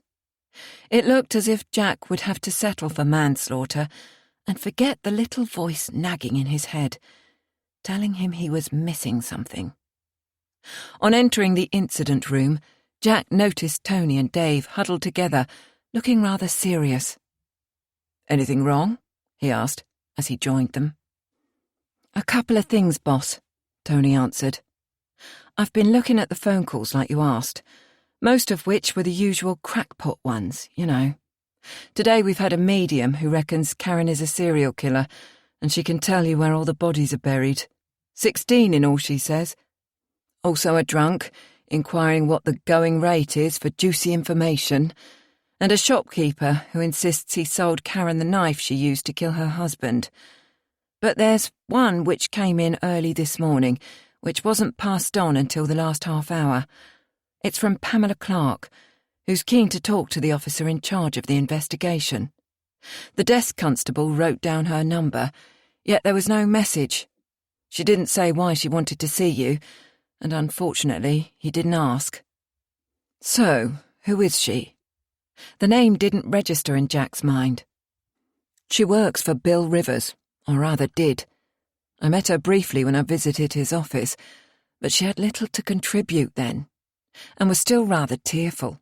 In shock, I thought. So perhaps something's come to mind now, Dave wondered. Right, let's ring her back and go out to see her. I've already rung, and she's at work. I told her someone would be there as soon as possible. Good. So what are we waiting for? Come on, Dave. There's another thing. I spoke to forensics, and they brought up something which could be nothing, but I thought you'd want to know. Which is? The broken glass and crockery from the floor. Most of it was fragmented, too small to be of use. However, they managed to lift some prints from the larger pieces. 23 pieces in all were big enough to find fingerprints and partials, and they all matched Karen Rivers. None of her husband's. Well, well. And Karen told us it was Bill who'd thrown the glass. I think we need another little chat with Mrs. Rivers. Right, Tony. Dave and I will see Pamela Clark, and I'd like you to take a uniformed officer and bring Karen in. She might have to wait a while until we're back, but I think it might be time to put a little pressure on her and see what she has to say about this development. In the car, DS Dave Bennett stifled a yawn. Goodness me, if you can't cope with a few late nights now, Dave, how will you cope when this baby comes along? Jack smiled, remembering the lack of sleep when his own 2 boys were babies. I don't know, boss. I'm just hoping he'll be a good sleeper. Ah, it's a boy then. We chose not to know with ours. Jen likes to be prepared, so we chose to know the sex. Not that it really matters, does it?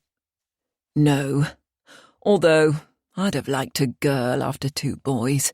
Sarah put an end to that idea when she said I'd have to have the next one myself. So when's the baby due? Just over a couple of weeks now, although everyone keeps saying a first baby's always late, so it could be a month. I suppose I'm hoping to get this case cleared up before my paternity leave. Yes, that's doable, especially if Jen goes over her due date. Jack was confident they were nearing the end of their investigations, but who knew what this Pamela Clark wanted to tell them? Dave yawned again before giving Jack the rundown regarding William Rivers' business dynamics as they neared their destination. He reminded him of the 4 staff members and their respective roles. I spoke mainly with Jerry Sutherland, Rivers' right-hand man. A nice bloke. I felt rather sorry for him. He hadn't a clue what should be done about the business and assumed Karen would be in charge. I suggested Rivers' solicitor might be the one to ask. Pamela Clark was too shocked to be of any help and offered nothing of interest. Yet she'd only just learned the news, so I'm interested to see why she wants to talk now. They parked the car and Dave led the way into the ultra-modern office where all 4 staff members were busy at their desks. Jerry stood first and went to talk to the 2 officers. He looked rather stressed. His jacket was on the back of his chair, his tie askew, and sweat patches visible under his armpits. When they explained they were there to see Pamela, he showed them into William Rivers' office, where Pamela soon joined them. Acknowledging the officers with a weak smile, she thanked them for coming. Then her eyes strayed automatically to the empty desk in the middle of the large open space. Pamela clearly hadn't come to terms with her employer's death and seemed somewhat nervous. "Are you comfortable talking in here, or is there somewhere else we could go?" Jack asked.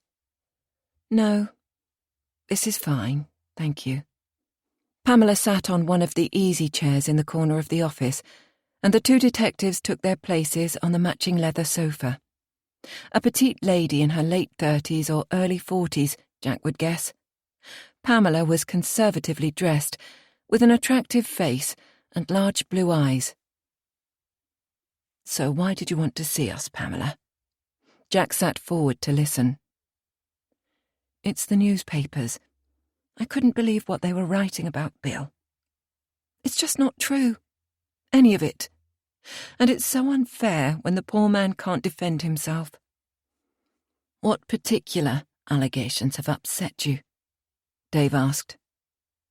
"They claimed he beat his wife, that she's led such a terrible life with him because of his violence, and he drove her to kill him. But Bill was one of the gentlest people I've ever known. It's simply not true." The colour rose in Pamela's face, and she wrapped her arms tightly around her body as if protecting herself. "The others in the office, they can't believe it either. But they're speculating, assuming the papers know more than we do. It's bad enough for Bill to lose his life. Now he's losing his reputation too, when it's not true. Any of it." "These allegations have come directly from his wife, Pamela. None of us ever really knows what goes on in a marriage, and many abusers are Jekyll and Hyde characters with 2 completely different personas, depending on where they are or who they're with." Jack spoke softly. This woman was clearly distressed. "I know that, but I also knew Bill. I began working with him in the early days of the business, and I've watched him work his way up through a very competitive market. In his business dealings, Bill was always a gentleman and scrupulously honest. I think that's why our customers have stayed with us. They recognized his integrity. I knew him before he married that girl, too. Karen flattered him and wormed her way into becoming his wife. We met only once at their wedding, and there was something perplexing about her even then. She acted as if she owned Bill. When he came back to work after their honeymoon, he was already regretting the marriage. Pamela, I can understand how upsetting it's been to see the bad publicity Mr. Rivers has received, yet what you've told us is just your opinion. Did your employer actually tell you any of this? Oh, yes, he did.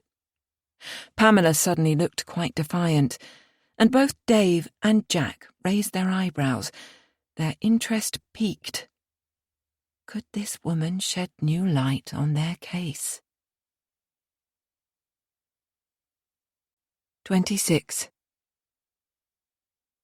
Can you tell us exactly what he said, and when? Jack was keen to hear more from Pamela Clark. Perhaps I should tell you something about my relationship with Bill first. When I came to work for him, I was married, unhappily so, but married nevertheless.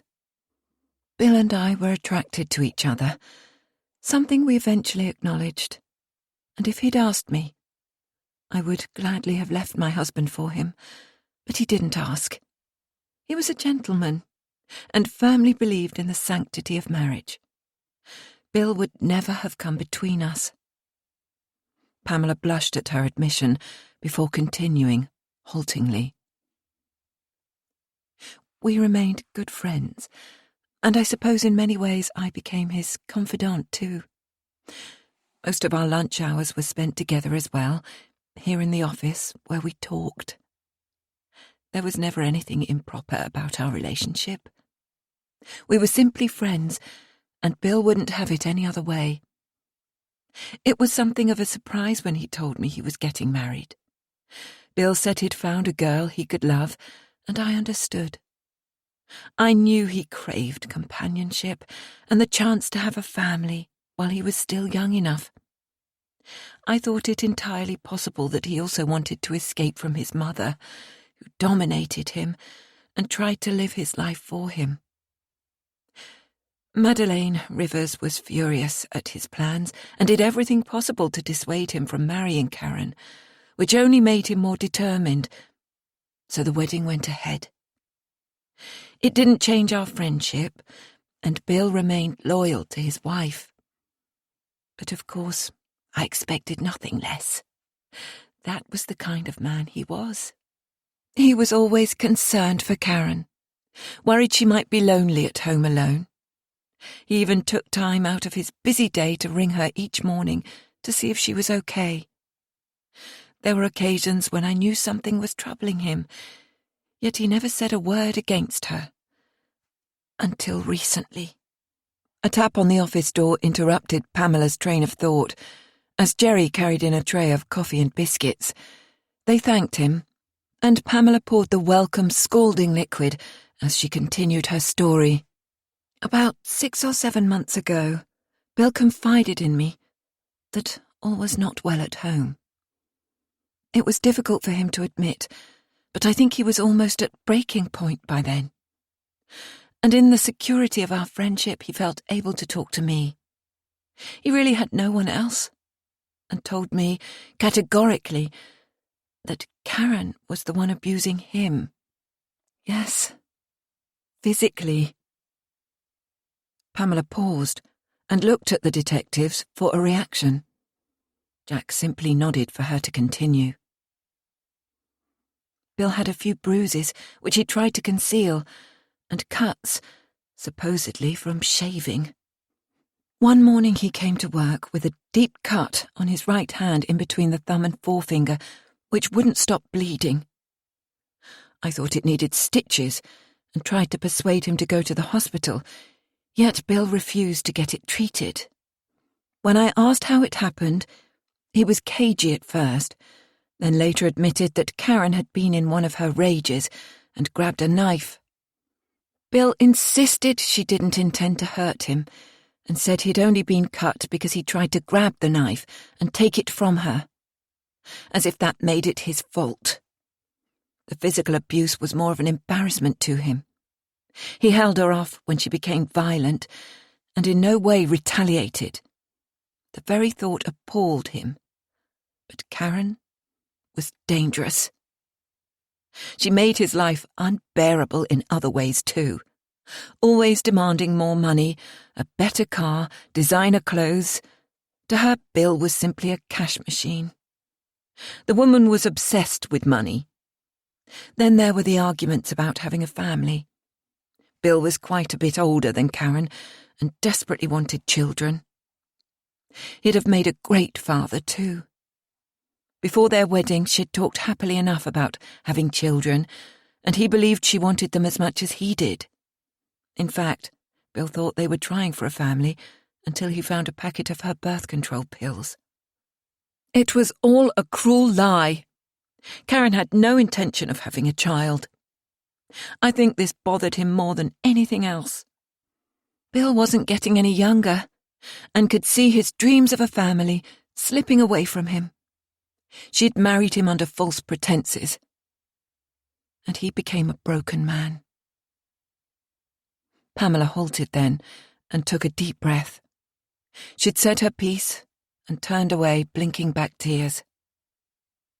Jack leaned forward and dropped his head level to hers.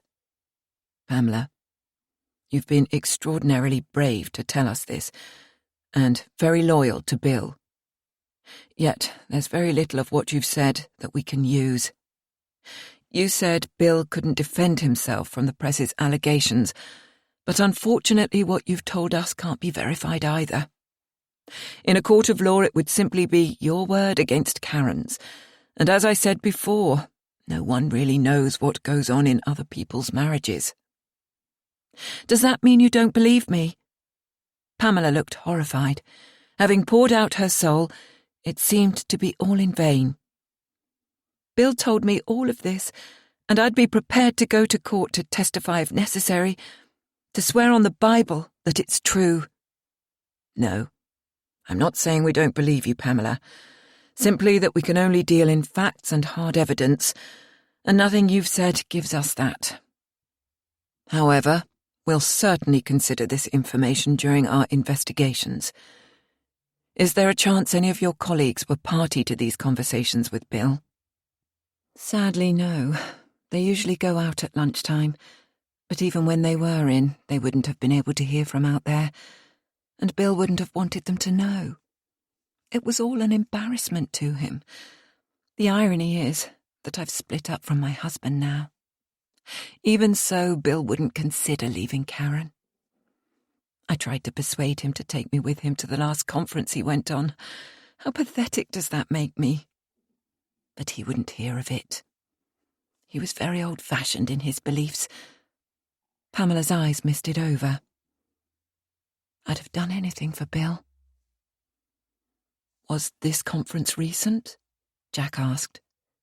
Yes, just a couple of weeks ago, in Edinburgh. Bill hated going away, yet it was important to participate in the networking and keep up with new innovations. Could you let me have those dates, Pamela? I can tell you now. It was from 29th March to 3rd April. It's always the same time every year. And the venue for the conference?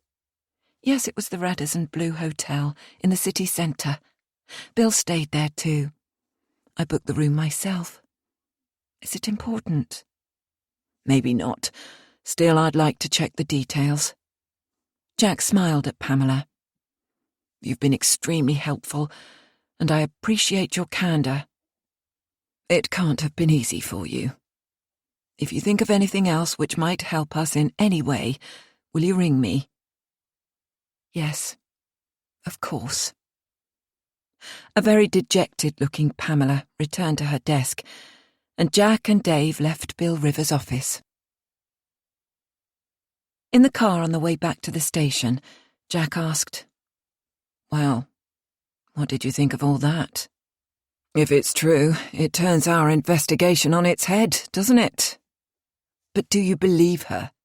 Jack pushed for an opinion. Yes, I think I do. Pamela's got nothing to gain by making this up now. And she's a much more credible witness than Karen. What she said sounds reasonable enough to me. What about you, Jack? I believe her too. There's always been something about Karen which made me uncomfortable, doubtful even. With the picture we got from her old teachers, it seems she wasn't a very likeable character, even then. And as for cutting off her family, Karen maintained it was Bill who forced her into it, although her mother and sister seemed to think otherwise. This cut on River's hand is interesting. Ring Tony, will you, and have him contact the mortuary to have another look at the body. I'd like to see if there's a scar on his right hand like Pamela said. And those dates when Rivers was away. We need to confirm that he was at this conference. Get Tony to look into that too, will you? Dave took out his phone to make the call, as Jack continued. Karen should be at the station waiting for us. I wonder what she'll say when we tell her we've heard a different version of her marriage. And I'd like to hear what she has to say about the fingerprints on the broken glass. This interview should prove very interesting. 27. Karen Rivers was more than a little annoyed at being dragged back to the police station again, and would much rather have them visit her at Appleton Close. She was more confident on home ground. On arrival, Karen was shown to a smaller, stuffier room than previously, and left alone to wait for D.I. Priestley.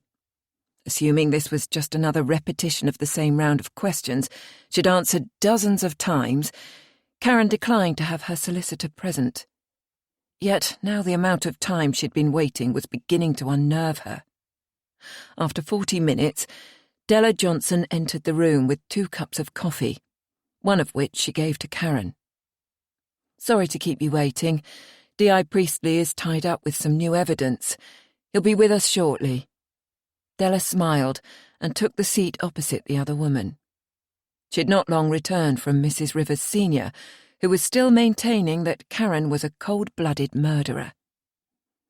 What new evidence? Karen frowned. Surely there's nothing more to look into. It's been so intense these last few days. I know.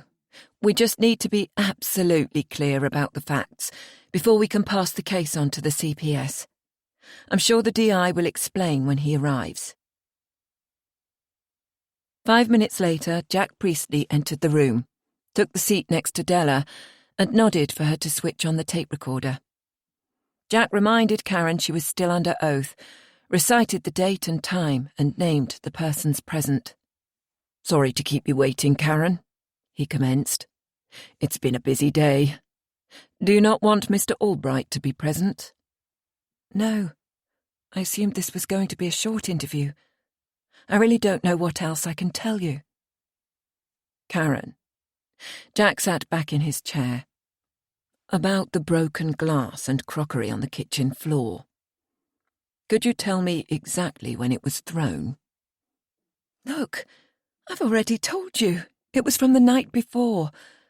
Bill was in one of his rages and threw anything he could get his hands on. And are you sure it was Bill who threw it? Yes, of course I'm sure. We've gone over this before.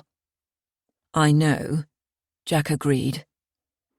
You see, my problem now is that forensics have examined the broken pieces, and the only fingerprints on any of the fragments belong to you, and not your husband, who you said threw them.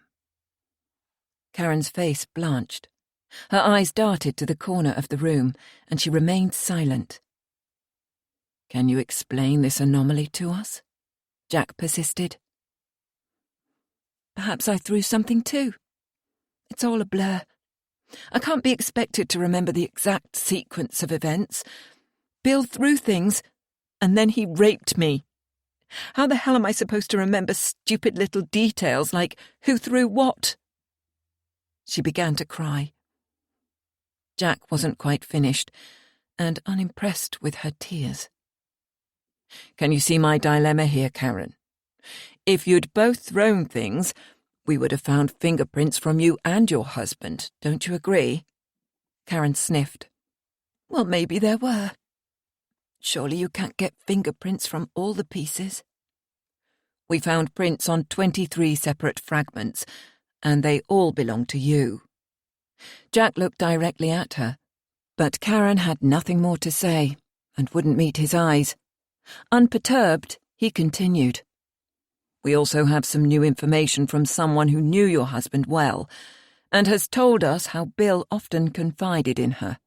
She's presented a very different account of your marriage and claimed he was the one who was being physically abused, not you. Karen's face took on a hardened expression and her eyes flashed. Who told you that? A friend of your husband's, someone he felt able to share his thoughts with. I want my solicitor. Karen folded her arms and sat back in the chair. Clearly she wasn't going to engage with them any further, so Jack switched off the tape and stood to leave the room. We'll ring Mr. Albright for you and continue when he arrives. Wait a minute. You can't keep me here. I want to go home. It's getting late. I'm aware of the time, Karen, and we'd all like to go home. Yet there seems to be a few details to clear up first. We'll make that call and come back when your solicitor arrives. Jack and Della left the room at 6:10 p.m, and Jack asked Della to call the solicitor while he rang Sarah to apologise for once again being late home.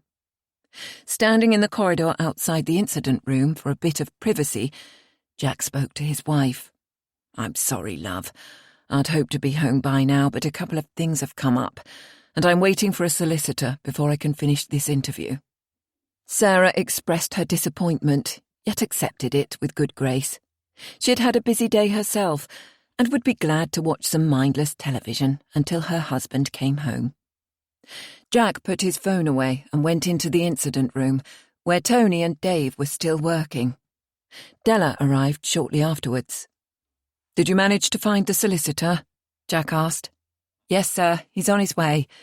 Mr. Albright didn't appreciate having his evening meal disturbed, but he should be here in about half an hour. Could have been longer, I suppose. Oh well, looks like another late night. Sorry about that, Della. It goes with the job. Jack knew he wouldn't receive any complaints from his DC. She was enjoying her involvement in this case, and would stay all night if necessary. Tony put the phone down and looked towards Jack. That was the morgue on the phone, boss. There is a scar on River's right hand. An old one, they said, but the fading suggests it happened months ago rather than years. Jack nodded solemnly. Better grab yourselves some coffee, folks. We could be in for a long night. 28.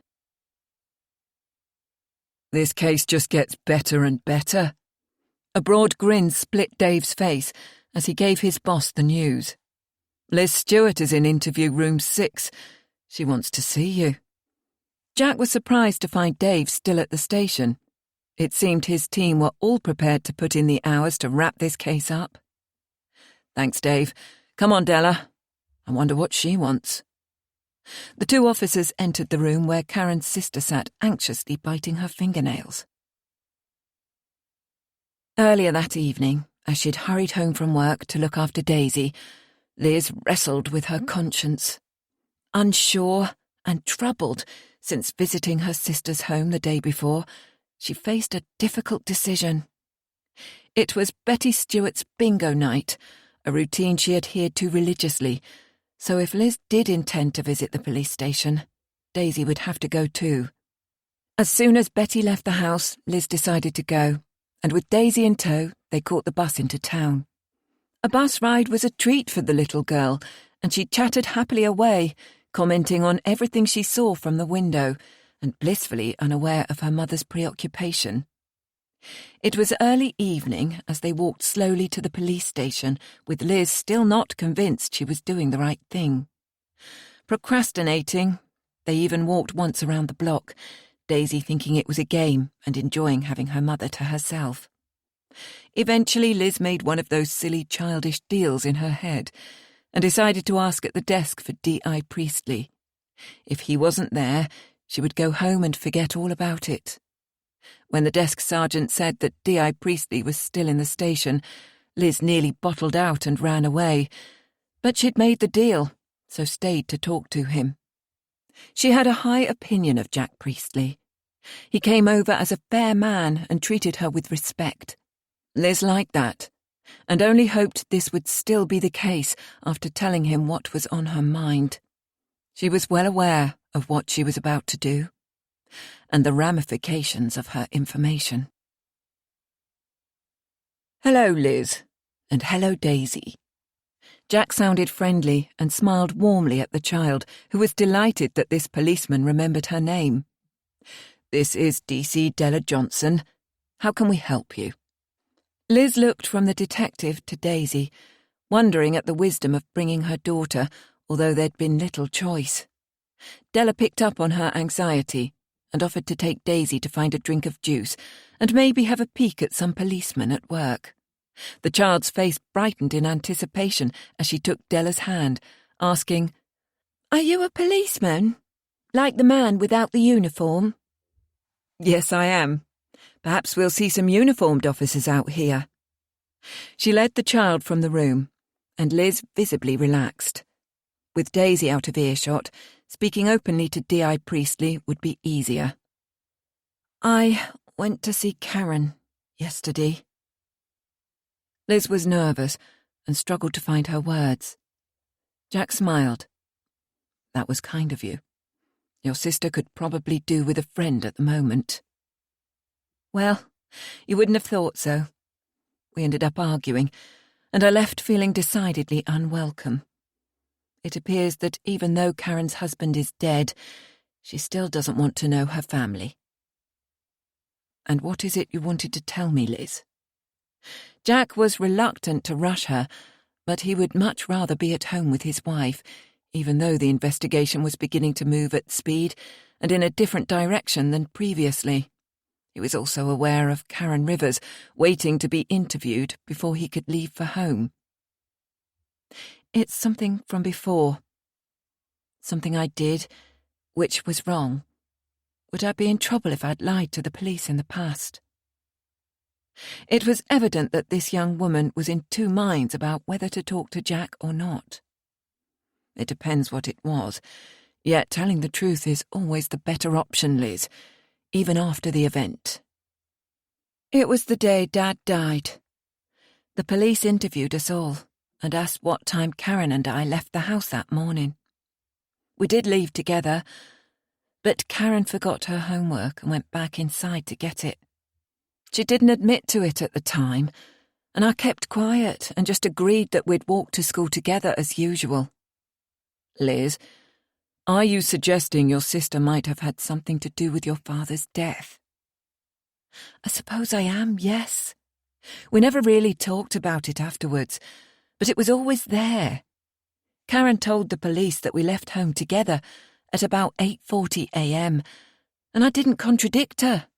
I didn't tell them she'd gone back into the house." A knock on the door interrupted them, and Della entered, with a chatty Daisy still holding her hand. "Mummy, I've met some real policemen. One's with uniforms, and one of them let me try his pointy hat on. He says it's called an helmet." Daisy's eyes sparkled as she ran to Liz, who held out her arms and enfolded the little girl in them, as if she needed the comfort of her warm little body. "I hope you said thank you to D.C. Johnson," Liz reminded her. "Thank you, Diz Johnson." The girl beamed at Della, as if she'd been given a real treat. "I enjoyed your visit, Daisy, so thank you for coming." Della smiled. Jack commended Liz for her bravery in coming forward before she left the station to go home. He would need to talk to her again about this disclosure after he'd done a little research. He then returned to the incident room with Della, who'd been quite taken with the little girl. "She's as bright as a button, that one. Liz is certainly doing a good job with her, although it can't be easy on her own." Jack nodded his agreement. Daisy was most certainly a sweet child. Della's phone rang, and after a quick conversation, she ended the call and looked at Jack with a sparkle of anticipation in her eyes.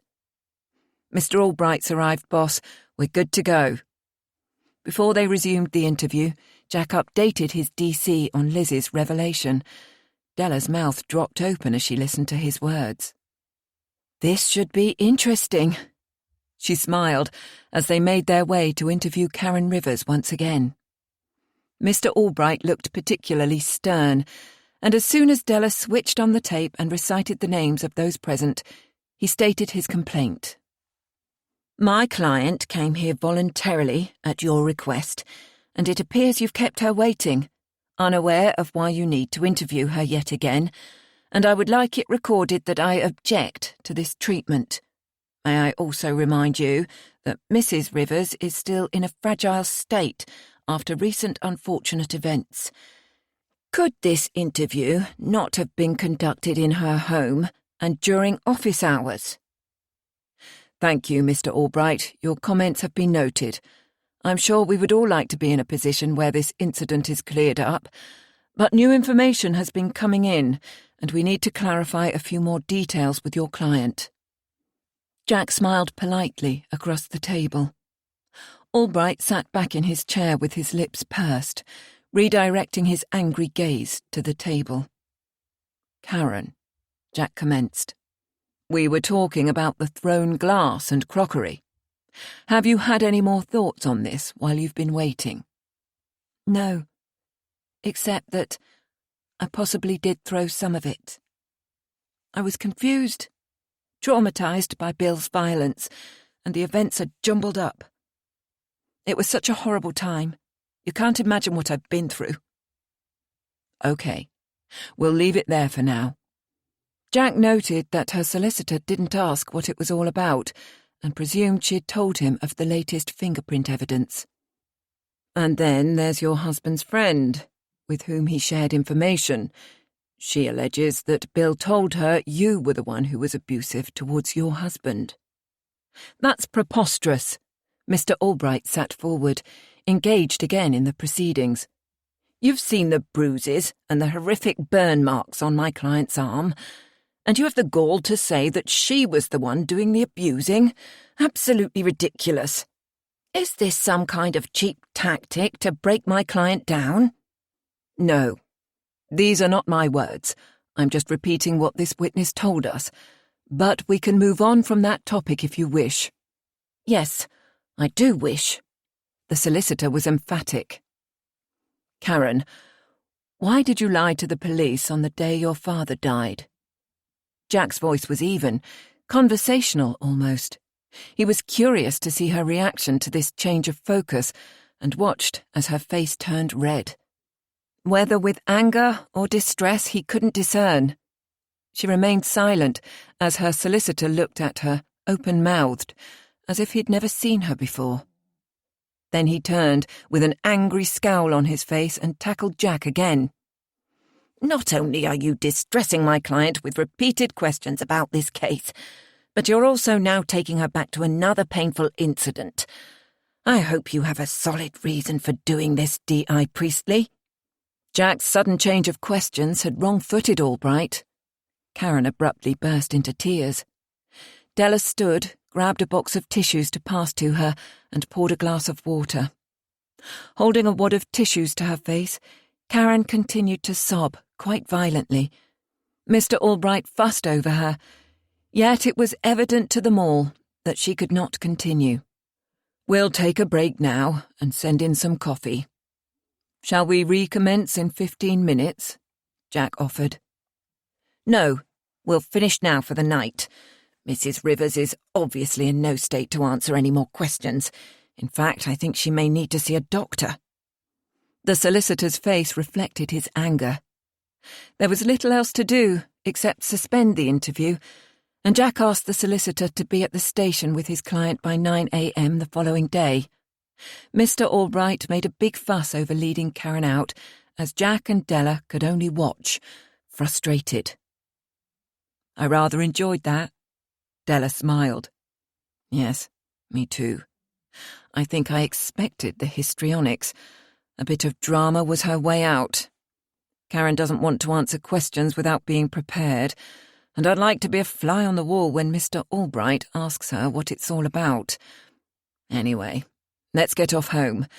We'll see you bright and early tomorrow morning, Della, and hopefully be able to continue this interview.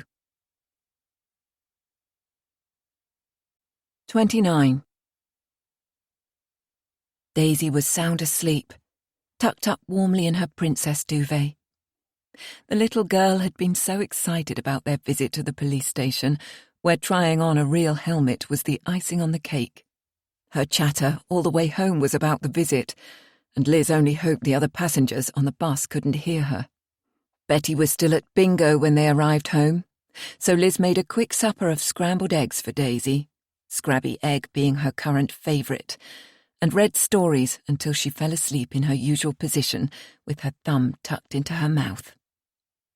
Liz looked at this little girl, whom she loved so much, stroked her forehead and kissed her gently, momentarily worried she may have put Daisy's future in jeopardy. The kettle was boiling when Betty's steward arrived home, kicking off her shoes and smiling at her daughter. She'd won £20 on a line and was in good spirits. Liz feared what she was about to tell her mother would change her mood. After making tea for them both, Liz sat opposite Betty, and before she could switch the television on, said she needed to talk to her. "Talk away all you like, pet, but that EastEnders special begins at 9, and I want to see it." Betty put the remote control down and picked up her tea, looking expectantly at her youngest daughter. "It's something I've never told you before, something I lied about, or rather kept quiet about when I should have spoken out. It was on the day Dad died." Liz paused, drawing in a deep breath and searching for the right words to explain to her mother what Karen might or might not have done. "Just spit it out, girl, and less of the dramatics." Betty spoke sharply and looked at her daughter with interest. "When the police asked what time Karen and I left the house that morning, we told them it was 8:40 a.m. as usual, which was true. But what we neglected to say was that Karen went back into the house a few minutes later. She'd left some homework which needed handing in. I walked on slowly, and she caught up with me a few minutes later." Liz waited for a reaction from her mother, who appeared perplexed. "So what are you saying? Why bring this up now?" "Because I've been to see the police today and told them too," Liz blurted out, nervous as to what her mother's reaction might be. "What does it matter now? Your dad fell down the stairs. Why on earth would the police be interested in that? It's years ago." Betty clearly hadn't grasped the implications of her daughter's words. "Because I think Karen might have deliberately pushed Dad down the stairs. Why else would she want to hide the fact that she'd gone back inside on her own? Why didn't she tell the police the truth?" Liz watched as the realization of what she was saying dawned on her mother's face. There was a moment's silence before Betty spoke. "Surely you don't think that of your own sister, do you?" The older woman's mouth was open, her usually ruddy face quite pale. "To be honest, yes, I do." Liz chewed on her bottom lip, intently watching her mother's reaction. "Then why didn't you tell the police the truth at the time? And why have you gone to them now? Are you trying to get your sister into even more hot water?" Betty's voice was rising. "I didn't tell the police then because Karen did most of the talking. I was in shock and just nodded my agreement. If you remember, I'd found Dad dead at the bottom of the stairs, for goodness sake. I was also struggling with the horrifying knowledge that my sister might have killed him, a notion which filled me with fear. Did you never suspect, Mum? You knew we both hated him. Did you not think one of us might actually have pushed him to his death?" "No, I bloody didn't. You were only kids. OK, so your dad was difficult to live with at times, and yes, I knew he mistreated you. But I had no idea." Her voice trailed off. Liz studied her face as her mother struggled to process this revelation. "Karen hated him, Mum. You must have known she did, and I'm not really surprised. The more I think about it, the more convinced I am that Karen pushed him down the stairs. And as for going to the police now, well, what if she killed Bill Rivers too? If so, then she needs to be stopped. She's violent, Mum, dangerous. Why should she get away with murder? What did the police say? Did they believe you? Drink your tea, Mum. You're looking a bit peaky, Liz instructed. The police didn't say too much, but they were certainly interested. I spoke to D.I. Priestley, who was very understanding, and said I'd done the right thing. Of course he bloody would. They want to see someone locked up for this, to clear another case. It's all about statistics for them. Betty was angry and confused. No, I don't think he's like that at all. He simply wants to get to the truth. And what about you, me girl? They'll want to charge you now for withholding evidence or something. You're going to regret this. What if they lock you up too for being an accomplice or something? You're wrong, Mum. I'm sure D.I. Priestley's a fair man, and we can trust him. Trust a bloody copper? You're out of your mind. And have you thought about our future? What will happen to us when all this comes out? I'm sure they won't bring charges on me after all this time. I was still a minor and afraid to talk. Despite her words, Liz was having doubts now about the wisdom of what she'd done. Had she made the right decision in going to Jack Priestley?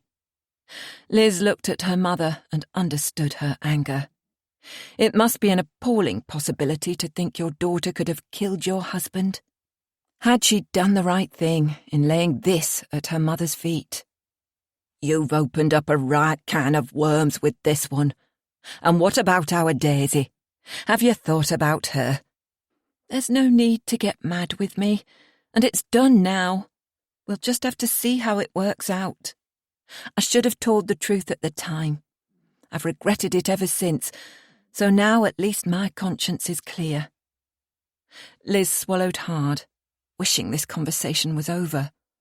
Ah, but at what expense? No, I can't believe our Karen would do that. Not to her own father. She might have her faults, but she's not evil. Betty lifted her chin and turned away from her daughter. Come on, Mum. You knew what he was like, and I can't remember many tears from you when he died. Liz was determined to stand her ground. She'd spent her life being frightened to speak up, firstly to her father, then to Karen. But now she was resolute. It might be late in the day, but she would have her say.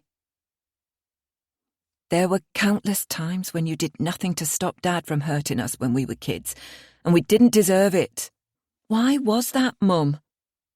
You must have known how bad things were, how unhappy we both were, but no, you turned a blind eye. And now another man's dead.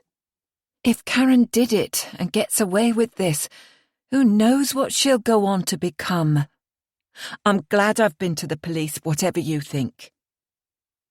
Liz's words seemed to echo around the tiny living room, bouncing off the walls and falling into the silence that ensued. After several minutes, Betty hung her head, a silent tear falling down her cheek. You're right, love. And I'm sorry. I took my fair share of beatings too, but it's no excuse. I failed to do the right thing by you both. It was too easy to turn a blind eye. Betty sniffed loudly. It was a relief when your dad died, and you've been such a good girl since then. I'm so sorry, Liz. She opened her arms, and Liz fell into them. The two women sobbed openly. When they finally pulled apart, Betty continued. You're a good lass, and I've taken you for granted. You do what you think is best, love, and we'll cope with any fallout. Our Karen's not half the woman you are. Maybe it's time for her to face up to what she's done. Instead of the comfort her mother's words should have brought, Liz experienced a sharp pang of guilt at what she had done to her sister. 30. Day 6. Jack slept fitfully after yet another long day at work, even though physically exhausted and in need of restful sleep. The case played on a loop through his mind. It was impossible to switch off and relax. Perhaps he should have stayed another hour at the station to do the digging he needed to on Frank Stewart's death, and then it wouldn't have been gnawing at him. But it was a new day, and early. The station was quiet, so he'd take the opportunity to make a start on the research. Before he had the chance to settle down to his computer, he noticed a memo on his desk from Tony. Radisson Blu confirmed William Rivers' attendance at a conference from 29th March to 3rd April. He stayed at the hotel and was the keynote speaker at a seminar on 1st April. I've got several other attendees' names if you want me to confirm his presence with them. Jack's mind spun back to the diary entry which Della had shown him. The awful account of Bill Rivers burning his wife with a cigarette. He'd double-check later, although he was sure the date of that particular entry was April 1st. He remembered noting the irony of it being April Fool's Day. Putting it from his mind and taking advantage of the quiet, Jack logged on to his computer and pulled up the information on Frank Stewart's accident from 8 years previously. It seemed the girls found their father's body when they arrived home from school, and Karen was the one to dial 999. Initial findings suggested he'd been dead for between 6 and 7 hours before being found. Jack read the responding officer's report and the early interviews with Betty Stewart and her daughters. Betty had left for work at 8 a.m. on the morning of her husband's death, as she always did, while Frank was still in bed. Their daughters left for school at 8:40, by which time they both agreed Frank was up and in the bathroom. Jack read the interviews twice and found no mention of Karen going back to the house for any reason. The report concluded that this was a sad case of accidental death. The assumption was that Frank Stewart either tripped on the frayed carpet at the top of the stairs or overbalanced, possibly due to a hangover. Frank was well known as a heavy drinker. The fall broke Stewart's neck and severed the spinal cord. Death would have been instantaneous.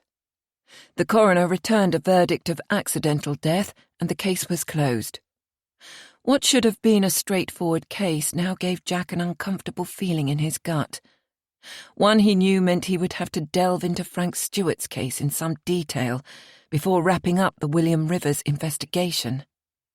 As Superintendent Moss was out of his office, Jack decided to continue probing this historic accident with Karen and update the super later in the day.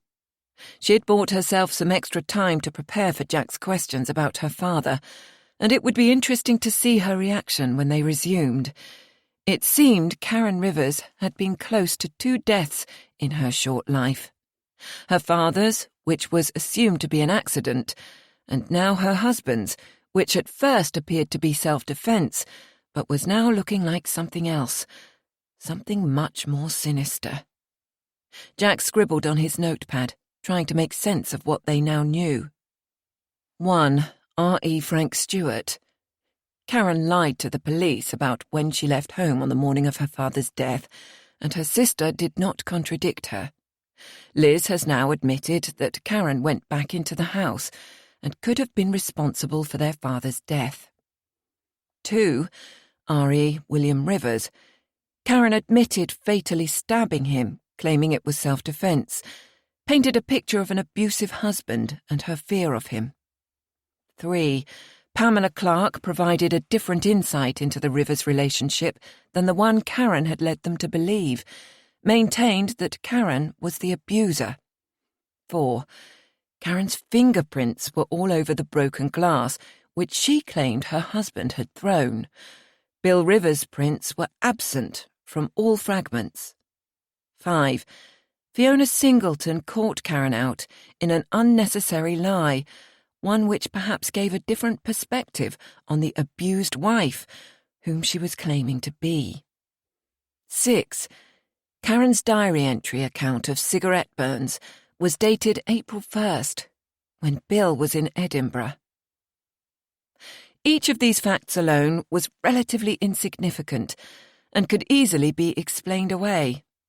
Yet, drawing them all together, they took on a different perspective, and Karen became something other than the innocent victim of a violent husband. Jack finished his notes just as his phone rang. The sergeant on the front desk informed him that an early visitor was waiting to see him, a Mrs. Anna Connor. "Put her in a spare interview room, Pete. I'll be down in a couple of minutes." Jack hoped this would only take a short while. His intention of starting early was to move the case along. Unnecessary distractions were not welcome at such a critical point in the investigation. The name Anna Connor meant nothing to him, yet she had asked for him by name, so he'd at least give her the courtesy of seeing her. Mrs. Connor was unfamiliar to Jack in person too, a tall, smartly dressed lady with a well-cut hairstyle and an air of authority about her. She stood to greet him when he entered the room and offered her hand. "How can I help you, Mrs. Connor?" Jack smiled and took the seat opposite his visitor. She clasped her hands on the table between them, and he noticed her perfectly manicured fingernails. Sarah always wondered how these women kept their hands so immaculate, and concluded they must never do any housework. "Thank you for seeing me, D.I. Priestley." Her voice was cut glass, finishing school, her expression difficult to read. Businesslike and efficient, Jack supposed. "It's about the Karen Rivers case." She looked directly at Jack and smiled. "And what connection do you have to this case?" Jack was feeling uneasy about this lady. "I'm the chairperson for the women's group WADA." "Then I think you need to speak to someone in our press department." Jack stood to leave the room with a polite yet dismissive smile. This was not something he was prepared to discuss. "I was hoping you could give me an insight into how the case is progressing. We're doing a feature article on how the police handle domestic abuse cases." "Then the press department is the place you need to be, Mrs. Connor." "Yes, but they're not front-line troops, are they?" She gave another faint smile and tilted her head to one side. "And I'm afraid I don't have time to indulge you in your hobby." Again Jack turned to leave, but curiosity got the better of him as he paused momentarily to ask, "Were you responsible for the article about this case in the newspaper this week?" "Yes, I was, and we'd like to do a more in-depth follow-up, so if I could just ask you—" "Actually, could I just ask you where you got your information from?" Jack countered. "Well, it's a classic case of domestic violence gone wrong." Anna Connor appeared delighted to speak on her pet topic and continued. "Mrs. Rivers has suffered years of torture and physical abuse until she finally and understandably cracked. Women like her should be cared for, not thrown into prison.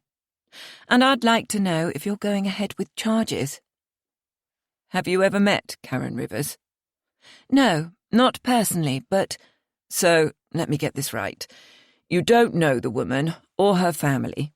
You have no evidence to offer, and you're expecting me to divulge details of an ongoing case." Jack was quickly losing patience. "Only an update so far." Anna Connor sounded less confident. "I don't think you understand how this works, Mrs. Connor. While the investigation is current, I am not at liberty to discuss it with anyone. Your involvement so far has caused us extra difficulties and wasted time, and any more interference will most certainly only obstruct our investigation further and will not be welcome." Jack smiled politely at the very offended-looking Mrs. Connor.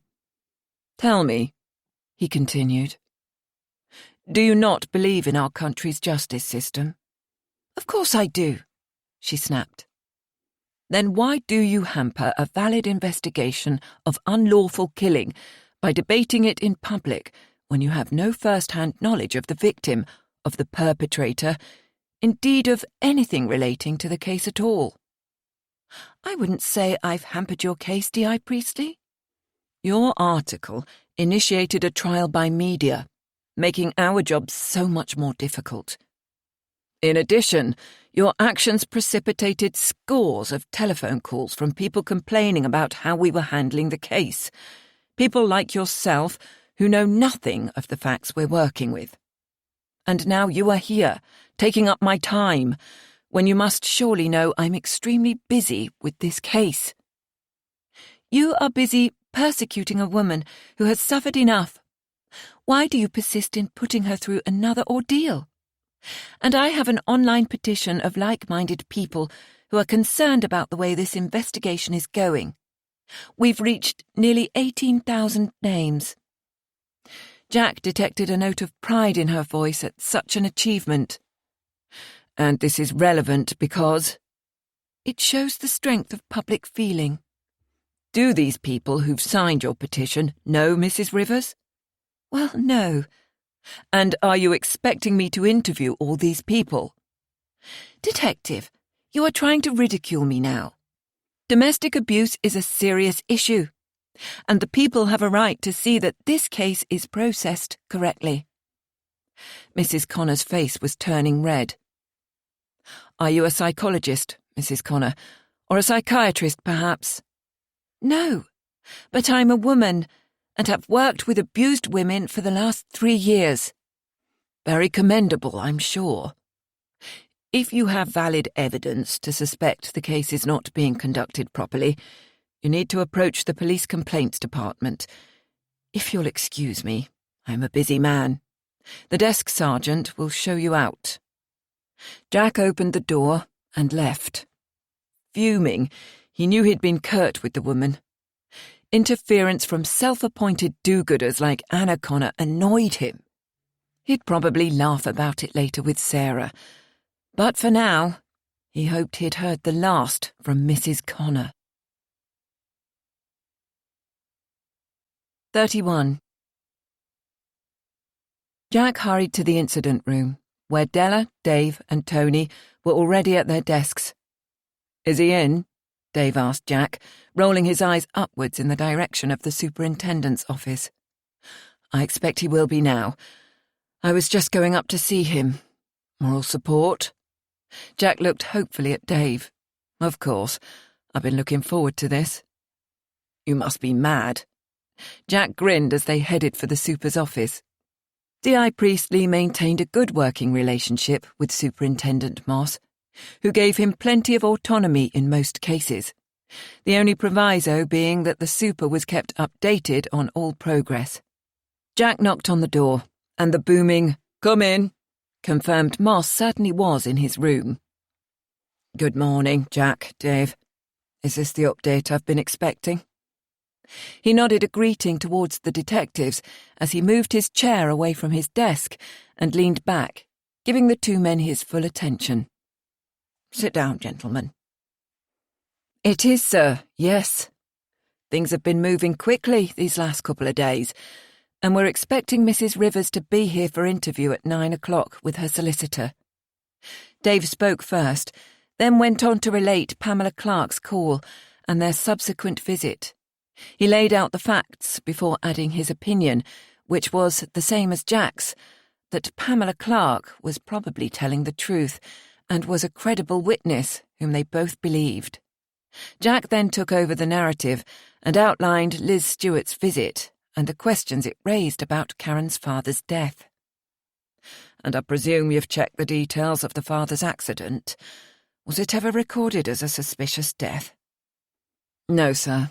The paperwork is solid, and the investigating officers did everything according to the book. But this one lie of omission changes everything. If Karen had been truthful at the time, or if Liz had contradicted her sister's version of events, the case might have been perceived differently. However, due diligence was taken, and with the information available at the time, they made the right decision. It's only with hindsight and Liz's admission that this accident is looking a little more suspicious. Karen Rivers was alone in the house with her father, only for a few minutes, which is all it takes, and he ended up dead at the bottom of the stairs. That incident was 8 years ago, and now we find her alone in the house with her husband, who also ended up dead. Of course, it could be a coincidence or pure bad luck, yet with Pamela's take on the Rivers' marriage and Liz owning up to keeping her sister's lie, both deaths could be looked at in a different light. Moss sighed wearily. It clearly wasn't the update he'd anticipated, or for which he was hoping. We've already had the trial by media, and the general opinion is that Karen is the victim here. Tell me what you think, Jack. Initially, I thought she was a victim too. She has the bruises and even the burn marks to attest to the violence, and she's been convincing so far. However, I started to change my mind when things didn't go as Karen expected, prompting us to look a bit closer. I know I keep banging on about the breakages and fingerprints. The fact is that Karen maintained it was her husband who threw the glass the night before, yet forensics only found her fingerprints, and none of his. I could sense the anger bubbling up beneath the poor little wife act when I persisted with this. Karen Rivers appears to have gone to great lengths to establish herself as a victim of domestic abuse. She willingly sought medical help from her GP and readily agreed to see a counsellor. The counsellor took her claims at face value, but did catch her out in a lie. Fiona also told me Karen displayed a good understanding of the psychology behind domestic violence. It occurred to me that perhaps she'd been researching the issue and presenting us with a textbook case. There's also a rather graphic diary in which Karen's account of being burned by her husband happened on a day when he was away from home, which raises another question. Good grief, are you saying the cigarette burns could have been self-inflicted? Harold Moss's eyes widened. It's a possibility we can't rule out, sir, and something which I've yet to ask her. Then there's Pamela Clark, who I totally believe. She has nothing to gain by coming forward, and seems to have been the only one in whom William Rivers could confide. And then last night, during questioning, when I mentioned Frank Stewart's death, Karen conveniently broke down, and we were obliged to suspend the interview. So now she's had all night to think up an answer to that one, and I'm rather looking forward to hearing what it will be. What about you, Dave? Do you agree with Jack? Moss stroked his chin thoughtfully. Yes, sir, I do, on all points. We'll need some solid and convincing evidence to alter public opinion. Quite honestly, Jack, I don't even know if this will be enough. It's mainly circumstantial or even hearsay, so I'm afraid you'll have to bring me something more concrete than this. I could apply a bit of pressure this morning, see what happens.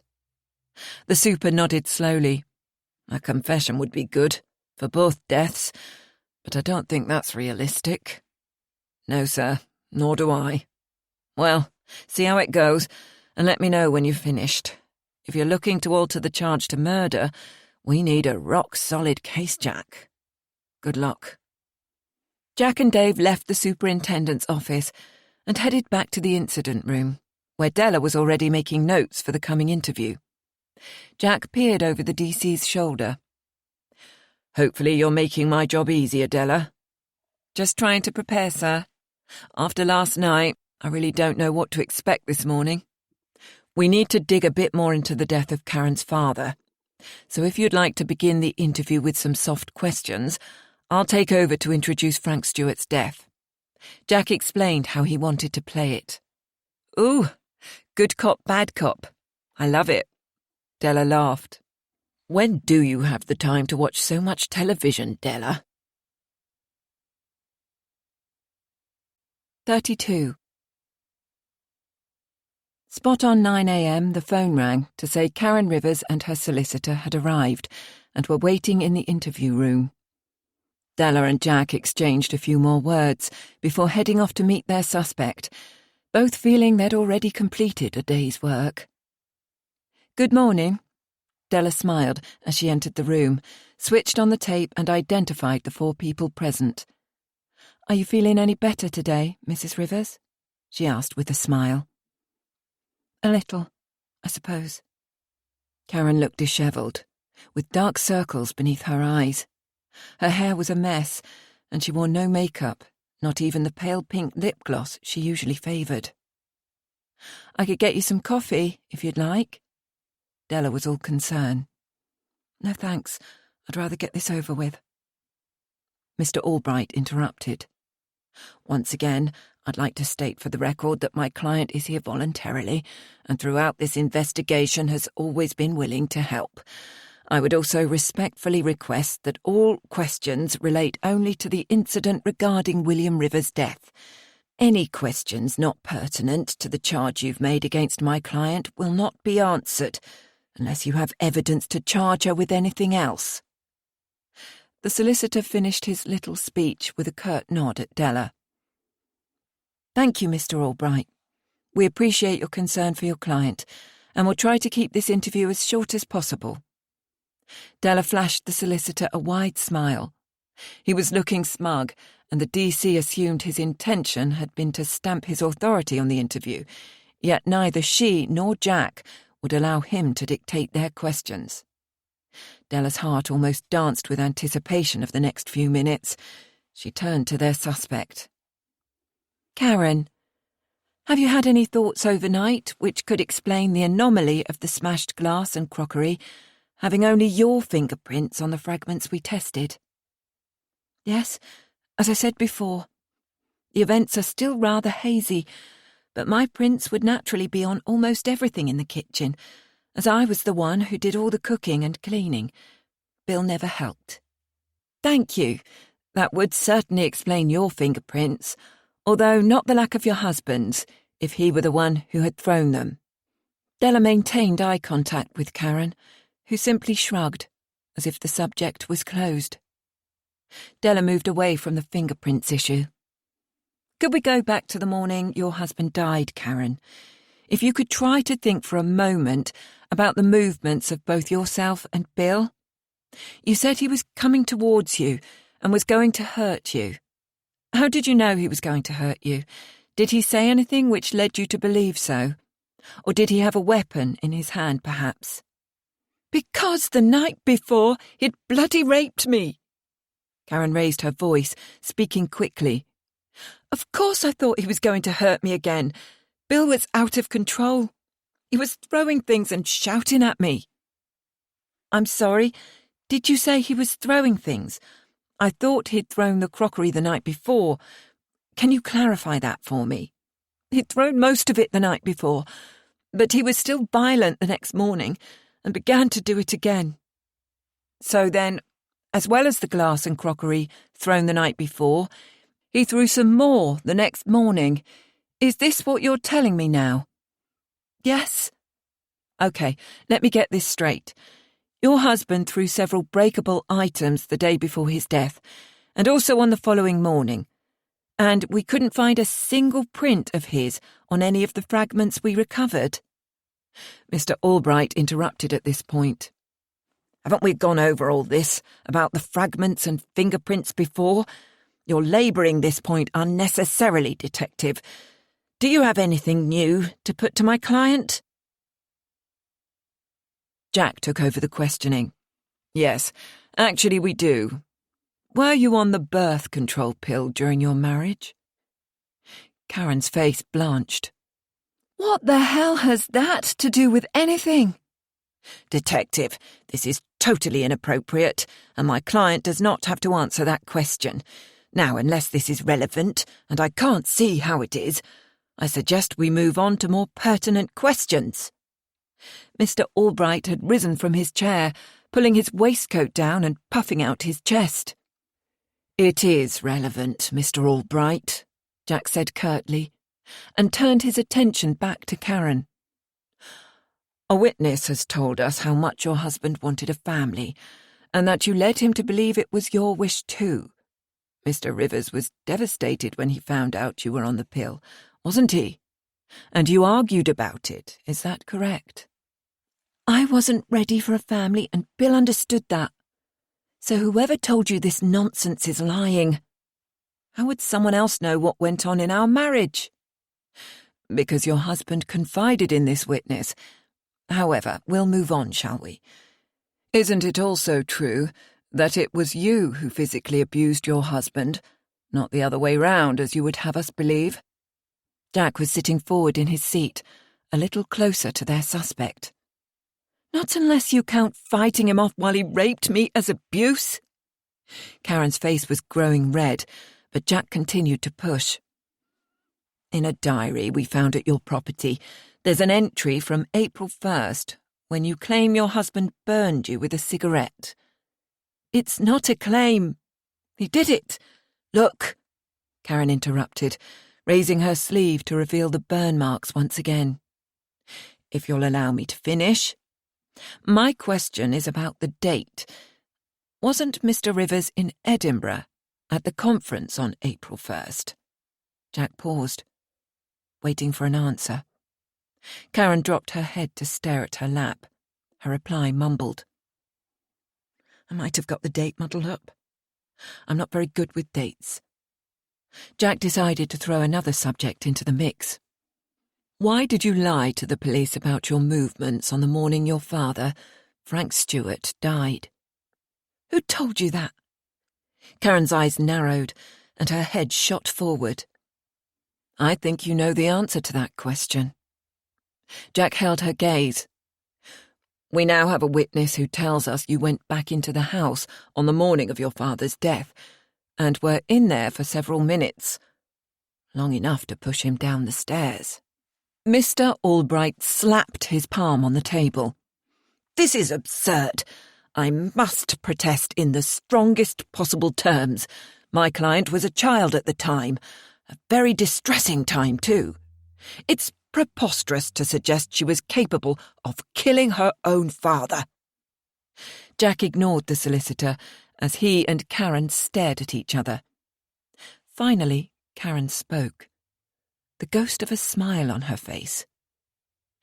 I assume it was Liz who told you that? Well, I'm sorry to disappoint, but you have your facts wrong. It wasn't me who returned to the house that morning. It was Liz, on the pretext she'd forgotten her gym kit. My sister was the one who ran back inside while I walked on. When she caught up with me, she was breathless with a strange look on her face. She shook her head when I asked her if everything was all right, but I knew something was off. Liz was trembling, but it wasn't until we found his body later that afternoon that I put two and two together. Being the big sister, I said nothing to the police.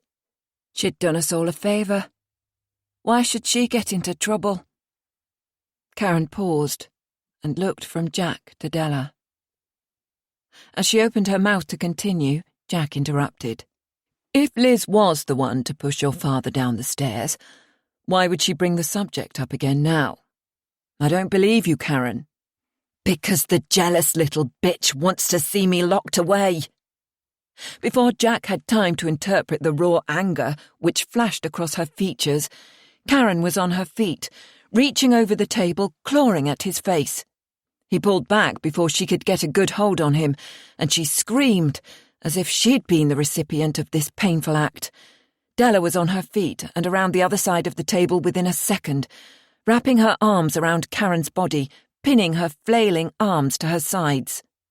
After nearly falling from his chair, Jack steadied himself, while Mr. Albright scooted to the far corner of the room, afraid he too might come under attack. While Della held on to a struggling Karen, Jack pressed the panic button underneath the desk, and within seconds 2 uniformed officers were inside the room, relieving Della of her charge. Karen refused to calm down, and her screams could be heard throughout the police station. Within minutes, she was half carried away by the 2 officers and left alone in a secure room to compose herself. Della turned her attention to Jack, studying his face where the scratches had broken the skin in 2 places, one frighteningly near his left eye. Other colleagues arrived to see what the fuss was all about, and Della asked for a first aid kit. She used sterile gauze to clean the wounds and gave Jack a wad to dab on his face until the bleeding stopped. As officers left to return to their desks, Jack noticed a very white-looking Mr. Albright, who still stood in the corner where he'd taken refuge. "Perhaps you need to talk to your client about what is and isn't acceptable behaviour during interviews," Jack said flatly. "Well, I warned you to stick to the case in point.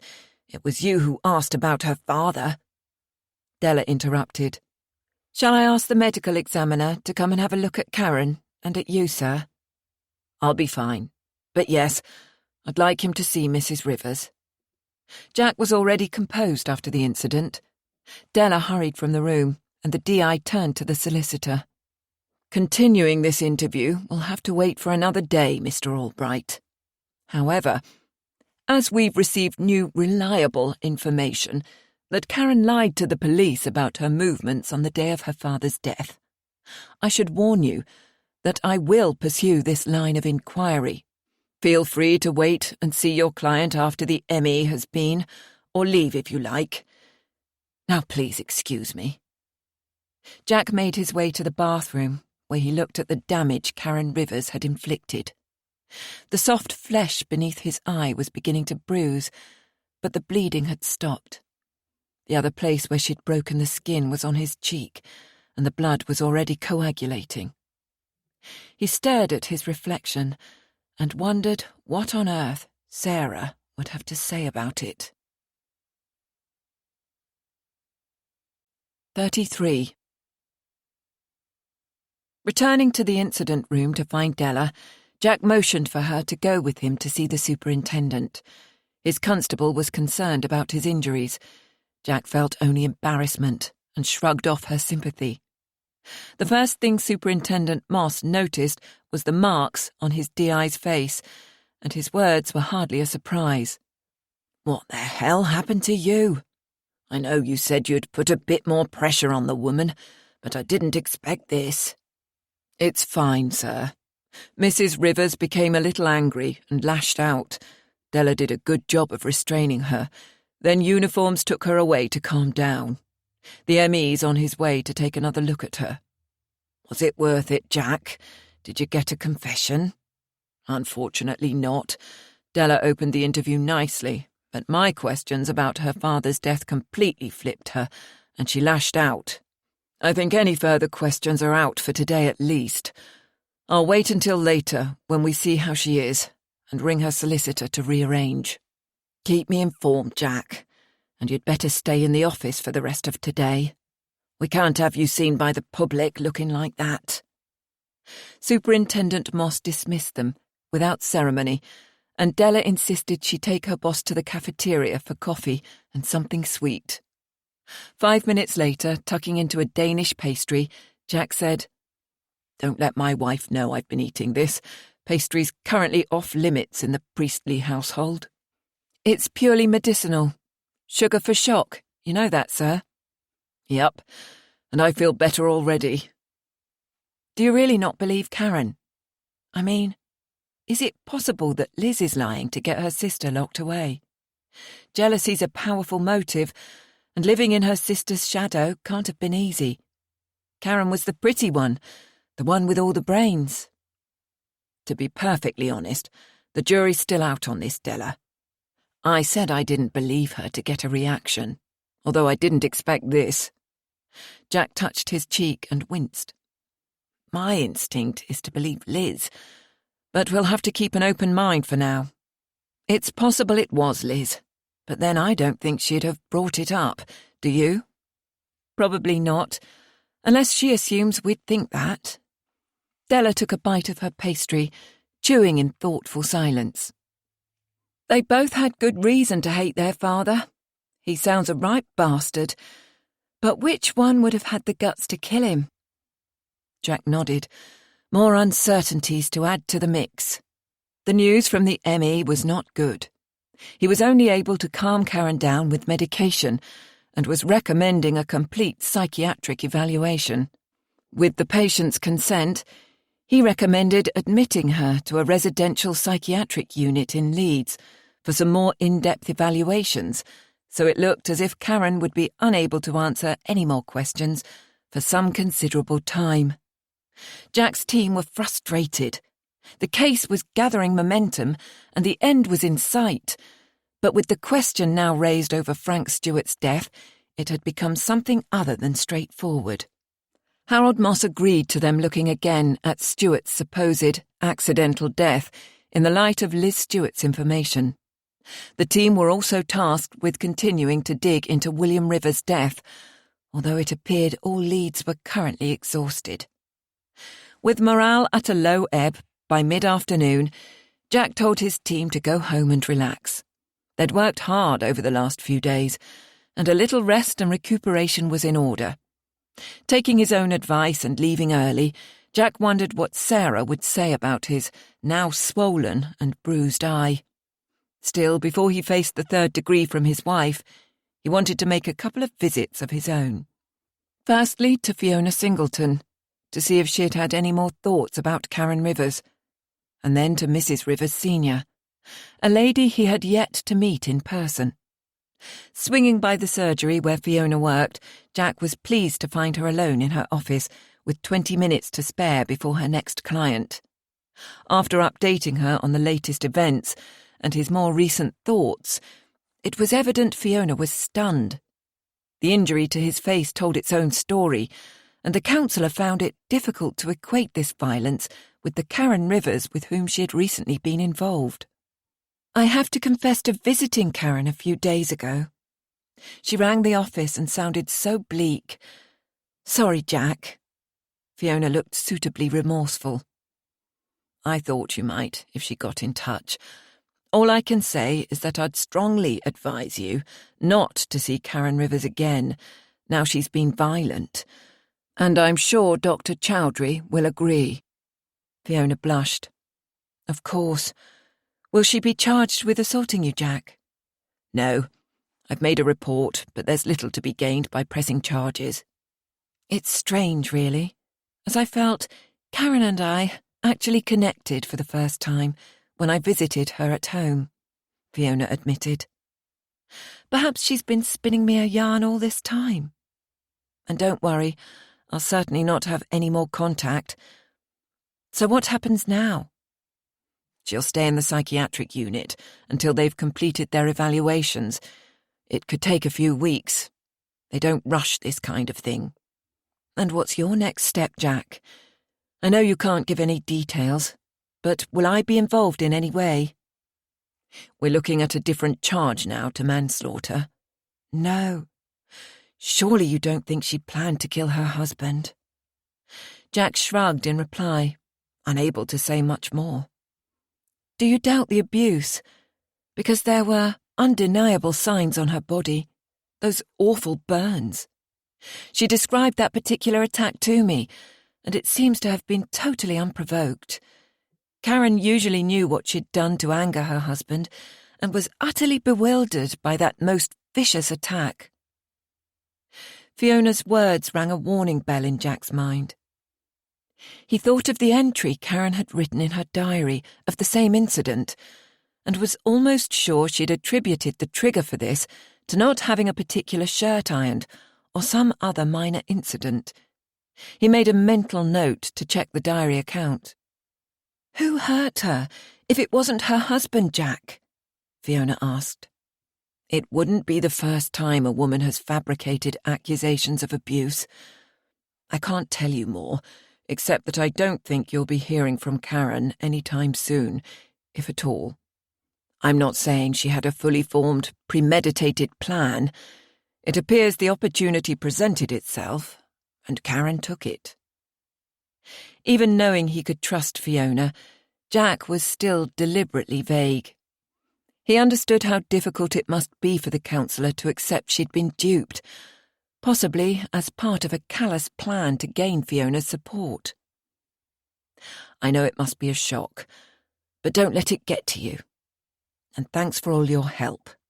Jack left the surgery and a somewhat pensive Fiona, to head towards the quiet suburbs where William Rivers' mother lived. A visit to Mrs. Rivers Senior was perhaps overdue.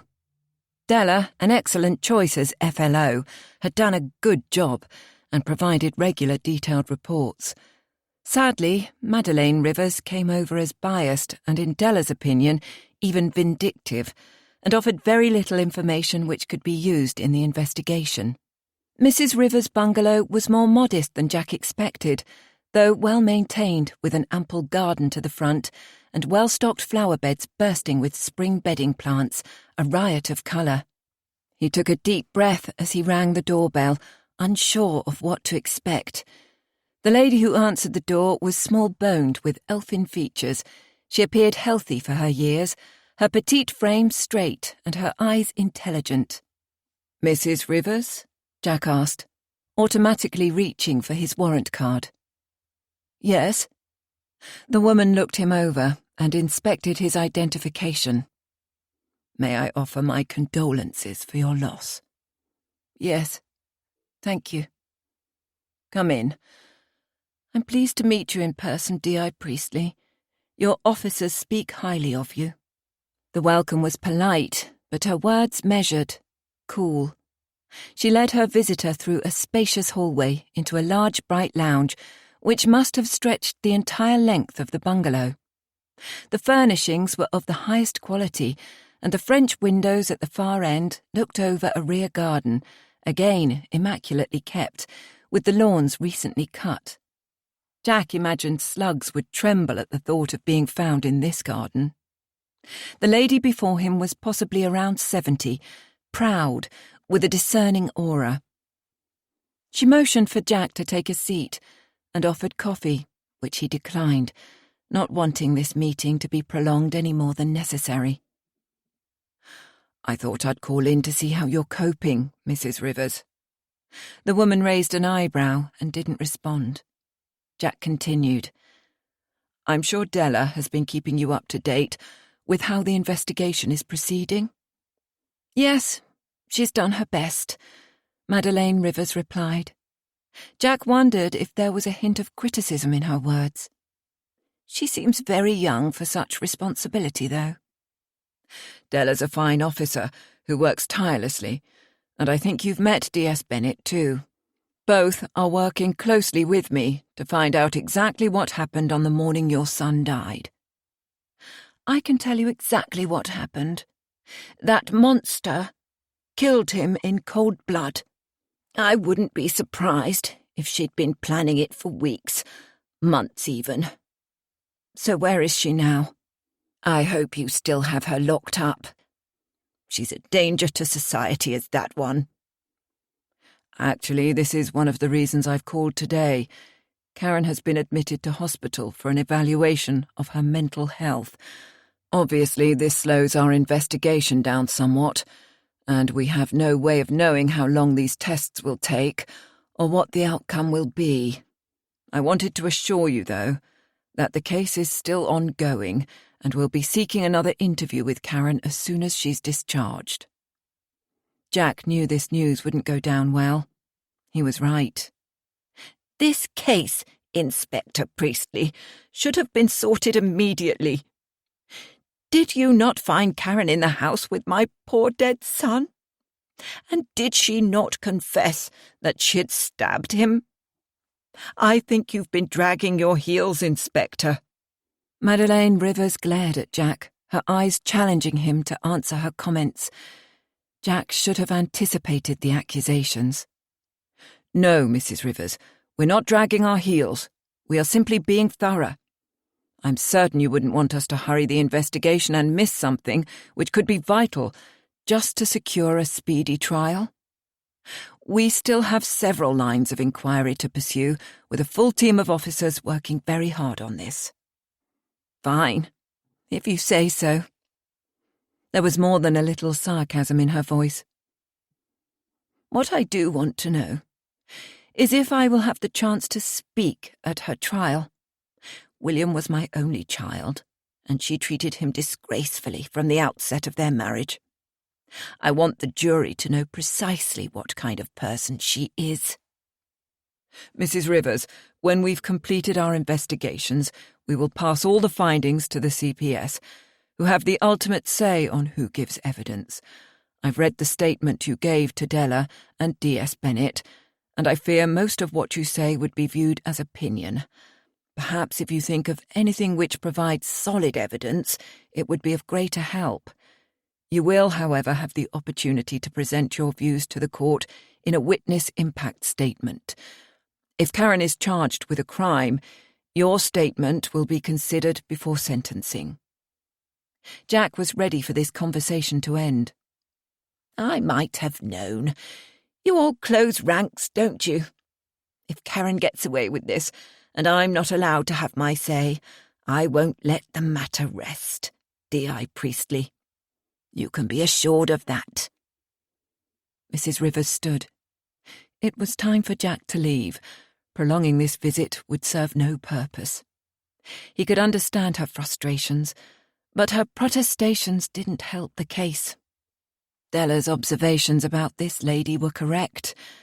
Madeleine Rivers was undoubtedly a formidable character and an intelligent woman, yet one who was consumed by grief and directing her anger at Karen.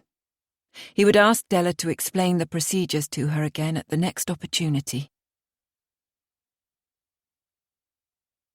34. As Jack anticipated, Sarah was shocked to see the marks on her husband's face.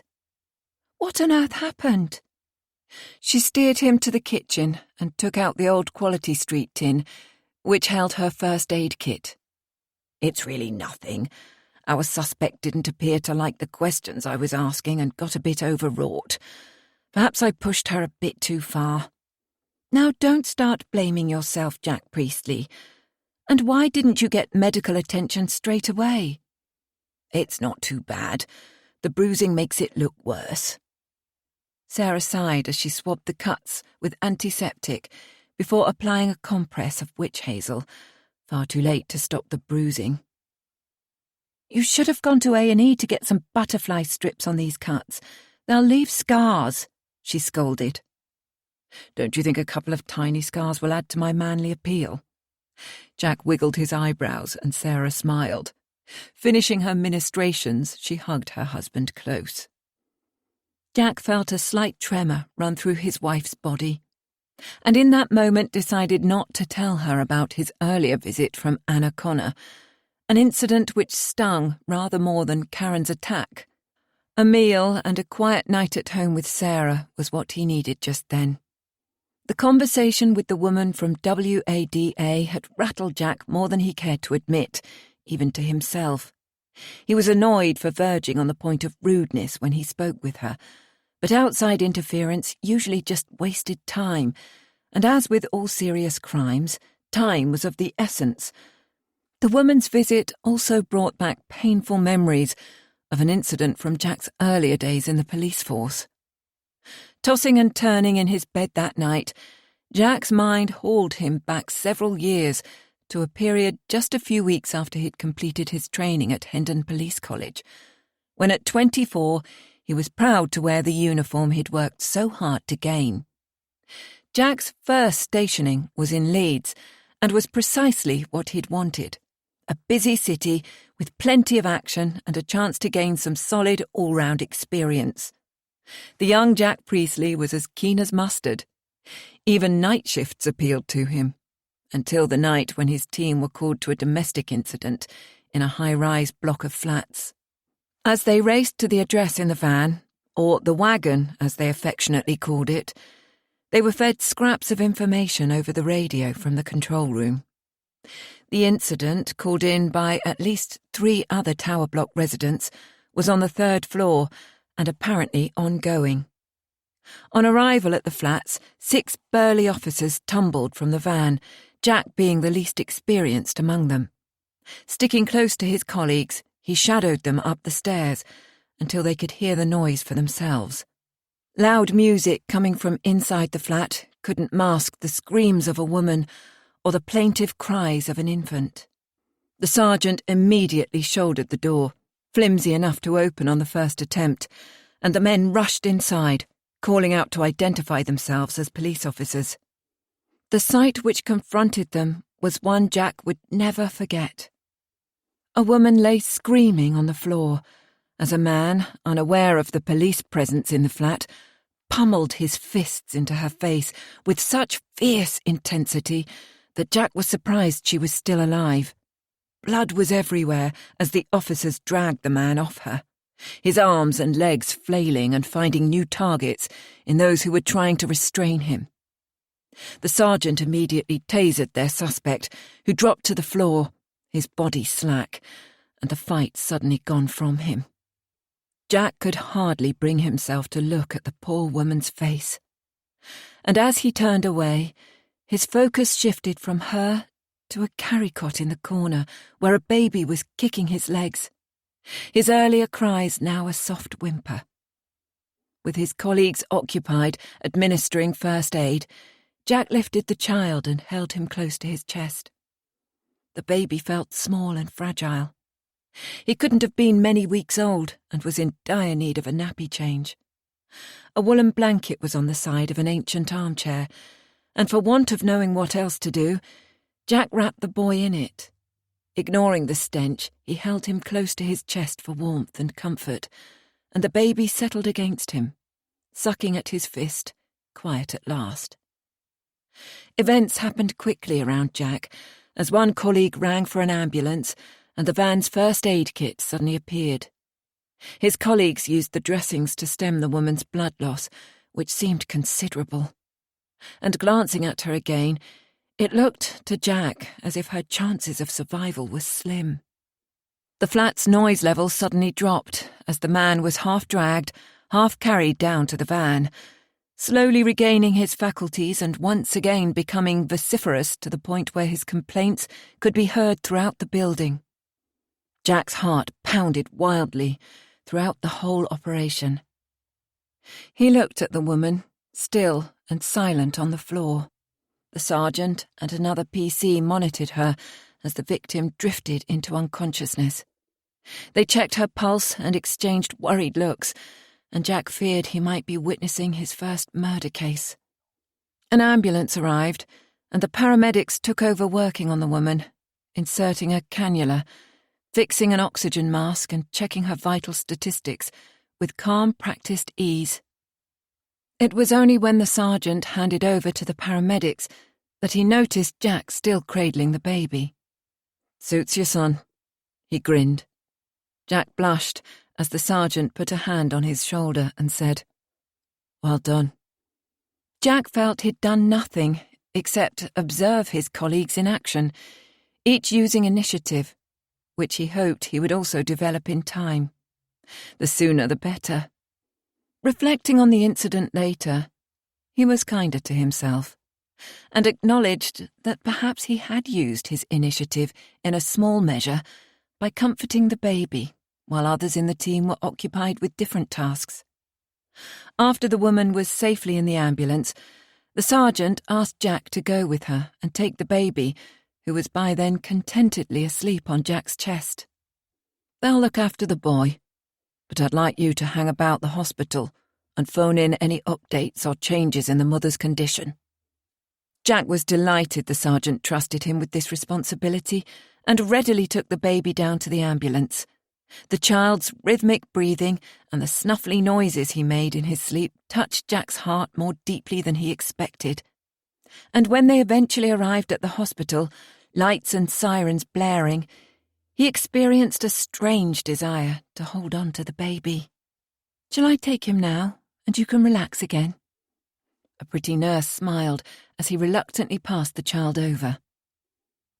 Jack spent the rest of the night in A&E, reporting in occasionally, although there was little change to register.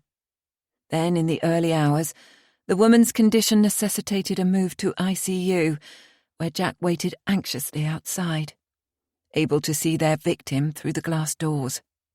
The poor woman's face was so swollen and bloody that he couldn't begin to guess what she looked like. Her condition was critical, and he was advised that an operation to remove her spleen would be necessary, with no guarantee she would pull through. She'd also suffered a broken femur and wrist. If against the odds she did survive, recovery would be a long, slow process, as would her psychological healing.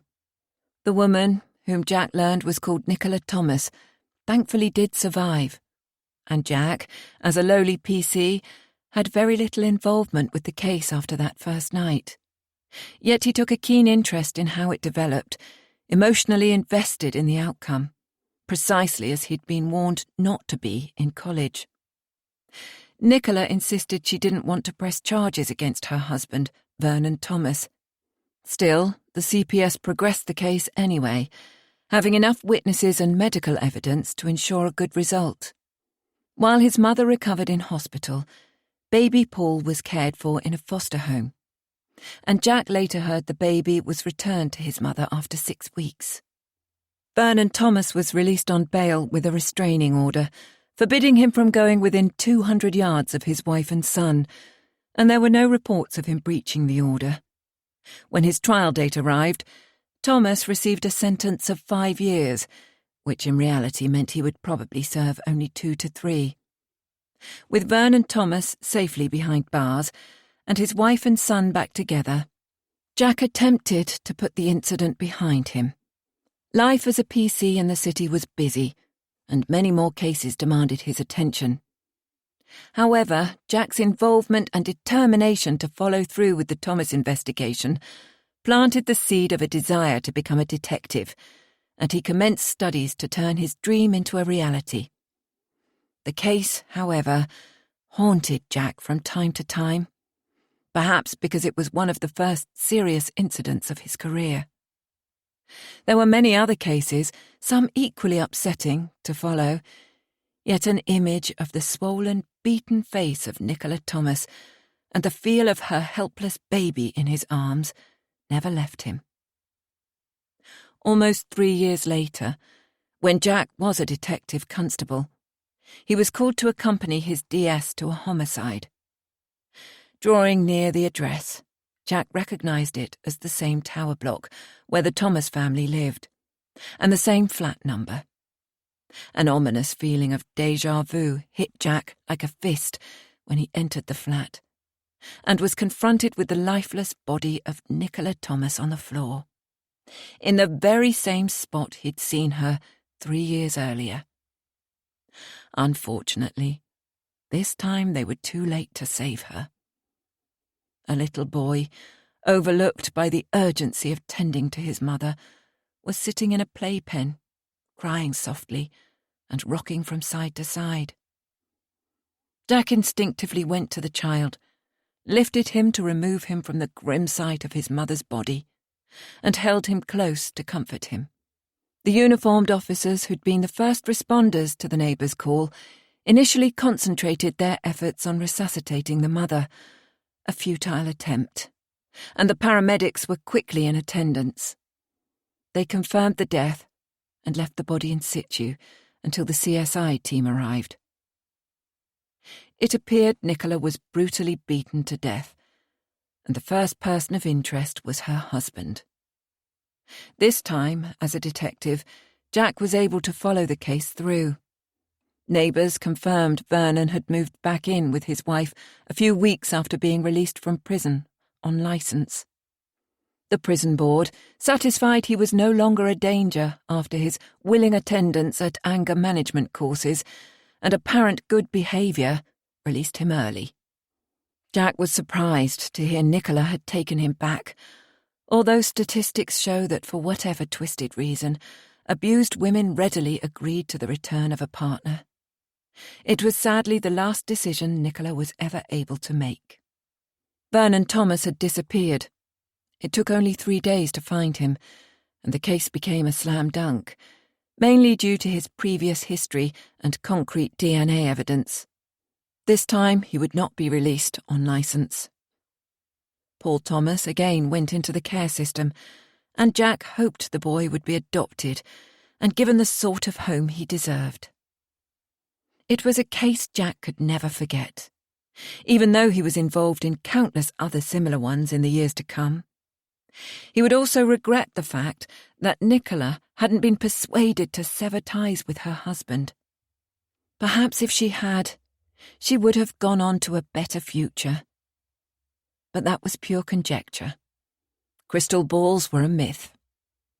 This case, and many similar ones, were what angered Jack about Anna Connor's interference. Here was a woman who didn't know him from Adam, yet presumed he was handling the case all wrong. She'd almost suggested he or his colleagues didn't have empathy for abused women or care about their treatment, an insinuation which was far from the truth and, in Jack's eyes, bordering on offensive.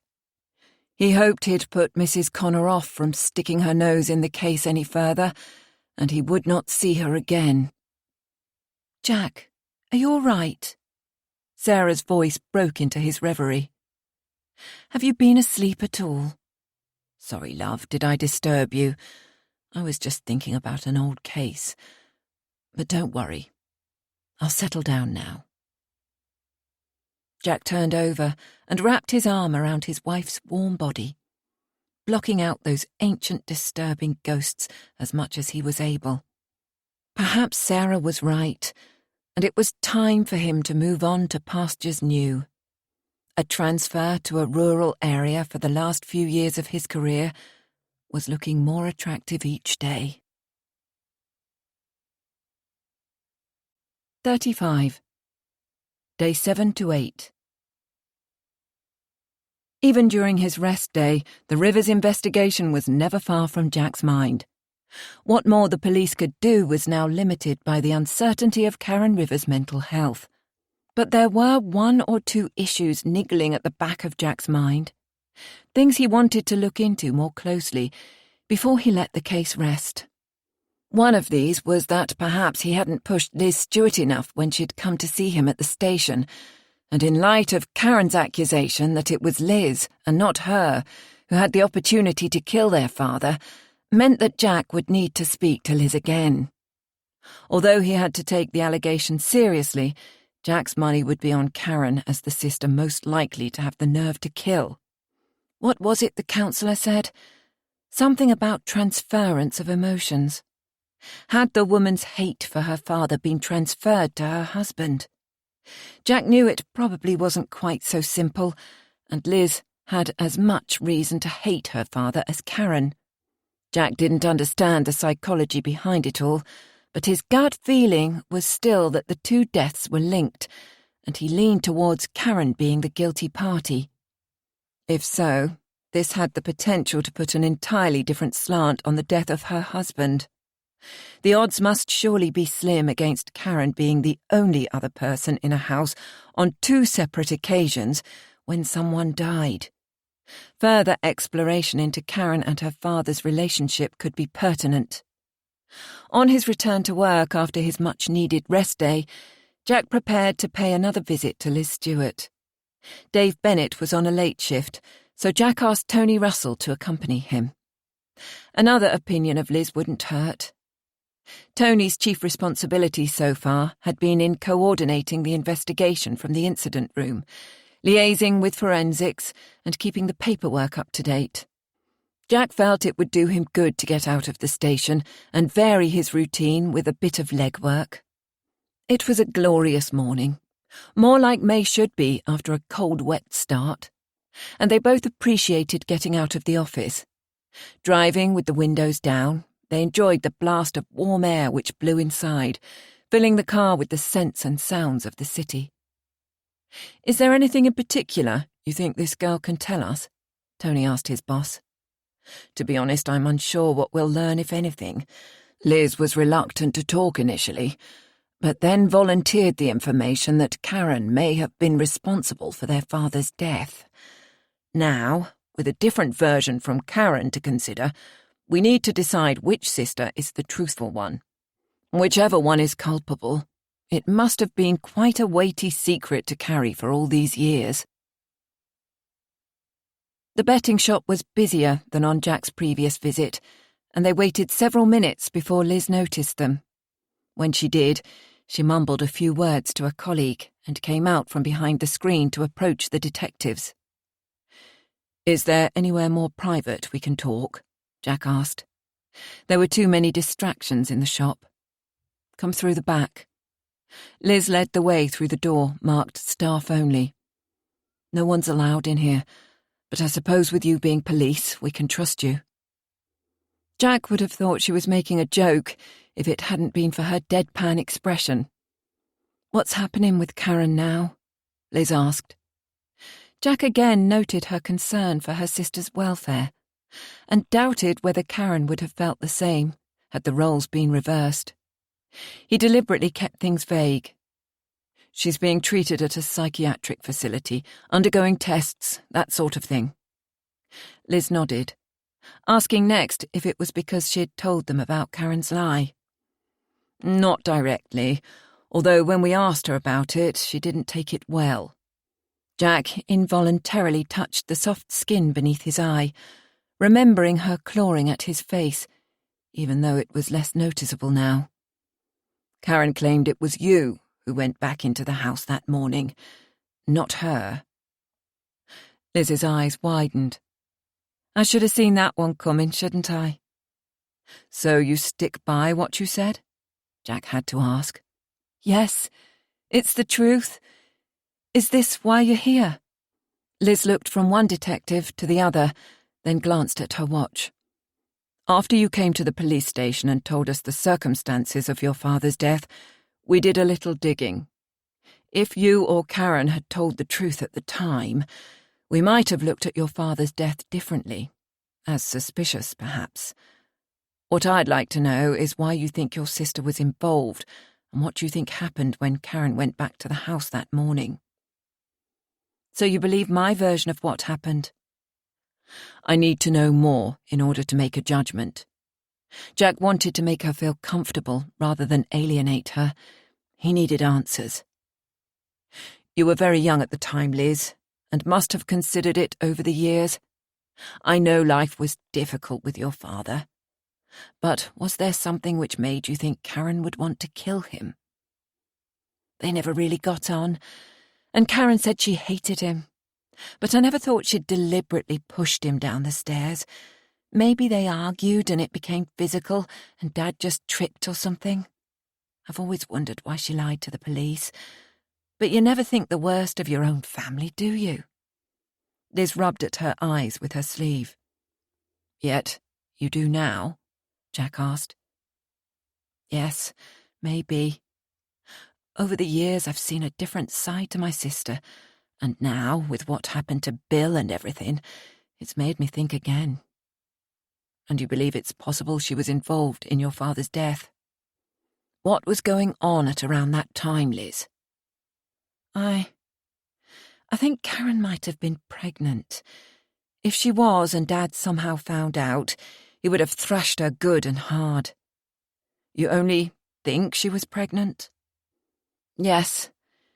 When we were in town together the weekend before Dad died, we went into a chemist's and Karen bought a pregnancy testing kit.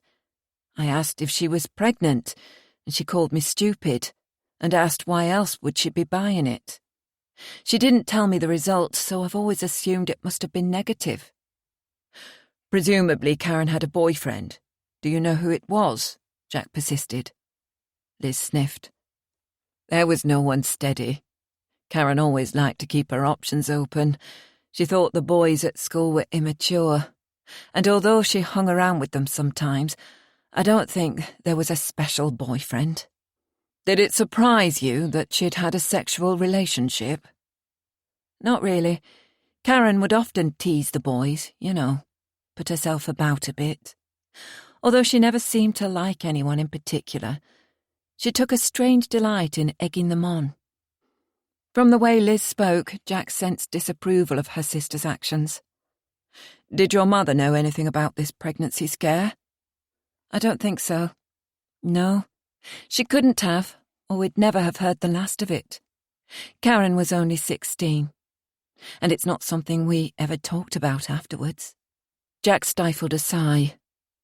Here was yet another snippet of information, but nothing concrete. Was it even relevant? "Can you tell me again, Liz, exactly what happened on the day your father died?" Mum always left for work first at about 8 a.m, and Karen and I left about 30 or 40 minutes later, and generally walked to school together. When we left the house in the morning, Dad was in the bathroom. When we got round the corner to the next block, Karen said she'd forgotten her homework, and as it needed handing in that day, ran back home while I carried on.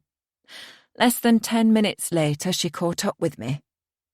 When we got home from school in the afternoon, we found Dad at the bottom of the stairs, and it was obvious he was dead, even to me. I was in bits, so Karen phoned the police and the ambulance. Back up a little here, Liz. When Karen caught up with you on the way to school, did she seem upset or anxious about anything? She was out of breath, but I assumed it was from running. And did she say anything about your father? Seeing him? Having a row with him, perhaps? No, nothing that I can remember. And she wouldn't have sought him out for any reason. I assumed he was still in the bathroom. And when you found his body, did Karen seem surprised at all? Of course. It was a shock for us both. I remember crying and wanting to get out of the house. I'd never seen a dead body before, and he looked so awful with his eyes open and staring. Karen pulled herself together quicker than me and made the telephone call. Liz looked anxiously at her watch again. Look, I've got to get back to work now. The boss is in today, and he's a nosy sod. He'll be asking questions if I don't get back. It seemed this was all they would get, so Jack thanked Liz, and they left the shop. Gosh, that was hard work, Tony said. She almost drip-feeds you the information. Yes, she's not very forthcoming, is she? Well then, do you fancy her or Karen for the death of their father? I'd have to go with Karen, although I doubt it would have been premeditated. Perhaps the opportunity presented itself and she took it. It wouldn't have taken more than a minute to push him down the stairs. Their relationship certainly appears to have been volatile, and an argument, a quick shove from Karen, and he was out of her life for good. It sounds feasible to me.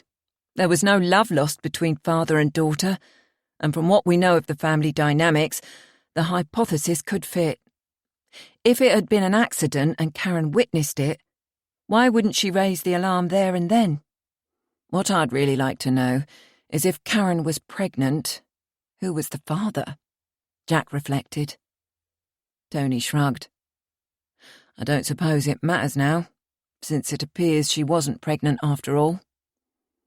But for a girl who didn't go for boys her own age, the pregnancy doesn't quite stack up. I think I'd like to call in at the school again to have a little word with the PE teacher.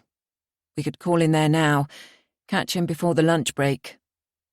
The pair reached their car and headed towards St. Bede's Academy. 36. Day 8. Keith Bates visibly paled when the school secretary entered the gym to tell him the police wanted to talk to him. He dismissed his class 5 minutes early and hurried to the office. The two detectives were talking to the headmaster, who narrowed his eyes when Keith came into view. Is there anywhere more private where we could talk to Mr. Bates? Jack asked. The headmaster's nostrils flared slightly as he motioned to the room at the end of the corridor with staff room written on the door. The three men entered in silence and sat in the comfortable armchairs. It was a well-used room, with a coffee machine in one corner, surrounded by a mishmash of mugs, which looked as if they all needed a good wash, and a central coffee table covered in dog-eared professional magazines. Bates looked scared, and Jack wondered if he'd guessed why they were there. Sorry to bother you again, Mr. Bates. This investigation keeps turning up almost as many questions as it does answers. I don't think I can help you with anything else, D.I. Priestley. I've told you everything I remember about the Stewart girls and their family, which isn't much, I know, but it was a long time ago. Yes, I understand. However, something else has come up with which you might be able to help us. It seems Karen Rivers, or Stewart as you knew her, was pregnant in her last year here. Mr. Bates appeared to shrink back into the chair. If he hadn't been seated, Jack thought he might have collapsed, but the teacher recovered himself enough to sound indignant. "I hope you're not suggesting it was me who got her into that, predicament?" "I'm afraid I do have to ask. Karen didn't have much time for boys at school by all accounts, and there is the argument you had which was reported to us. Can you tell me, did you have a sexual relationship with Karen Stewart?" "Absolutely not." The teacher looked as if he might burst into tears. "Look, she was a flirt and seemed to have a bit of a crush on me. There was one time, a silly incident which I knew was wrong, and it never happened again. Well, I kissed her. That was all it was, I swear, and I knew it was a stupid thing to do as soon as I'd done it. Karen was flirting, teasing me, and I was young and inexperienced. I suppose I was flattered by the attention, but I promise you, it didn't go any further than that one kiss." Jack was inclined to believe him and felt sorry for the man, although he still needed to be convinced. "So, at no time did you have sexual intercourse with Karen Stewart?" "No, honestly. I would never do such a thing."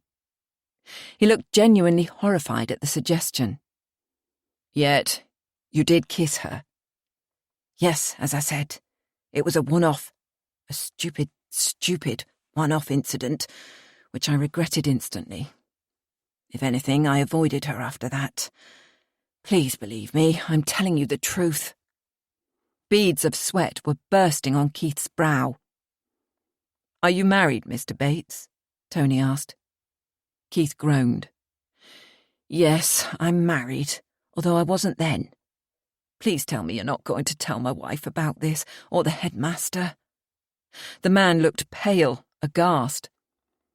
"That all depends on whether we think you're telling us the truth now. You certainly didn't tell us everything before, and led us to believe you hardly remembered the Stewart family," Jack reminded him. "I know, and I'm sorry, truly sorry. It was a long time ago, when I was young and inexperienced. You don't know how many times I've thought about that moment of madness, to my utter shame, and regretted it. I've honestly never done anything like it again. If you tell Mr. Wilson, it will be the end of my career, and probably my marriage too. That's why I didn't tell you before. I've got too much to lose, and it was a one-off. A stupid mistake." "And the argument you had with Karen, do you remember it now?" Jack asked. Keith Bates drew in a deep breath. "Yes, I do. Karen came to me and asked for money. She said she'd tell the headmaster I'd tried to molest her if I didn't give her £100. "And did you give it to her?" "Again, stupidly I did. Although I made it clear it was all she'd get from me. I wasn't going to be blackmailed. Afterwards I realised she could do it again if she wanted to. It was shortly afterwards that her father died, and Karen hardly came into school, except to sit her exams. I was so relieved, but it's all come back to haunt me since you started this investigation. And I would like you to know that when that incident happened, Karen was already 16. It wasn't as if she was a minor." "Which hardly makes a difference, ethically speaking," Jack remarked. "Of course, I know, and I was an idiot, yet I've learned my lesson." A knock on the door interrupted them, and Mr. Wilson put his head into the doorway. "Are you finished yet? We'll need this room shortly." His frown betrayed his mood, which Jack assumed was because he wasn't invited to sit in on the interview. "I think we're about through here, thank you." Then, addressing Keith Bates, Jack said, "Thank you for your help, Mr. Bates. I appreciate your candour." The detectives left, anticipating Bates's discomfiture at explaining the reason for their visit to his boss. Back in the car, Tony spoke first. "I'm inclined to believe him. Are you?" "Yes, I think it was as he said. He was young and inexperienced, and probably lucky that Karen didn't continue blackmailing him. Our Mrs. Rivers is turning out to be anything but a poor little abused wife, that's for certain. Jack switched on the engine, and they set off back to the station. 37. Day 9. The mood in the incident room was one of muted excitement, as the Rivers case appeared to be drawing to a close. The investigation details were with the CPS, and Jack called his team together to recap the case, anticipating the charge escalating to one of murder. Initially, the team were divided on the case, yet maintained an open mind. Now, however, they were of one accord as they discussed the evidence they'd collected. Firstly, there was a confession. Karen Rivers rang 999 before her husband's body was cold, and never at any time wavered from the fact that she had been the one to stab him. At least that major fact is clear, so it's all down to whether the CPS can prove intent, Jack reminded them. The suspect's intention was the sticking point. Much of the actual evidence was inconclusive or hearsay, but the detectives hoped there was enough combined evidence to dispute Karen's claim of self-defense. I changed my mind about her when we got the report on the fragments of glass, Della admitted. Until then, I was taken in by her story, until her insistence that Bill threw most of the pots. It didn't add up with forensics finding only her fingerprints and none of Bill's. At least that's physical evidence, Dave added. Will it be strong enough to stand up in court? I think our strength here is the amount of evidence against Karen Rivers, rather than any single conclusive fact. Jack was trying to convince himself as well as his colleagues. Her character is certainly in doubt, especially now, with the question mark over her father's accidental death. If Liz is telling the truth, it undoubtedly presents a different picture of Karen to the one she's been portraying. Then there's the teacher, Keith Bates, who I'm reluctant to involve unless it becomes imperative. He can only offer a character witness, and the fact that she blackmailed him. Bringing him in risks ruining his career, and possibly his marriage. And it was a long time ago. Karen was young. The defence would probably dismiss it as irrelevant. Who would want to be judged by their actions as a 16-year-old? There's always Pamela Clark. Bill Rivers seemed to have been close to her, Tony chipped in. Yes, I'm sure she'd be a good witness, yet what she has to say would probably also come under hearsay. She was in love with Bill, and so could be seen as biased against Karen. Having said that, I believe her, and hopefully the CPS will use her. Will Karen's solicitor be using the medical notes in her defence? Della asked. Of course. Her defence will use her seeking help from the doctor and the counsellor as being proof of the abuse she suffered, whereas to us, it looks like part of her premeditated plan to... Superintendent Moss opened the door of the incident room, its rusty hinges announcing his arrival. Sorry to disturb your briefing, D.I. Priestley, but I've just heard from the CPS and thought you needed to know their decision as soon as possible. The whole team turned to stare at the super, waiting for his news. It's not good, I'm afraid. They've decided to stick with the manslaughter charge. It's the CPS's opinion that there's not sufficient evidence to charge her with murder. Harold Moss was aware of how disappointed the team would be. They'd worked tirelessly on the case and, as with any unlawful killing, wanted the best result. So she'll get away with it. Della's mouth was open in surprise. No, not really. Manslaughter's a serious charge in itself, Moss replied. But if they believe her little abused wife charade, they might even accept it was self-defence, and she could get off with a suspended sentence. Della's voice was unnaturally high. Della, I'm sure the superintendent has done everything possible to present our findings, but we have to accept what the CPS decide. They need to consider the likelihood of a conviction, and it appears they've decided we don't have enough evidence. Jack spoke firmly to his young DC. Yes, sir, I'm sorry. It's just all the hours we've put into this case. That's quite all right, DC Johnson. However, your DI's right. It's out of our hands now. I'm sorry for you all, and I appreciate the hard work you've put in, but I'm afraid it's just the way it's fallen. Superintendent Moss left the incident room. There was a low buzz of discontent, and Jack, who shared his colleagues' feelings, tried to offer hope.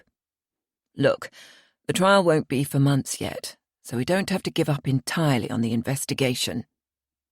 Will she be released on bail again once the assessments are complete? Della asked. I would think so.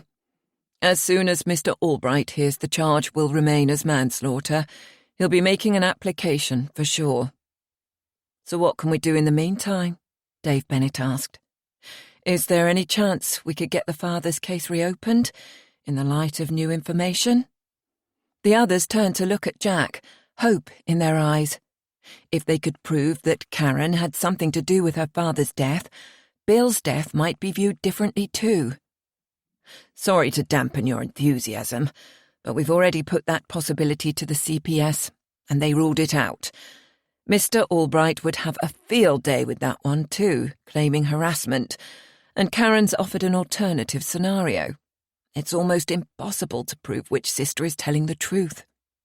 It would look as if we were out to pin anything on Karen, and this WADA group would make life hell as well.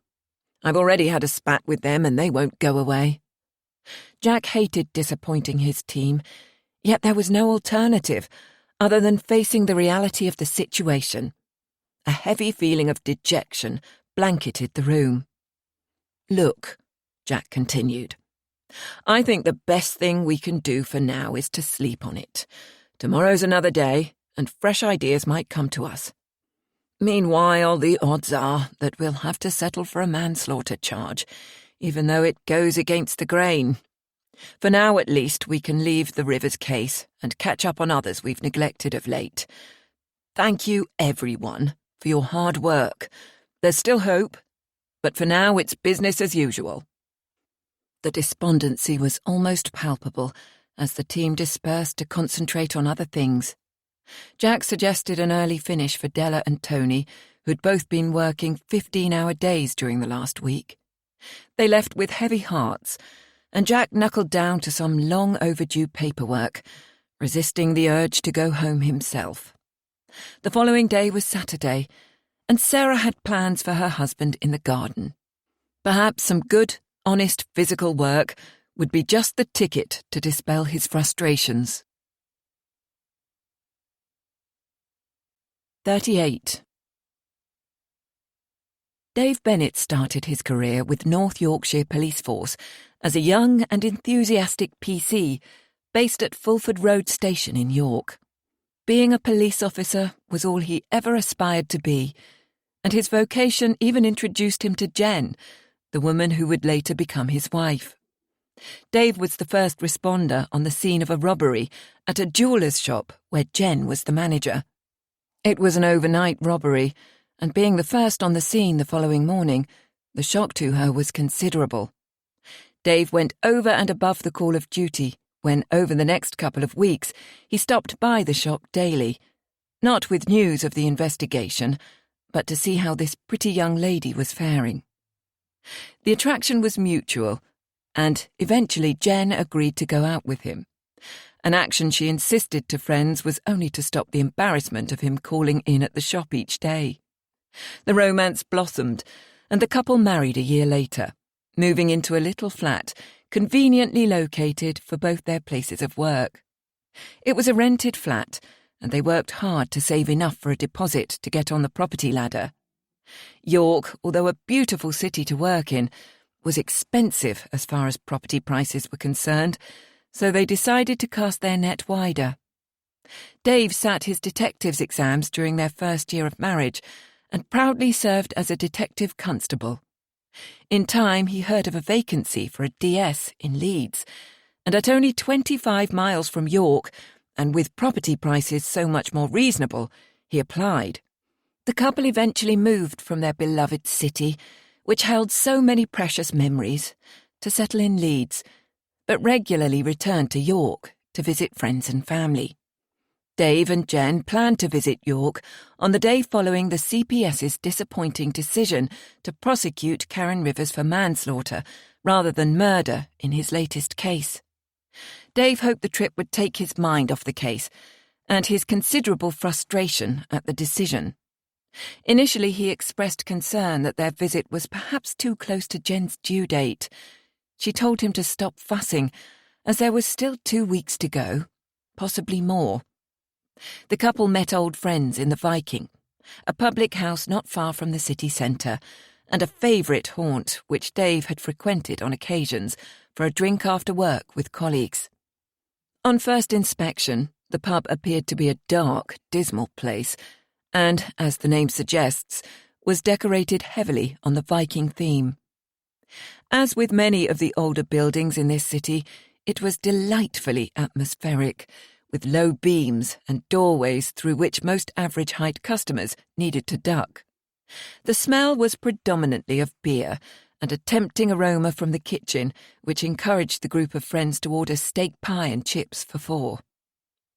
As in all pubs, the smoking ban had improved the atmosphere inside. No longer did the clientele need to suffer the fug of tobacco smoke and the lingering smell on their clothing afterwards, a fact Jen particularly appreciated in her condition. Whilst at the bar making his lunch order, Dave turned as he heard his name spoken in a Scottish accent. The gravelly voice owner was a small man, widely known as Jockey, who'd been an informant for the young officer in his uniformed days.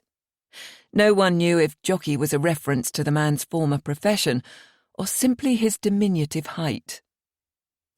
"Never expected to see you here, Gov. Thought you'd moved on to higher things," the little man said. "The old place still draws me, Jockey. How you doing?" "Not so bad, Gov. Not so bad. You still in the force, then?" he asked, making Dave smile. It sounded like a line from Star Wars. "I am, yes. A detective now, over in Leeds." "Ah, another criminal hotspot. I've been reading about your recent murder over there. Or at least I think it's a murder." "What case would that be, then?"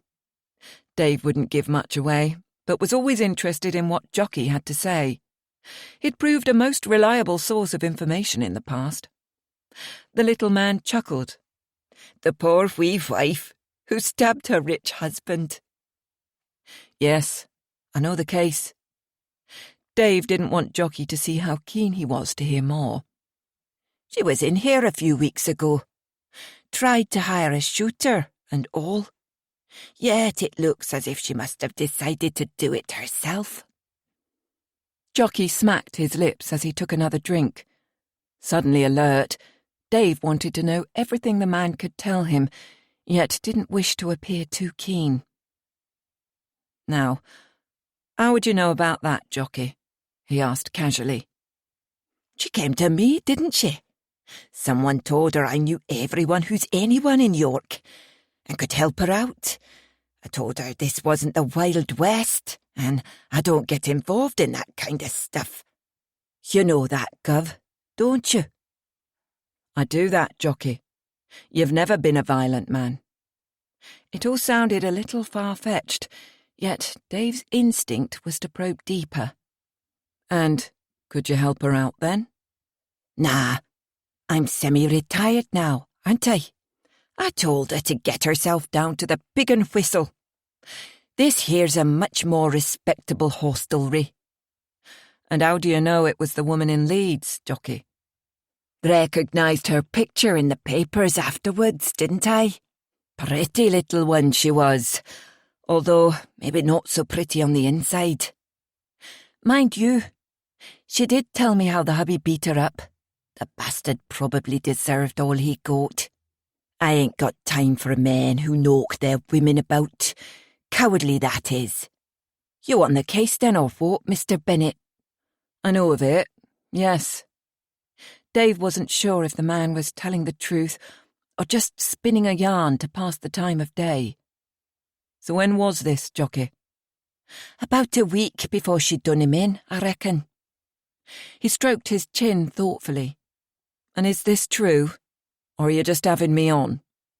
Honest Gov, it's true as the day is long.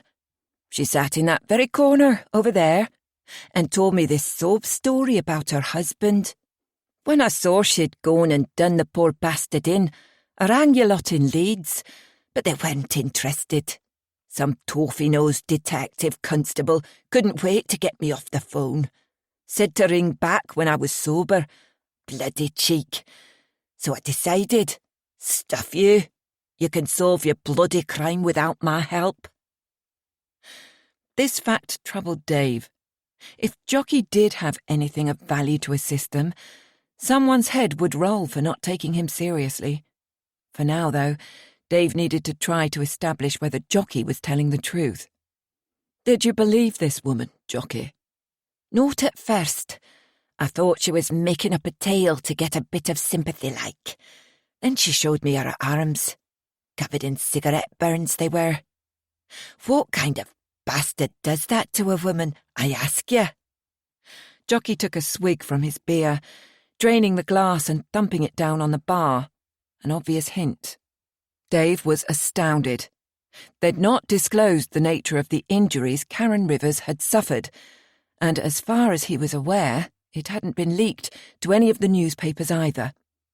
He slapped Jockey on the shoulder and pulled out his wallet to buy him another pint. Jockey, me old mate, how would you like a little trip over to Leeds to meet my DI? Would this trip be covered by expenses like? The little man asked, rubbing his chin again. Of course. Be here on Monday morning at 10, and we'll send a chauffeur for you. Then it'll be an hour or two talking to my boss before lunch and a return ride home. On me, of course. It should be a nice day out for you. Jockey smiled and nodded, showing a mouthful of chipped grey teeth, and no doubt hoping there'd be a little extra for a few pints too. Dave couldn't wait to tell Jack what had just transpired. Excusing himself to Jen and their friends, he went outside to make a quick phone call. It may be a Saturday, but he knew Jack would want to be disturbed with this new development. He rang his boss on his mobile. Jack, you're never going to believe what I've just heard. Dave recounted the details of Jockey's story, ending with the prized nugget, the burn marks on Karen's arm. He felt it prudent to remain silent about Jockey's claim to have rung in with information for the moment. He'd see how the situation panned out first. Is this chap reliable? Will he still be around on Monday? If there's a pint or two in it for him. He'll be around, and I know where his usual haunts are. Dave, you're a star, but what if this informant disappears before we take his statement? I know it's your weekend off, and you're out with your wife, but could you possibly bring this man in now? I don't want to risk losing him, and anything could happen before Monday. If it helps, I'll meet you halfway and take him from there. Then you can be back with your friends in less than an hour. This was the lead they'd been hoping for, and Dave agreed they couldn't risk leaving it until Monday. With only the slightest regret at the homemade steak pie he was looking forward to, he agreed on a rendezvous with Jack at a Burger King near Tadcaster, halfway between York and Leeds on the A64. Jen was so enjoying being with her friends again, and hardly raised an eyebrow when her husband broke the news that something had come up at work. She'd learned a long time ago that being married to a detective meant regular hours were a thing of the past. Not like when he was in uniform, and she knew his timetable down to the minute. Returning to the bar, Dave suggested to Jockey that they left immediately instead of Monday, which somewhat surprised the informant. Still, he became agreeable after being promised lunch and a few pints afterwards. They left the pub and set off to meet Jack. 39. Jack ended his phone call and turned rather sheepishly to face his wife. "Sorry, love. I have to go, but at least we've had the morning together, and the heavy digging's done." He briefly explained the significance of this breakthrough, and Sarah, hands on hips and head tilted to one side, asked, "Why is it that going into work on a Saturday always puts such a smile on your face, Jack Priestley?" Jack grinned. "Believe me, these next few hours could be crucial to the case. In fact, I'd go as far as to say that if Dave's right, it'll be watertight now. And it feels great." Jack made a quick call to Tony Russell, asking him to ride shotgun. If he and Dave were having their Saturday interrupted, the whole team might as well be in on it. He then rang Della and smiled at the involuntary squeal she gave on hearing of this latest development. Della was at the station on a weekend shift and volunteered to set up a room for the video statement while waiting for their new witness to arrive. Jack picked Tony up from his home and they headed for the A64, the energy and excitement in the car almost palpable. Incredulous at the good fortune of Dave being in the same pub as this jockey fellow, they agreed that the icing on the top was that the man knew about the burns on River's arms, burns which Jack now believed to be self-inflicted. Specific injuries hadn't been shared outside of the team, and certainly not to the newspapers, which validated Jockey's claim that he did actually meet Karen. If Jockey proved to be a reliable witness, Karen Rivers would no longer be able to claim self-defense for her husband's death, and the manslaughter charge could finally be escalated to one of murder. Fortunately, the wait to put this new information to their suspect could be a long and frustrating one. There was no information forthcoming from the medics about when Karen would be fit to resume answering their growing list of questions. In the worst possible scenario, Jack imagined an indefinite time period elapsing as the case lay dormant. Karen Rivers would then avoid 2 possible murder charges and a growing list of offences, which now included soliciting a person to commit a crime. Jack and Tony met Dave in the car park of a Burger King at Tadcaster, about halfway between Leeds and York.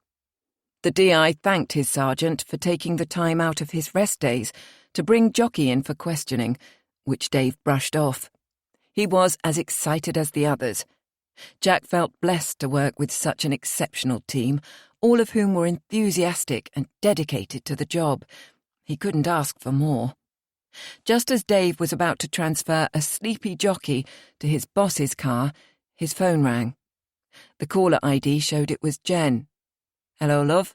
You okay?" Dave frowned. Jack and Tony watched, fearful something might be wrong. A man's voice could be heard shouting down the phone. "Jen's gone into labour, mate. Her water's broke just as they put the pie and chips in front of us, and we're getting her into our car now. She insists we go to Leeds to give birth there as planned. Can you meet us at the hospital?" "Yes, of course. I'm all but wrapped up here now, so I'll head straight there. Thanks, pal. I owe you one." Dave finished the call and quickly related the details to his colleagues, who grinned at his bewildered expression. Jack opened the door and woke Jockey, then ushered him towards his own car. "Get yourself off, Dave.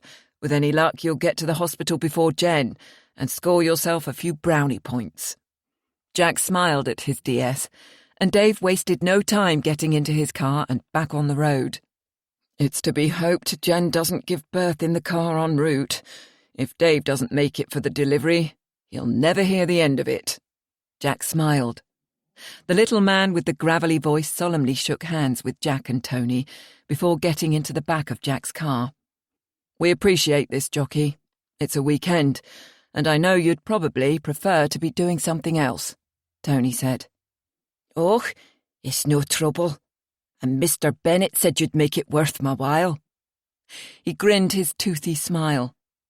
At the sound of the man's distinct Scottish accent and the slurred way in which he spoke, Tony's face paled, but Jack appeared not to notice.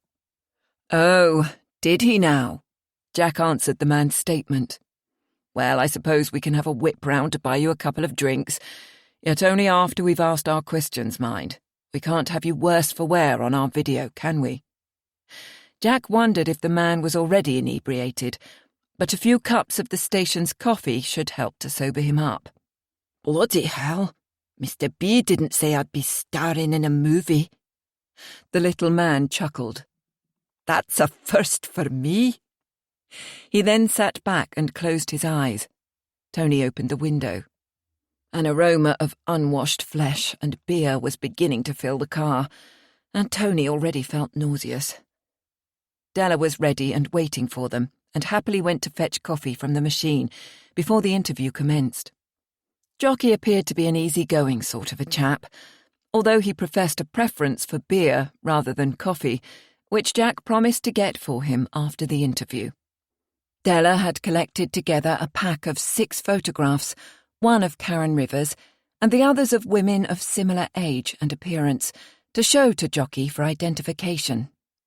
After handing them to Jack, and when the coffee was drunk, Della left them, and Tony switched on the video recorder.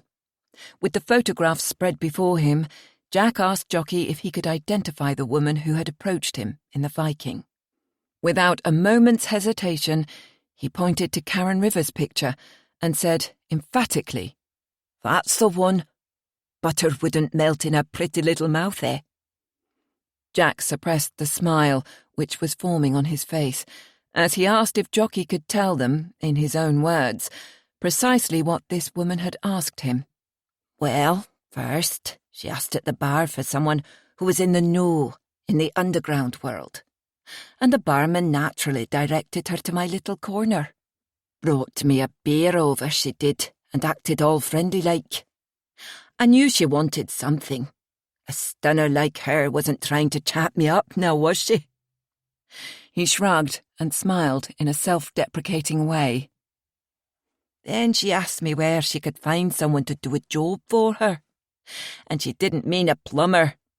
Said that her husband was a cruel bastard, and she was desperate to escape his beatings. Said the money wasn't a problem either.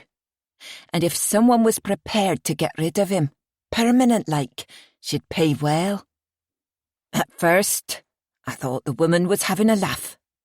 And then she went all doe-eyed on me, tearful, you know. Showed me those marks on her arms too. Bloody cigarette burns they were, sure as eggs. I sympathised, of course, but told her she'd come to the wrong man. I won't have anything to do with that sort of stuff. Mr. Bennett will vouch for me on that score. So I suggested she tried the Pig and Whistle. There's some shady characters hung out in there. And then she upped and left, all hoity-toity like." "And can you remember when this was?" Tony asked. "Like I told Mr. Bennett, it was about a couple of weeks before I saw her picture in the papers. I remember saying to myself, blow me down if she hasn't gone and done it herself." Jack asked a few more questions. Jockey had provided a surprisingly clear and concise account of what had happened, giving sufficient evidence to go back to the CPS, this time with something rock solid. After taking the man's full name, Jockey Brown, and an address in York where they could reach him, Tony took him out of the station to the nearest pub to purchase the promised beer and a pork pie. Tony's enjoyment of this new twist of fate was marred by a sinking feeling that he'd almost been responsible for messing the whole case up. The more Jockey spoke, the more Tony was convinced that this was the caller he'd dismissed as a drunk a few days earlier. If it was, he could be in trouble. His dilemma now was whether to come clean and tell the boss, or hope Jockey had forgotten the call. It was a relief nothing had been said so far, but should he own up to his mistake? Tony struggled inwardly with the dilemma as he watched the little man devour 2 pork pies and down a couple of pints in record time.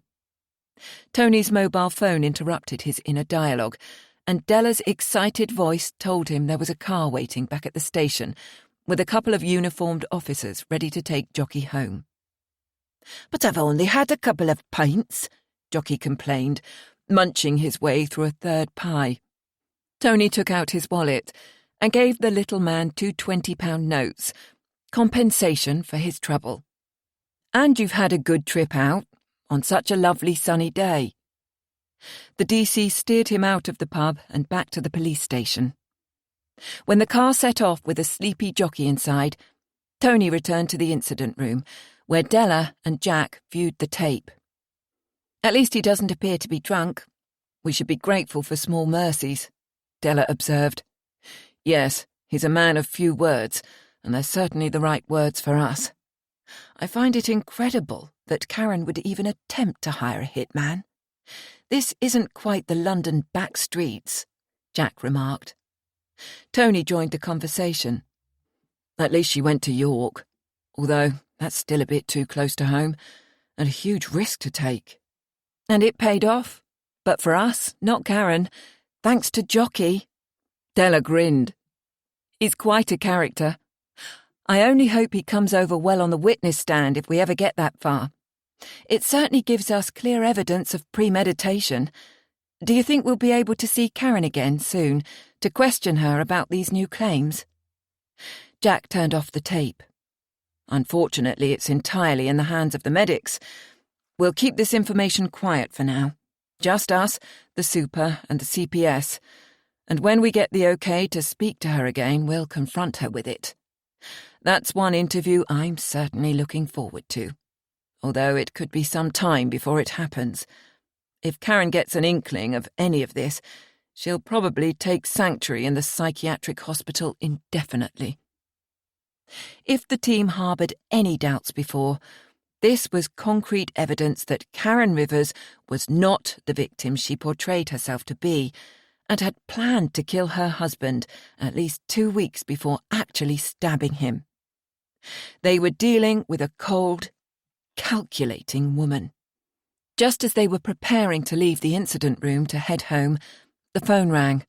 Della answered it. "Hey, it's Dave." She listened carefully as her colleagues gathered around. "It's a boy, 7 pounds and fit as a flea." A group cheer went up, and Della put the phone on speaker so Dave could hear. "Thanks, everyone.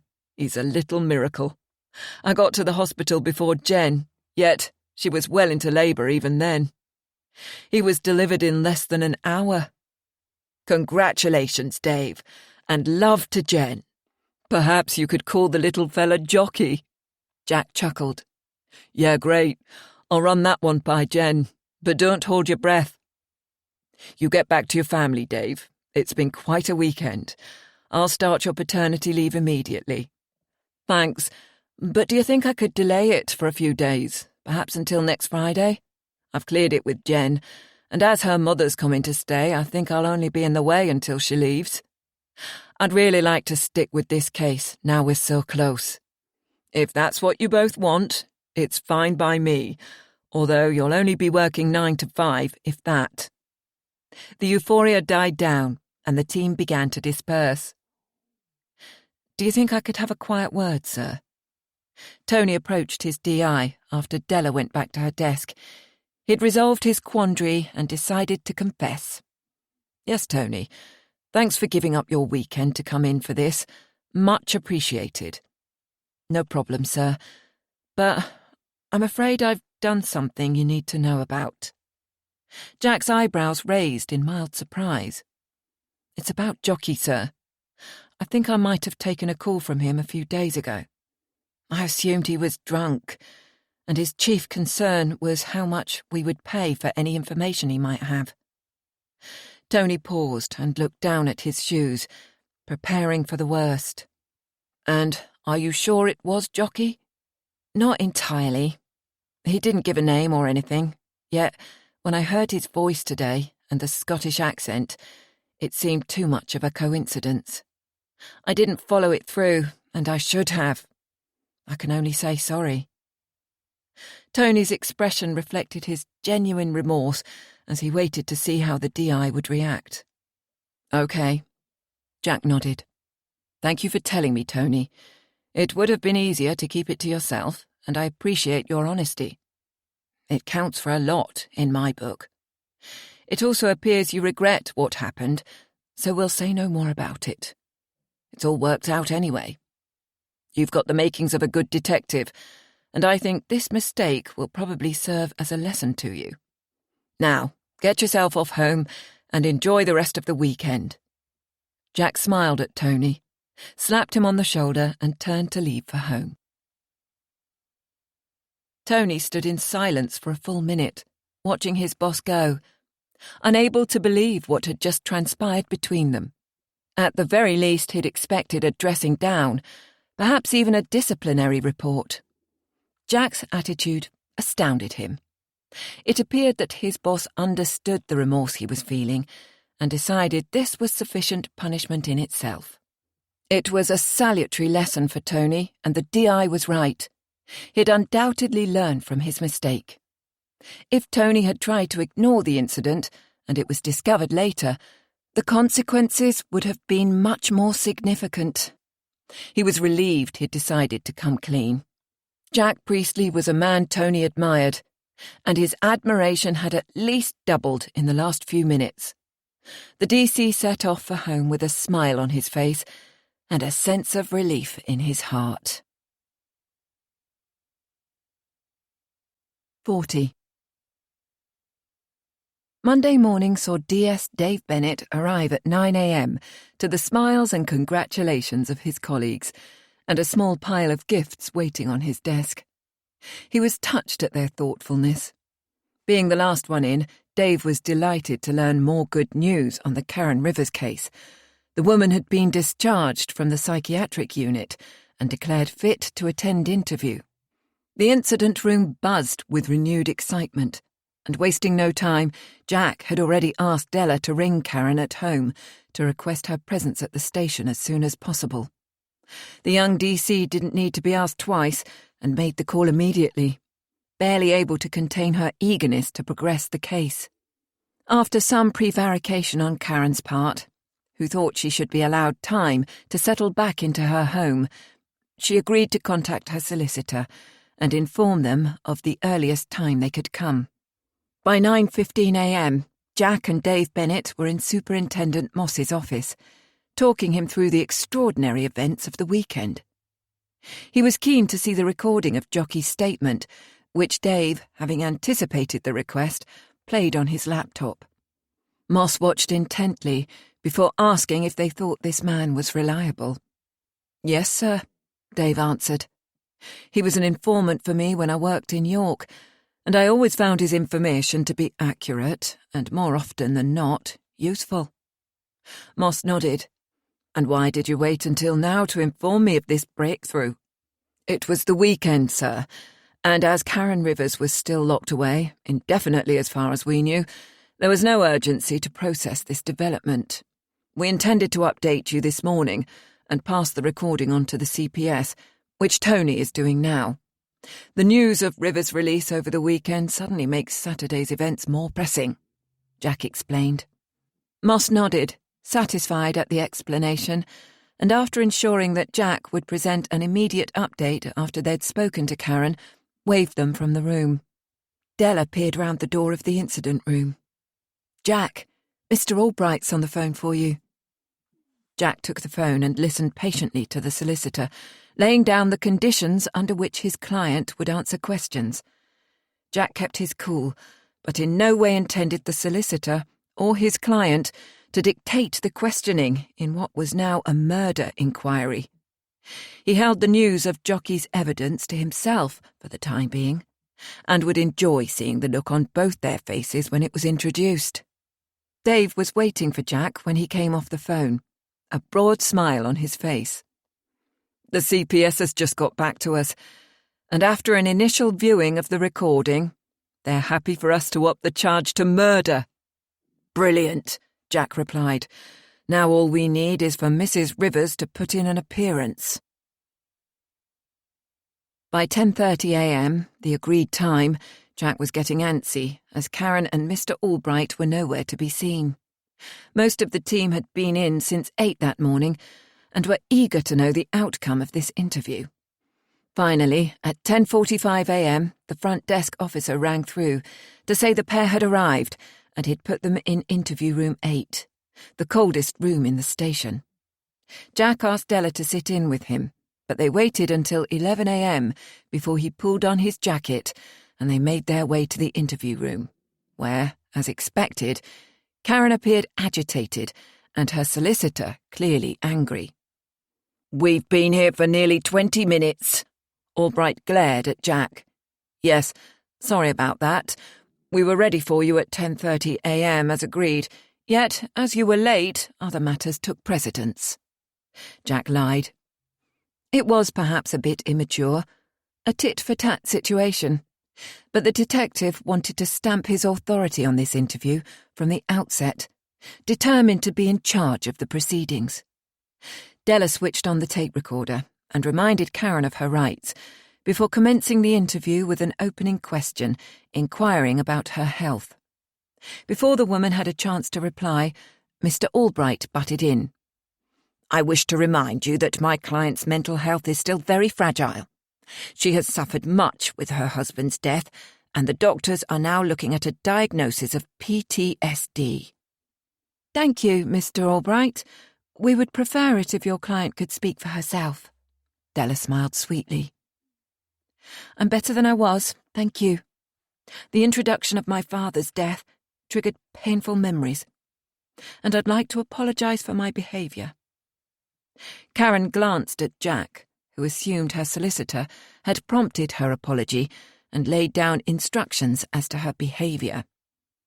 "Apology accepted," Jack said curtly, his eye twitching where she'd clawed him. "As you've mentioned your father, perhaps we could revisit that question. Why did you lie to the police about your movements on the day he died?" Della asked. "Liz has really got you fooled, hasn't she, D.I. Priestley? I told you before. It wasn't me who went back into the house. It was her.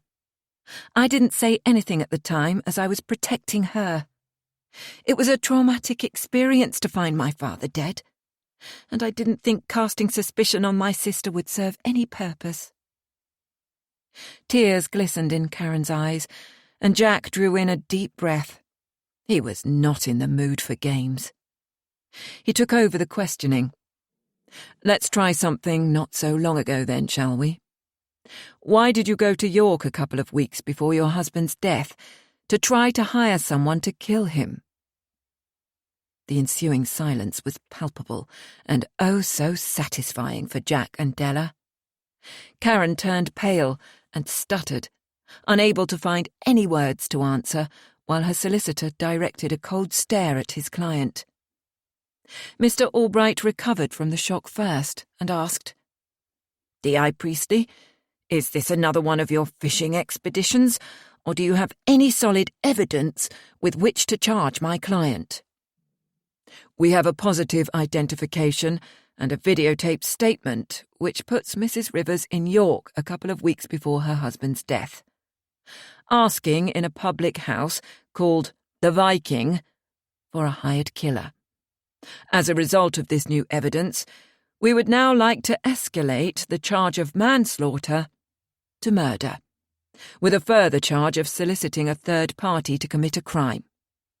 D.C. Johnson, would you read Mrs. Rivers her rights, please?" Jack could barely keep the satisfaction out of his voice as Della read Karen her rights and arrested her, this time for murder. Karen's eyes met Jack's for the briefest of moments, and he saw pure hatred, no remorse, no fear, nothing other than evil.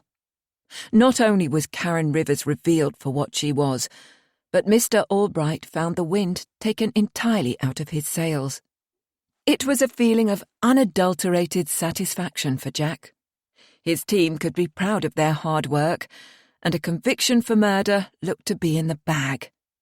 Jack left the room as two uniformed officers arrived to take Karen into custody, with Mr. Albright running after them, shouting instructions to his client to say nothing unless he was present. They would speak to her again soon. The interview had been short and very sweet, and when Jack and Della returned to the incident room, there was coffee, real coffee, and doughnuts, which they ate in celebration. Superintendent Moss was also there to congratulate them on the excellent result. "So, what happens to the Rivers fortune now, then?" Dave asked. "If she's convicted of murder, it will go to his next of kin, presumably his mother. I should think that in itself would be punishment enough for Karen." Jack grinned. "I wonder how long she'd planned this." Della bit into a jam donut. "It's incredible that she would fake being an abused wife and set up her home to look as if he'd attacked her. I have to admit, she had me fooled for a time. The poor sod, thinking he'd got himself a lovely young wife only to be murdered for his money. I can't understand how anyone could be so cold-blooded." 41. Della moved away from the group in search of coffee to wash down the donut.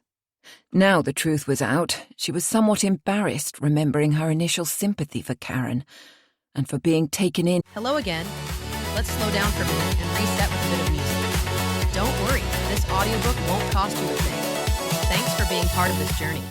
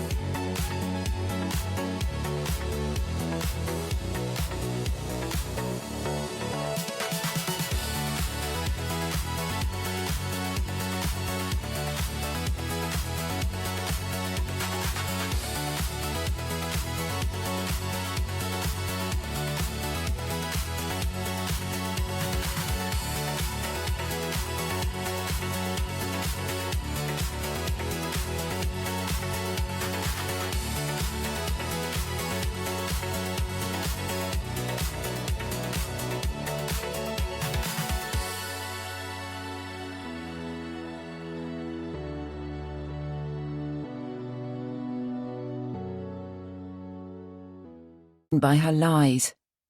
She would put it down to experience, yet made a mental note not to be so hasty or easily fooled again, and consoled herself that she hadn't allowed her feelings to interfere with her role in the investigation.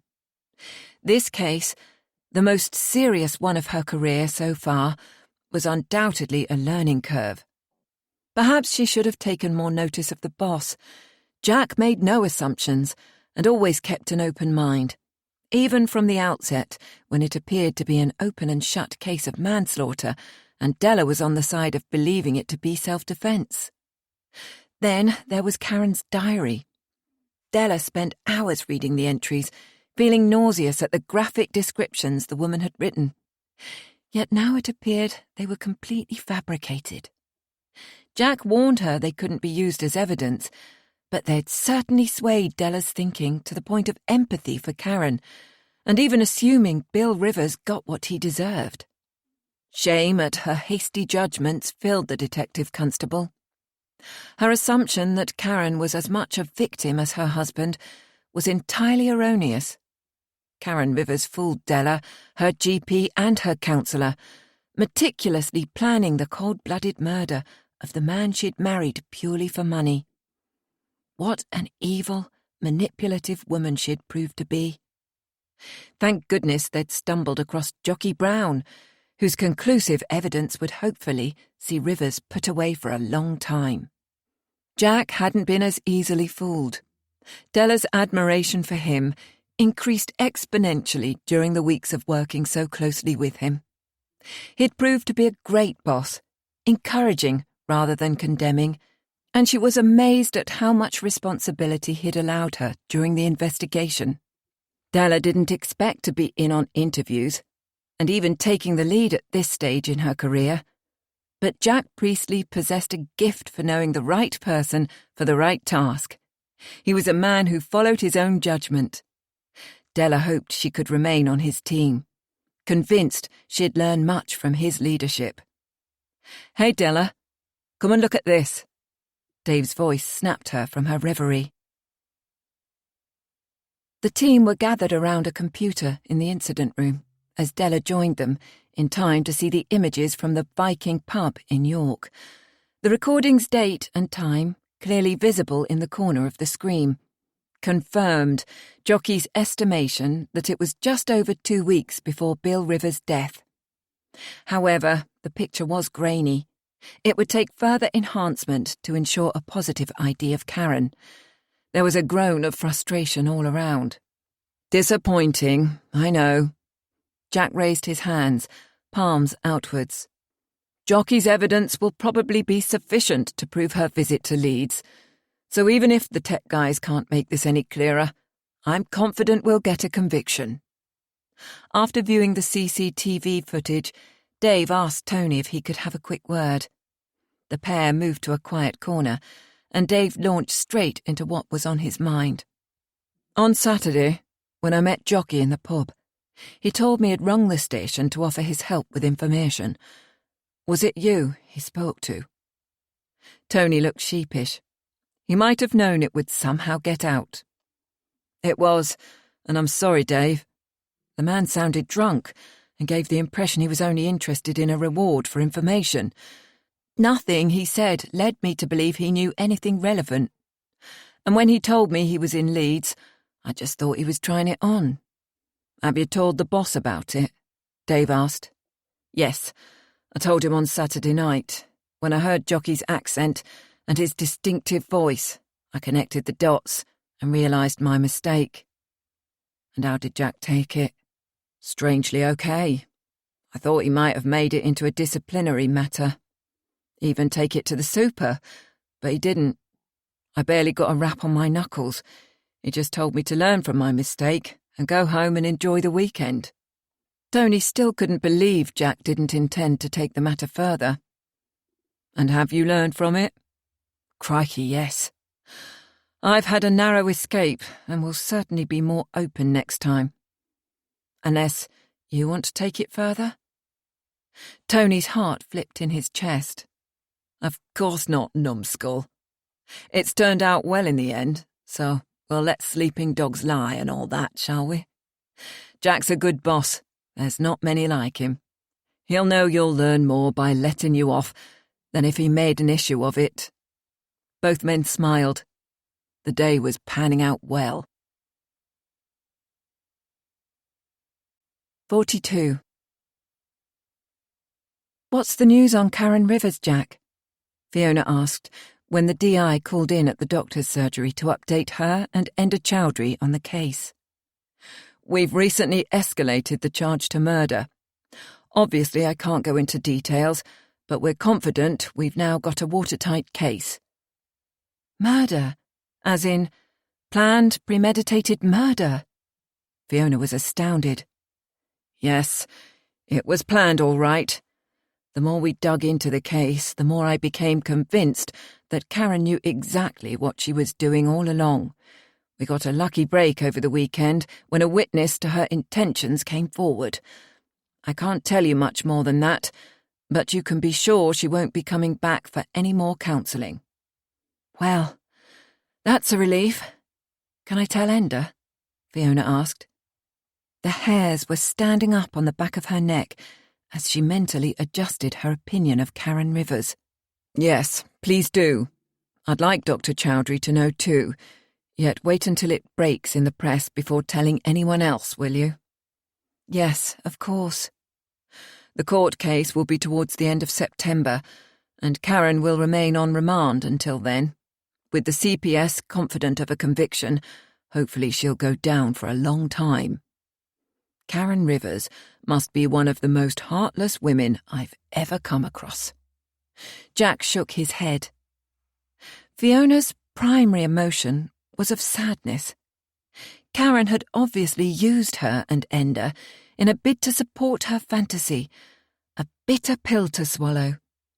She understood that Jack couldn't disclose any further details and wouldn't push him for it. Yet still Fiona was tempted to defend Karen to some extent. The woman's actions were indeed evil and inexcusable, but her early years had shaped her into the person she had become, and Fiona concluded that her mind was probably sick. It was to be hoped prison would help reform her, and she'd eventually feel remorse for her actions. Fiona held her silence, with a sudden mental image of Jack shaking his head and tutting at her if she voiced these opinions. He would probably think she was too soft with people. Yet Fiona preferred to look for the good in everyone rather than the bad. She continued the conversation. "Do you think I'll be called on to give evidence?" "I rather think not. Karen's actions will almost certainly be enough to convict her, and your report is with the CPS together with Dr. Chowdhury's. They'll be in touch if they need anything else from you. Tell me, Fiona, did you suspect at any time that Karen was lying to you?" There were little things which didn't quite ring true, as you know, and it appears I was duped.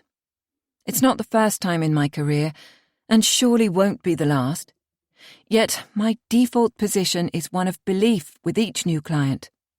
I listen and believe, no matter how wild or fantastic their stories are. It would be impossible to support them if I didn't accept what they're telling me is true, even though the law of averages dictates that a small percentage of clients will lie to me. Yet that's the whole point of counselling, Jack. The client needs me to be wholly on their side, and sometimes they lie to ensure that, although they don't need to. I'd be right there with them, whatever. Karen felt the need to lie to me for purposes known only to her at the time. Nefarious purposes, as it turned out. But the trouble with telling lies is that it becomes almost impossible to pick out the truth from the same source. It appears Karen fabricated a web of deceit intended to persuade me her husband was abusive. So now I'm wondering if any part of her story was true. Was she ever abused by her husband or her father? She certainly took drastic measures to convince me there was violence. Did she actually inflict those injuries on herself? I can picture those perfectly round blistered burns on her arm. Could she really have done that to herself? I'm convinced she did, Fiona, Jack answered. It's a chilling thought, but if she is a charlatan, hopefully the truth will eventually come out. She shuddered. I wanted to explore the relationship with her father in more detail, to see if her negative feelings for him could have been transferred to Bill. My theory being that, with her father dead, she was no longer able to target her negativity at him, and Bill was conveniently on hand. Fiona paused, thinking. Does that mean you think she hated Bill so much she intended to kill him as a substitute for her father? Jack asked. Oh, Jack, no. That's not what I'm saying. I was just thinking aloud, and transference was a possibility I would have liked to explore with Karen. Fiona noted the puzzlement in Jack's face, so explained briefly. Transference is the inappropriate and subconscious redirection of feelings from one person to another, which can just as easily manifest itself with love or hate, with a plethora of emotions in between. Or perhaps her motive was pure old-fashioned greed. We'll never know. Jack smiled sadly. I'm only glad my job is to catch the criminals, not understand their motives. So what about you, Fiona? You must feel aggrieved at being taken for a ride. A little, perhaps. Karen Rivers didn't want counselling in the true sense of the word. Instead, she was seeking someone to back up her lies, so at least now I understand why we didn't connect, why a relationship didn't evolve from the time we spent together, as I would normally expect. Karen was working towards her own agenda, and used me, Enda Chowdhury, and even you and your colleagues to bear witness to an abusive husband. She was cold and calculating, but I feel saddened more than aggrieved. Jack thanked Fiona and left when his questions were exhausted. Fiona felt drained and spent a few minutes sitting quietly in her office, reflecting on her last meeting with Karen in the woman's home. This case was probably the strangest one she'd ever come across. Generally, if a client lied, Fiona didn't challenge them, because often those lies were designed to gain her support, which is what they needed most at that time. As the counselling relationship develops, the counsellor can usually strip away the lies and probe the reasons why it was necessary to tell them in the first instance. The untruthful client may be seeking sympathy, yet what Fiona offered was empathy. Not quite the same. Sympathy is expressed by platitudes, even if they're well-meaning. And Fiona didn't do platitudes. When a client poured out their heart, she would listen, but her role is not to say, "How awful," or "poor you." Empathy takes a step closer to the root of a client's problem and attempts to get alongside them. A counsellor's role is to listen and understand and eventually assist the client to explore their feelings, relationships, and emotions. To empower them to make changes, or not. It's entirely up to them. Fiona attempted to connect and offer genuine empathy, to walk in Karen's shoes and see through her eyes. Only in doing this can a client and counsellor travel the journey together and form a solid base for their relationship to work. This was never going to happen with Karen Rivers. It wasn't a pleasant feeling to realise she'd been deceived and used for evil purposes. Yet it wouldn't alter the way Fiona worked or the belief she would continue to have in each of her future clients. 43. As soon as the CPS took over the Rivers case, Jack found other files stacking up on his desk. There was to be no slowing down for the detective or his team, which was fine by him. Jack liked to keep busy at work. As the summer progressed, and it looked as if it would be a hot one, Jack welcomed the long, lazy evenings spent in his garden with Sarah. Their sons were also home for short periods of time, which was always a delight. Having failed in his first attempt at climbing Vinyamal, Dan, their youngest, planned to return to the Pyrenees before college resumed to attempt an easier climb on one of the smaller mountains. They praised his rational decision to abort the climb and his acceptance of it being too ambitious when the weather conditions turned against him. The fact that Dan admitted to being out of his depth made his parents so much more comfortable with his climbing passion, relieved he'd accepted his limitations, and possessed the sense to be cautious and not carried away with a macho desire to succeed. Jake, their eldest son, also spent part of the summer holidays at home, with his girlfriend Grace joining them for a couple of weeks. Although family took precedence, the anticipation of an early autumn trial in the Karen Rivers case was always in the back of Jack's mind. He would be glad to be finished with it for good.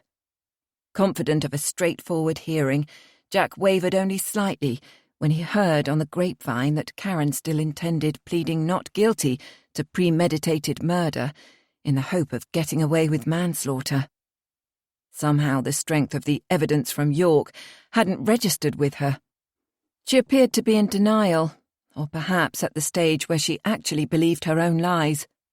Or maybe she was still play-acting, hoping to be declared unfit to stand trial. Who knows what goes through the mind of a psychopath? On a bright, early autumn morning, the trial finally arrived, and as Jack drove to Leeds Combined Court Centre on Oxford Row, his thoughts automatically turned to Karen Rivers. How would she have coped with the remand centre, and indeed, how would she survive prison? Perhaps quite well, he decided. She was no shrinking violet, and would stand up to anyone who crossed her. Jack could vouch for that. So maybe he should reverse his thinking to wondering how prison would cope with Karen. With no parking near the court buildings, Jack found a city centre car park, which he'd used many times before, and parked his car. A few rows ahead, he glimpsed Dave Bennett getting out of his car and waved to attract his attention. "So, here we are at last." Dave grinned, dusting down his trousers and straightening his tie. The detectives generally pulled out the Sunday best for court appearances. "I thought we might never get here with this one, although we did wrap it up in a relatively short time." "We did, Dave, and hopefully we'll see Karen Rivers get the sentence she deserves.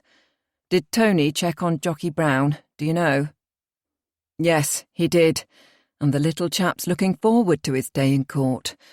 Tony worried he might drink too much before giving evidence, but the CPS is babysitting him and have him safely ensconced in a B&B not far from here. If witness support keep an eye on him until he's called to give evidence, we should be okay. I just hope they have a good supply of pies to keep him well fed." The men walked together into the court building, heading for the Crown Court, with only a few minutes to spare. As they took their seats, Jack spotted Betty and Liz Stewart in the public gallery.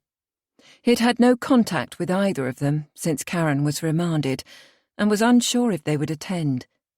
Perhaps their curiosity gained the upper hand over their supposed disinterest in Karen's fate. The defendant was brought in, and several pairs of curious eyes swiveled in her direction.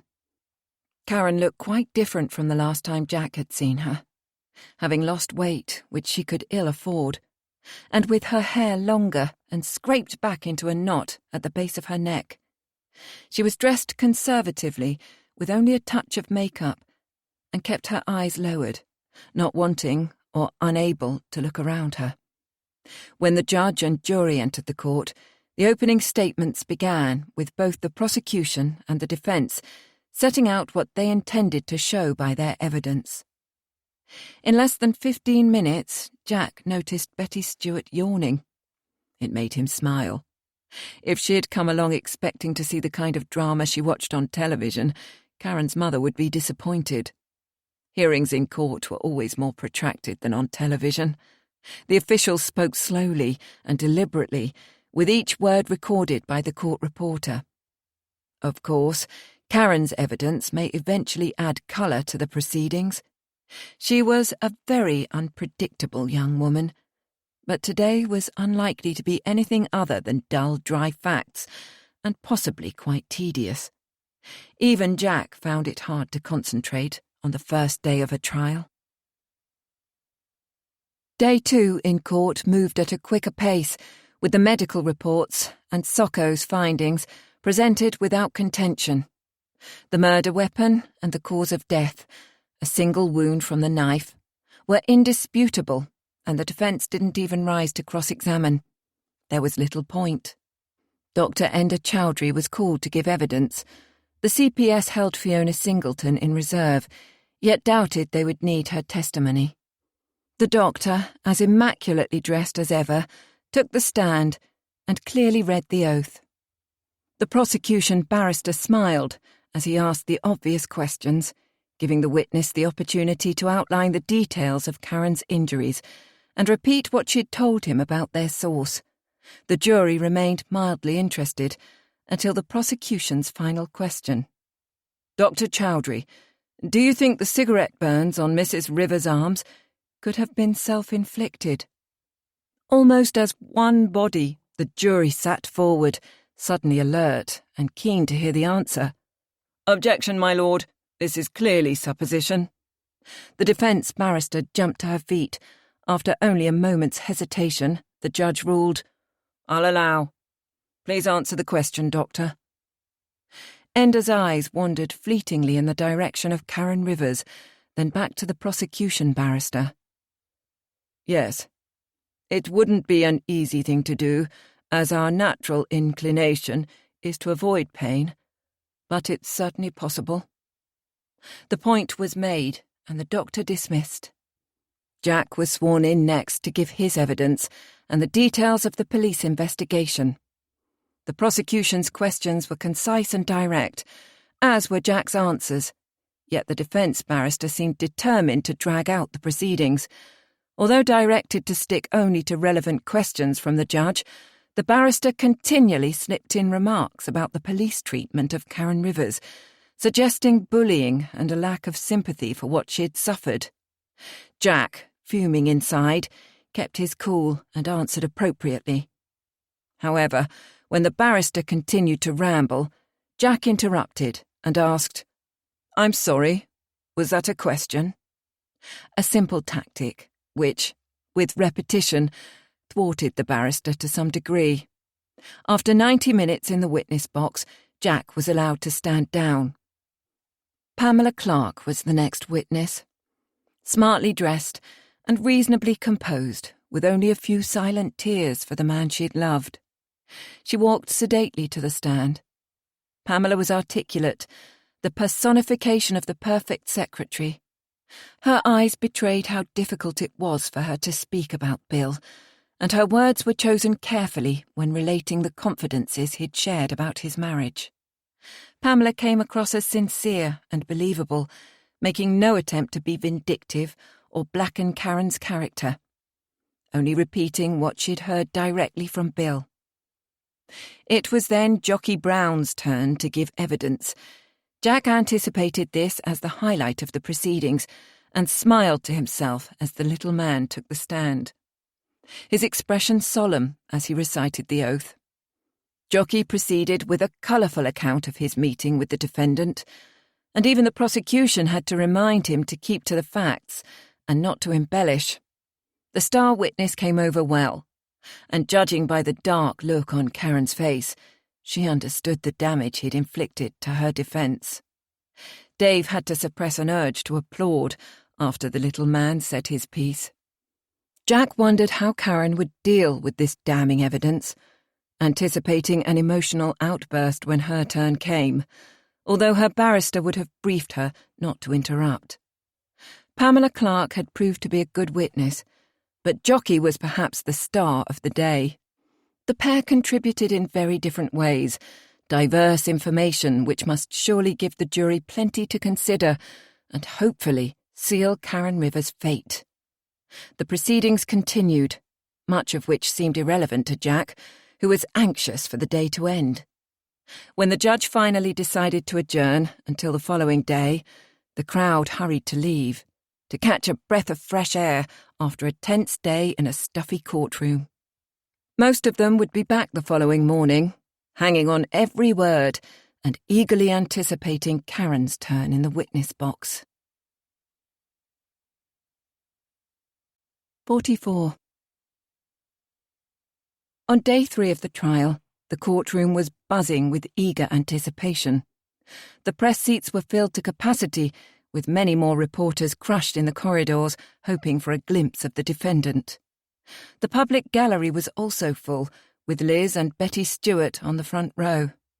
Jack surmised they must have been first in the queue for the doors to open. He also spotted another familiar face, Anna Connor, and wondered if she had also been present on the 2 previous days. Jack and Dave were more relaxed now Jack's testimony was over, and both remained confident of a guilty verdict. A frisson of excitement filled the courtroom as Karen Rivers was called to the witness stand. Jack heard a rumour that the defence had advised her not to testify, but she insisted on having her say in court. Clearly being on remand hadn't cured her of her stubbornness. Karen was again dressed conservatively, this time in a lightweight pale blue linen suit over a white cotton blouse.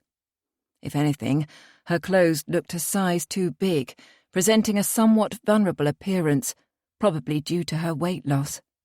Her face was pale, devoid of makeup, and there was a perceptible tremor in her hands. As Karen took the Bible and solemnly swore to tell the truth, Jack felt bile rise in his throat, knowing this woman was incapable of being truthful.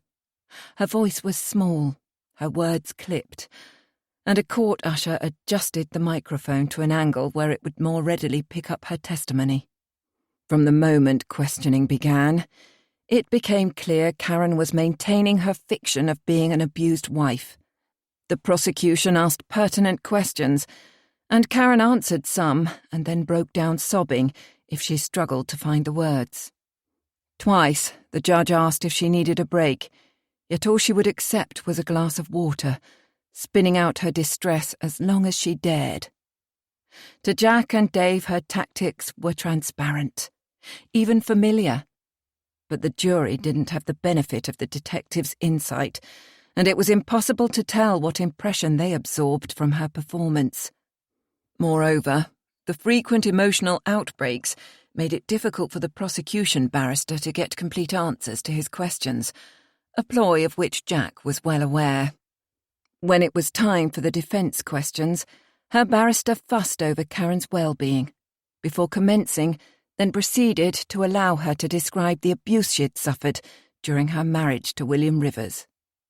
Karen used everything in her box of tricks in an attempt to convince the jury. Tears flowed freely, her hands trembled, and she dropped her eyes frequently, as if the memories were too painful to recall. In a final flourish, her barrister asked Karen about the incident of the cigarette burns. She hung her head and dropped her voice to a whisper when describing the pain and humiliation Bill inflicted that day. Then, at her barrister's request, Karen rolled up her sleeve to show the courtroom the scars which would remain with her always. A murmur ran throughout the room, with a few audible gasps. Jack could only hope the jury would remember his testimony of Karen's diary entries, and that the day she claimed this happened, her husband was in Edinburgh. Karen's barrister had ridiculed Jack's suggestion of the burns being self-inflicted. At times during the testimony, Jack could barely stay still in his seat. Karen's dramatics were convincing, yet he had witnessed them too often to be taken in. He distracted himself by studying the jury's reaction. Some looked sympathetic, which worried him slightly, but most were impossible to read. Jack allowed his eyes to scan the courtroom and let them rest on Pamela Clark, who sat upright with silent tears flowing down her cheeks. Jack felt sympathy for her. It must be so difficult to hear such vile lies about the man she'd loved and lost. Betty Stewart looked bored, her default expression apparently, and Liz appeared almost afraid. Could she be worried that Karen's histrionics might persuade the jury? Even Jack harboured doubts, although he could barely admit them, even to himself. If only the CCTV footage from Karen's meeting with Jockey had been more precise, that would have sealed the case with absolute certainty. After Karen sobbed through her version of the stabbing, a recess was called, and the courtroom erupted with noise, each person offering their views to their neighbour. Jack and Dave went into the corridor to stretch their legs. "Bloody hell, this is excruciating," Dave said. "I was convinced it was going to be a slam-dunk trial, but you've got to hand it to her. She's a damn good actor." He loosened his tie and unfastened the top button of his shirt. "Nothing's ever assured until the jury makes their decision." Jack hardly dare say more, not wanting to infect his DS with his own doubts. Could Karen actually pull this off? It was looking a strong possibility. After a break for lunch, it was time for the prosecution and the defence to sum up their case. Again, both barristers spoke fluently, and Jack could almost see the opinions of those in the room vacillate with each argument. The session was finally dismissed, and the jury left to begin their deliberations, which would undoubtedly continue the following morning. There was very little sleep that night for those involved in the trial. Jack spent an uncomfortable night tossing and turning, all previous confidence of a guilty verdict now deserting him. Yet, whatever the outcome, he'd done his absolute best. There would be no alternative other than to accept the jury's verdict. When he met Dave outside the court the following day, at a later start of 11:30 a.m., his DS expressed similar sentiments. As they walked into the courtroom, it was to a packed house and an almost palpable sense of anticipation. The jury took a couple of hours the previous afternoon, and only 2 more the following morning to reach its verdict, and as the foreman rose, the vast space was silent, tense with expectation. The foreman coughed to clear his throat and gazed slowly around to ensure he had full attention before announcing the unanimous guilty verdict. The court went wild. The judge banged his gavel to maintain order until it almost snapped. Eventually silence ensued, and he was able to pronounce a date for sentencing in 1 week. The exasperated man was just about to leave the courtroom when a cry from Karen Rivers halted him. All eyes turned towards her as she shouted out, "You can't send me to prison! Please! I can't do it! Haven't I suffered enough?" A stunned silence filled the room. Every face turned towards Karen as she continued, "It's not for myself. I have a daughter to care for. She needs me. She's only 5 and she needs her mother. Please don't send me to prison for Daisy's sake." Karen sobbed violently as the warders lifted her from the dock to half carry her from the room. A new frenzy flew around the courtroom. Journalists scribbled and tapped frantically on their phones, and there was a sudden noisy rush to exit the building. Dave joined in with the crush to leave. He had an interview to conduct back at the station, but Jack stayed behind, his head spinning with the words Karen had spoken, and his imagination conjuring up the headlines of the following day's newspapers. 45. Liz Stewart sat motionless on the bench in the fast-emptying courtroom, her eyes moist as her sister's words echoed in her ears. Betty Stewart had simply tutted at her elder daughter's outburst and left the court in disgust, while Liz appeared frozen to her seat. Jack climbed the stairs to the public gallery and sat down beside her. "Are you all right?" His voice held genuine concern. "Not sure," Liz shrugged. "Did you know about Daisy being Karen's and not mine?" "No, although I'm not surprised. It explains a few things, like why Karen went away and then returned, but not to stay, and not wanting Bill to get to know you and your mother.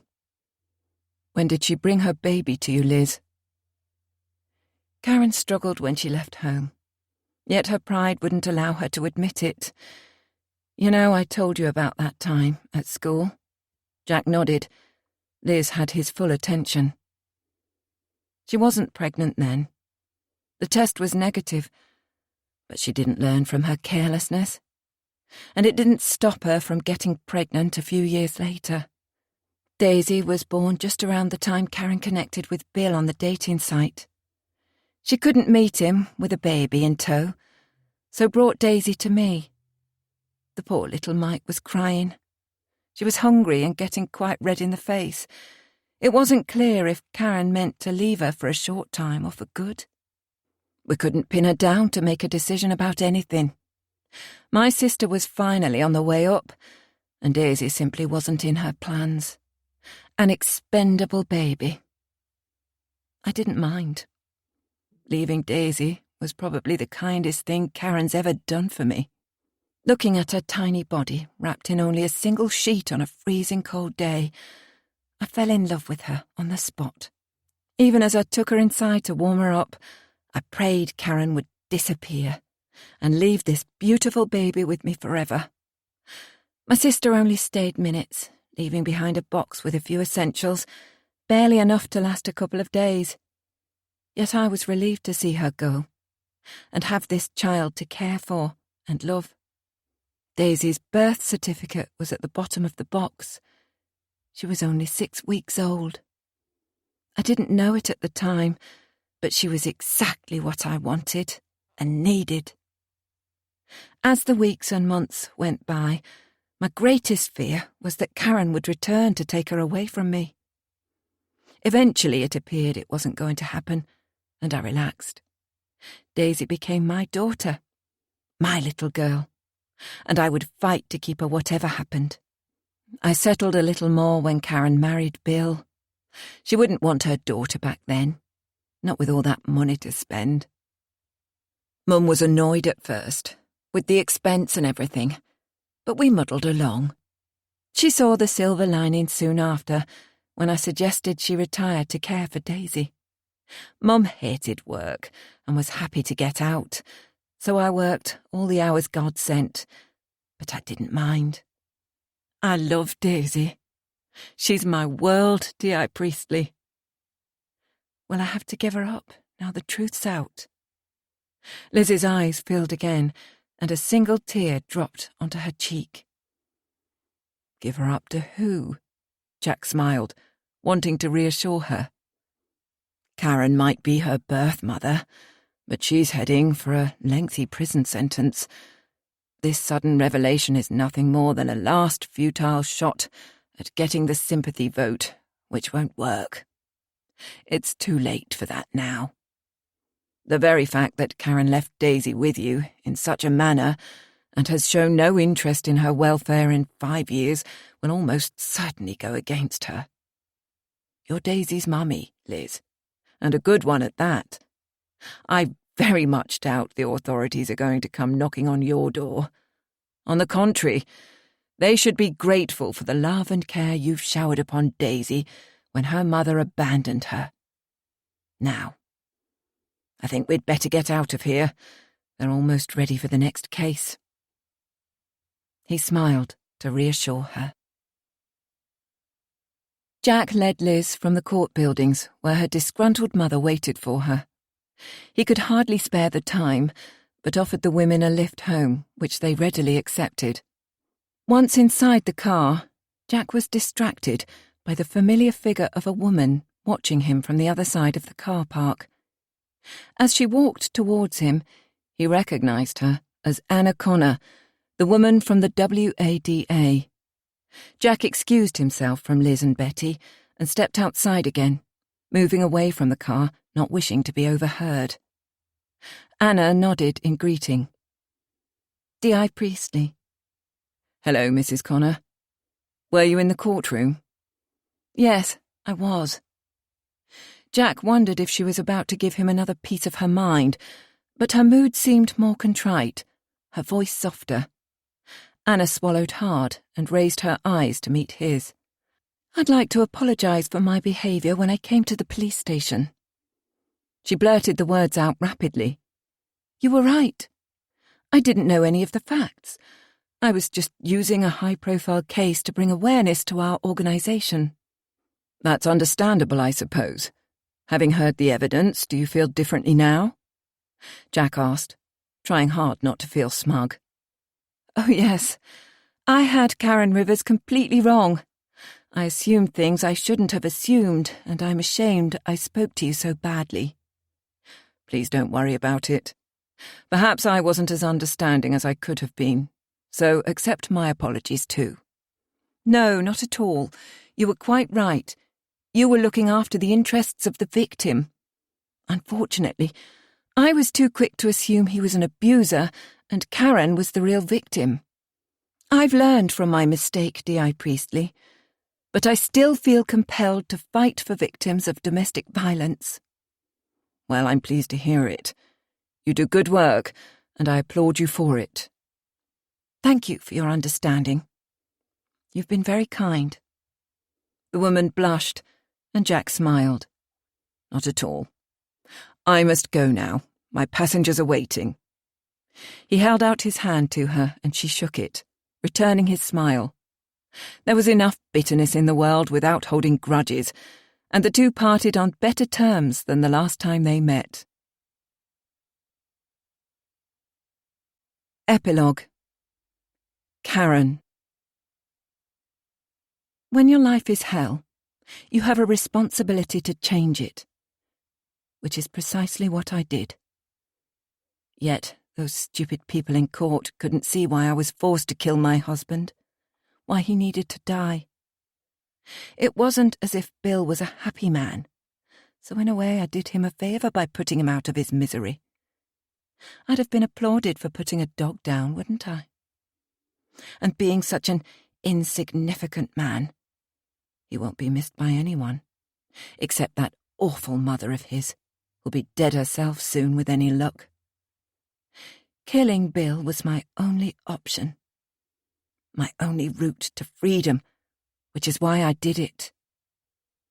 Perhaps it was easier because I'd killed before. My father was a monster, which is why, when the opportunity presented itself, I killed him too. It had long been one of my fantasies to watch that man die, to watch his face as the breath left his body. And I've never once felt remorse. The bastard deserved it.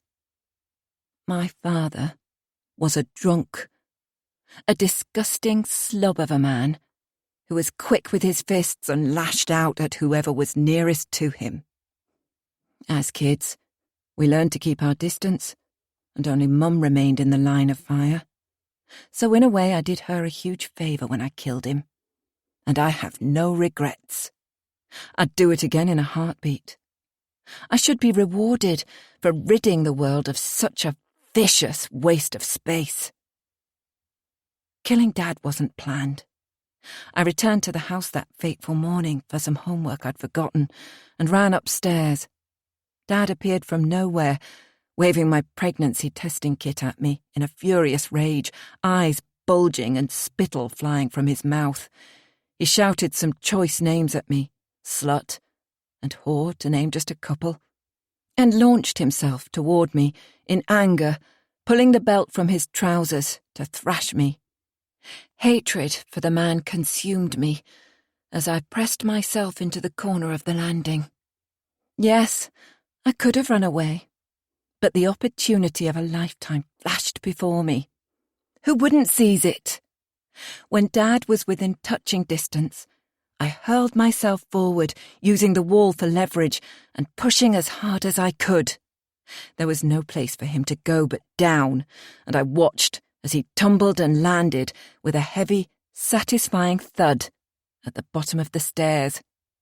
My initial thought, I hope he's dead. Because if he wasn't, and he recovered, I'd be in serious trouble. I finally got my wish to watch him die, and savoured the moment. The feeling was exhilarating. I experienced no remorse, no sadness or guilt, just a warm sense of excitement and pure relief that the bastard was finally out of my life. The whole incident lasted no more than 5 minutes, and if Liz noticed anything amiss when I caught up with her, she didn't say. The pregnancy was a false alarm, and suddenly my day was looking good. Empowered by what I'd done, I knew in that glorious moment that I possessed the ability to make anything happen. A realisation I was convinced would change my life for the better. Excitement bubbled inside of me with this newfound power. I was strong, invincible. It was an exquisite feeling. Biding my time, I planned the next phase of my life with only a few hiccups. Finding Bill Rivers' profile on a dating site, I could see he possessed the one quality I was seeking: money. The only fly in the ointment was another bloody pregnancy, and this one wasn't a false alarm. I should have got rid of it. Procrastination really is the thief of time, and I found myself landed with Daisy, a fractious, screaming baby who I loathed. Forever tired and angry with the world at times, I wanted to shake Daisy until she stopped her dreadful wailing. Bill Rivers might have been the answer to my problems, but first I needed to get rid of Daisy. Eventually I opted for the easiest route, packed her things in a box and took my daughter to meet Auntie Liz and her grandmother. I made a swift exit, relieved to be released from the burden of a baby I didn't want, and free to reel in Bill Rivers. OK, so he was old and no oil painting. Details I could overlook for his money. Poor pathetic Bill. He offered fancy restaurants, trips to London theatres, the life I desired, and being nice to him was a small price to pay. In no time it earned me a large diamond solitaire engagement ring, brilliant cut, and set in platinum. When Bill slipped it on my finger, I silently vowed never to take it off, although not for sentimental reasons. The power of money is totally and utterly seductive, and for a while I was happy. However, Bill pouring at me and wanting sex soon became irritating. He talked about children too, joking about making babies being such fun. No way was I ever going there again. The long-term plan was to divorce Bill after a couple of years and take him for everything I could get. Yet his bloody interfering mother insisted on a prenuptial agreement, which stated that only if Bill initiated the divorce would I be entitled to a share of his wealth. So you see my predicament. I had no choice other than to kill for my freedom. They should blame that old witch, not me. In a mood of frustration and anger, yet with a sense of excitement, I planned Bill's death. Extreme, perhaps, although I'd killed before and was strong enough to do it again. The memory of the feeling of empowerment as I watched Dad tumble to his death aroused and excited my senses once again. Firstly, I needed to gather around me sympathetic allies to vouch for me, to set the scene. Dr. Chowdhury was a gift, Fiona the icing on the cake. With their do-good attitude and bucket-loads of sympathy, they were so easy to fool and readily played into my hands. Initially, I considered pushing Bill down the stairs, but if the police put two and two together, another death in the same manner might look suspicious. So I continued with the abuse plan, even to the painful extreme of those bloody cigarette burns, after which I needed to work quickly before Bill saw my arm and asked awkward questions. Then, in a last-minute attempt to avoid getting blood on my hands, a broken neck is so much cleaner, I considered hiring someone to do it for me. They say the world is full of people who'll do anything for money, yet a trip to York proved fruitless. That little weasel of a man jockey let me down badly. So, as always, it was down to me. I reverted to my original plan, to killing Bill and make it appear to be self-defence. Steeling myself to act, I focused on the freedom and wealth this one simple action would bring. It would be unpleasant and messy, yes, but anything worth having is worth making an effort for, surely. Getting up earlier than usual one morning, I waited in the kitchen until I heard Bill stirring. To gain his attention, I dropped a tray full of glasses and shouted as if I was hurt, knowing the fool would come running into the kitchen. Bill barely had time to take in the scene before I plunged the knife into his chest. The look on his face was one of utter surprise and confusion. It was both sickening and exhilarating as I felt his warm blood ooze through my fingers. He slid slowly to the floor, grabbing at my robe with his bony fingers, a futile bid for my help. The single wound proved fatal. As I watched the red pool blossom on my beautiful Italian tiled floor, I knew he would not survive.